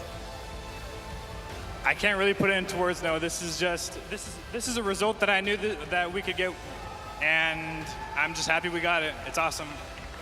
You guys have played incredibly well this entire tournament. Now, I just want to give you the opportunity to say whatever you would like to say to your fans, to the home crowd, to the people in Riyadh for this entire tournament. It's been absolutely incredible. What would you like to say? All of our family, all of their family, all my family have been watching us. They've been supporting us for our whole careers, and we love them. That's all we want to say. Well, congratulations once again. You have earned the lion's share of $2 million, and you are also the Gamers 8 champions of Rocket League. Please, everybody, give it up one more time for Furia. Thank you so much for tuning in to this incredible Rocket League competition throughout the entirety of the week. To my co-host, Fancy, you've been absolutely incredible. Everyone on the Arabic stream, the English stream, all of the casters, the analysts, and of course everyone in production for creating this absolutely phenomenal show. Honestly, it is absolutely incredible, and I can't really put it into words, and the Rocket League community here in Saudi Arabia truly is unbelievable. So I'd like to hand it over to the analyst desk to end off the show. ألف مبروك الفريق فيوريا، فعلا قدروا انهم يهزمون فريق فالكونز مع ريفرس سويب كان جدا قوي في السيمي فاينلز، وقدروا على طول يتوجهون للفاينلز ضد جلد، وقدروا انهم يخلصونها بافضل صورة ممكنة. فعلا استحقوا الفوز، وفعلا استحقوا الجائزة الأكبر من $2 مليون اللي قدروا انهم يكسبونها. ألف مبروك لهم. Well, there we have it. Furia managed to successfully win out this series, this grand final versus Guild 4-0. What? They've just come off the back of a reverse sweep in a best of 7 to then just sweep it. They just won 8 in a row to win 500 grand. Like, that was impressive performance. Making it look easy as well, by the way. 500k, that's like pretty much life-changing for a lot of these players, and definitely like a first in the Rocket League community. It was so special seeing the emotion on the Fury guys' faces, and it felt fitting as well for Yan to take it out in the 1v1 to finish it off. And I mean, he was standing up after every goal. Those guys were having so much fun. Clearly they had a lot of momentum after that series, and you know, as we said, sort of in the FaZe series, we were looking for them to be able to turn that momentum around Guild, but we didn't see them just get that win. CRR, obviously a lot of pressure on him to try and, you know, nullify a player like Yan, but Fury are too strong. I feel like the Dorito and CRR combo, unfortunately, was not strong enough, was not crispy enough, not tasty enough. I'm trying to think of all the Dorito puns I could possibly come up with. But very cheesy of you. Very cheesy. Ah, I see what you did there. Very cool and original of me, too. I mean, let's move on from this. Guild finally met their match. They finally met a team that was capable of outspeeding them, out-challenging them. Yeah. Furia are that team we've been watching grow and develop throughout the year, throughout the RLCS season, and seeing them now on the big stage perform under pressure. And of course, it's got to be said, Yan is an exceptional player and potentially now can be in that best in the world spot. I think, I mean, considering that 1v1 performance, considering the fact that he was also in that 2v2 against what I would say is realistically coming to that final, they're against CRR and Dorito, the best 2v2 team still around, and yet they managed to beat them out. It was huge. It feels just like that perfect storyline, not only for Fury, but the South American region coming in Season 7, slowly, you know, working their way up, getting better and better, then cracking into the top 4, and now finally taking out an event like this with a play like Yan as well. They weren't just a, you know, a super team in the best of the world. They've got a player on their team that, you know, you can easily say is, if not the best player in the world, one of. So a super series from Yan, and look at him standing up after every goal. He knows it. He knows how good he is. Had and almost the disrespect that he showed, especially this goal here. I mean, he went back, grabbed boost, faked him out, faked the pop, and then pops it over the top. And that was game, set, and match, and series. I need to ask you guys, what do you think Guild could have done differently to at least attempt to take one of those games off the hands of Furia? Probably not sweep in the semi-final. I think genuinely the fact that Furia had to fight back as much as they did, coming in with that momentum, they rode that wave the entire way. Sweeping, I think, is a really fun thing to do, and it's good to look at on a bracket and be like, yeah, we were the best, but also, CJ, I mean, as a player, does it change how you then approach the next one? I feel like the semi-final felt like the grand final because we had Falcons with the home crowd there, and taking that Game 7, I think Furia, just that confidence going into the grand final now. They just think, well, you know, we just beat Falcons, the home side. You don't want to say it's an easier matchup, but certainly they're not going to have the crowd cheering against them, so they just rode that straight for the 4-0. And taking a look at our scoreboard over here, Yan putting in an absolute shift. 13 goals, 25 shots, and 10 saves as well. Greg, and I know you're certainly impressed with this one. I mean, of course, this stat leaderboard, the ones players will always stand out because the 1v1 game, much more goals are going to be scored in those. But Yan has been impressive on all 3 game modes, and we've got to shout out Card and Kaio. They have stepped up in this tournament. I think any team in the 3v3 scene at Worlds is going to be watching Fury and going, we have to be planning for this team. We have to work out a way to beat them. I think for mine, the 3 players on Fury have to be top 10 at the event. Obviously, Yan for mine, he's my MVP. He was unbelievable, but Card is stepping up as well. We always talk about Kaio, but this was a complete team performance. We can't take away from Card and Kaio. This Furia lineup is looking scary, and we've got Worlds around the corner. Well, unfortunately, guys, we're almost done with Gamers8. I'm actually deeply upset. I'm very, very. I know. I'm just as heartbroken as you are. I've had such an okay time here. An okay time. Let's let's restart it. Okay. all over again. This is indeed our post-show segment brought to you by VOV. So, guys, I need you to chit-chat to me a little bit more about ultimately how you feel like the tournament went as a whole. I'm going to start with you, though, because as a player, I feel like nobody could tell us better than yourself.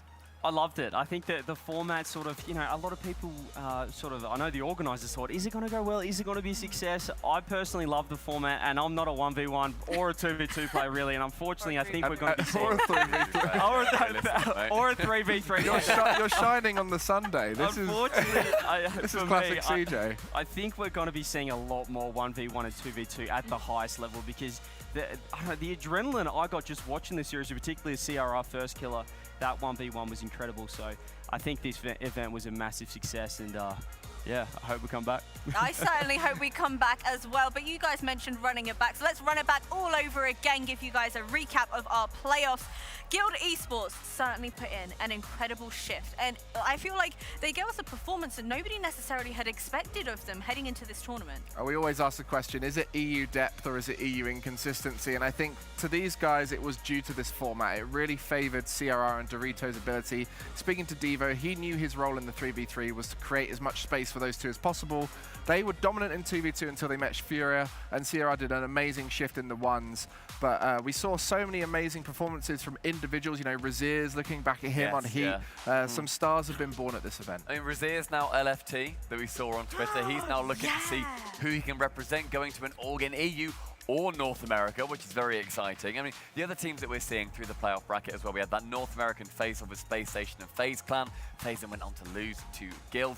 Furia Complexity, that kind of South American, North American, twisty-turny face-off, which was so much fun.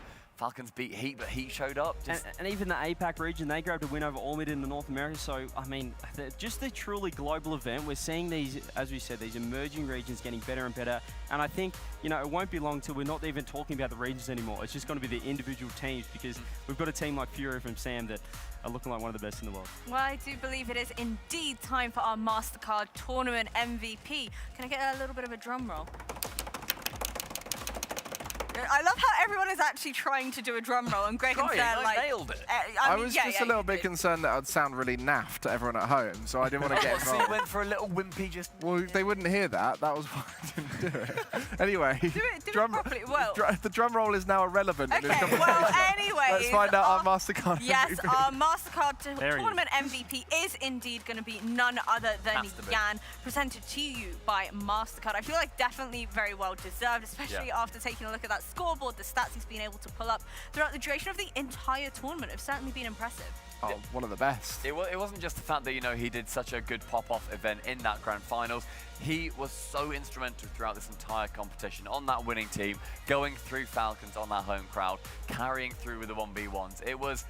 That is a career-defining moment, I feel. Honourable mention to TRK, I'd say, who many people put as second place, but I think just that grand finals as well had to solidify. Like, it had to go to Jan, and for him to take it out in the game 4, in the 1v1, put the team on his back, and took the chocolates. So, what a great win for Furia. I feel like this tournament has honestly been nothing short of incredible, amazing, historical in a lot of ways. I mean, it was certainly a first for Rocket League to have such a huge prize pool, so much representation as well. So I know for a fact that this is certainly going to mean an awful lot to all of these players, and hopefully, maybe, who knows, we'll have another Gamers8. What do you reckon? Do you reckon that Rocket League fans would be like down for that? I mean, you say another Gamers8. This is just the start of Gamers8. You know, this is a huge event. We've got loads of other games. I know you're sticking around for more, Jasmine, but this event is going to be going on for a few months now. Like August. Yeah, forever. I'm sure we're going to see the same experience of all the other players coming here. The hospitality and the performances on these stages will be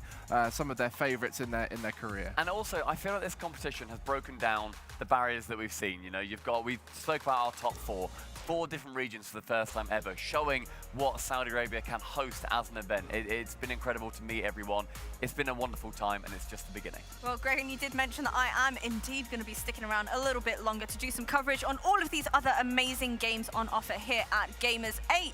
So I know Rocket League might be over for now, but if you are a gamer, who knows, you might actually enjoy a little bit more of, you know, the likes of a Fortnite or a Rainbow Six, and, you know, lots and lots on offer here at Gamers8. I really want to see the Battle Royales on that stage. Oh, yeah, with it's all the gonna look I want as many teams as possible on that stage. The different levels. Oh, it's going to be exciting. Honestly, I just want, like, final words from you guys. How have you been enjoying the event? Any shout-outs you want to give and things like that? The whole event has been something that I think is incredibly special. Like I said, it broke down a lot of barriers. It's the fact that we're able to come here, bring Rocket League to begin with to all of the fans that have wanted it for so long.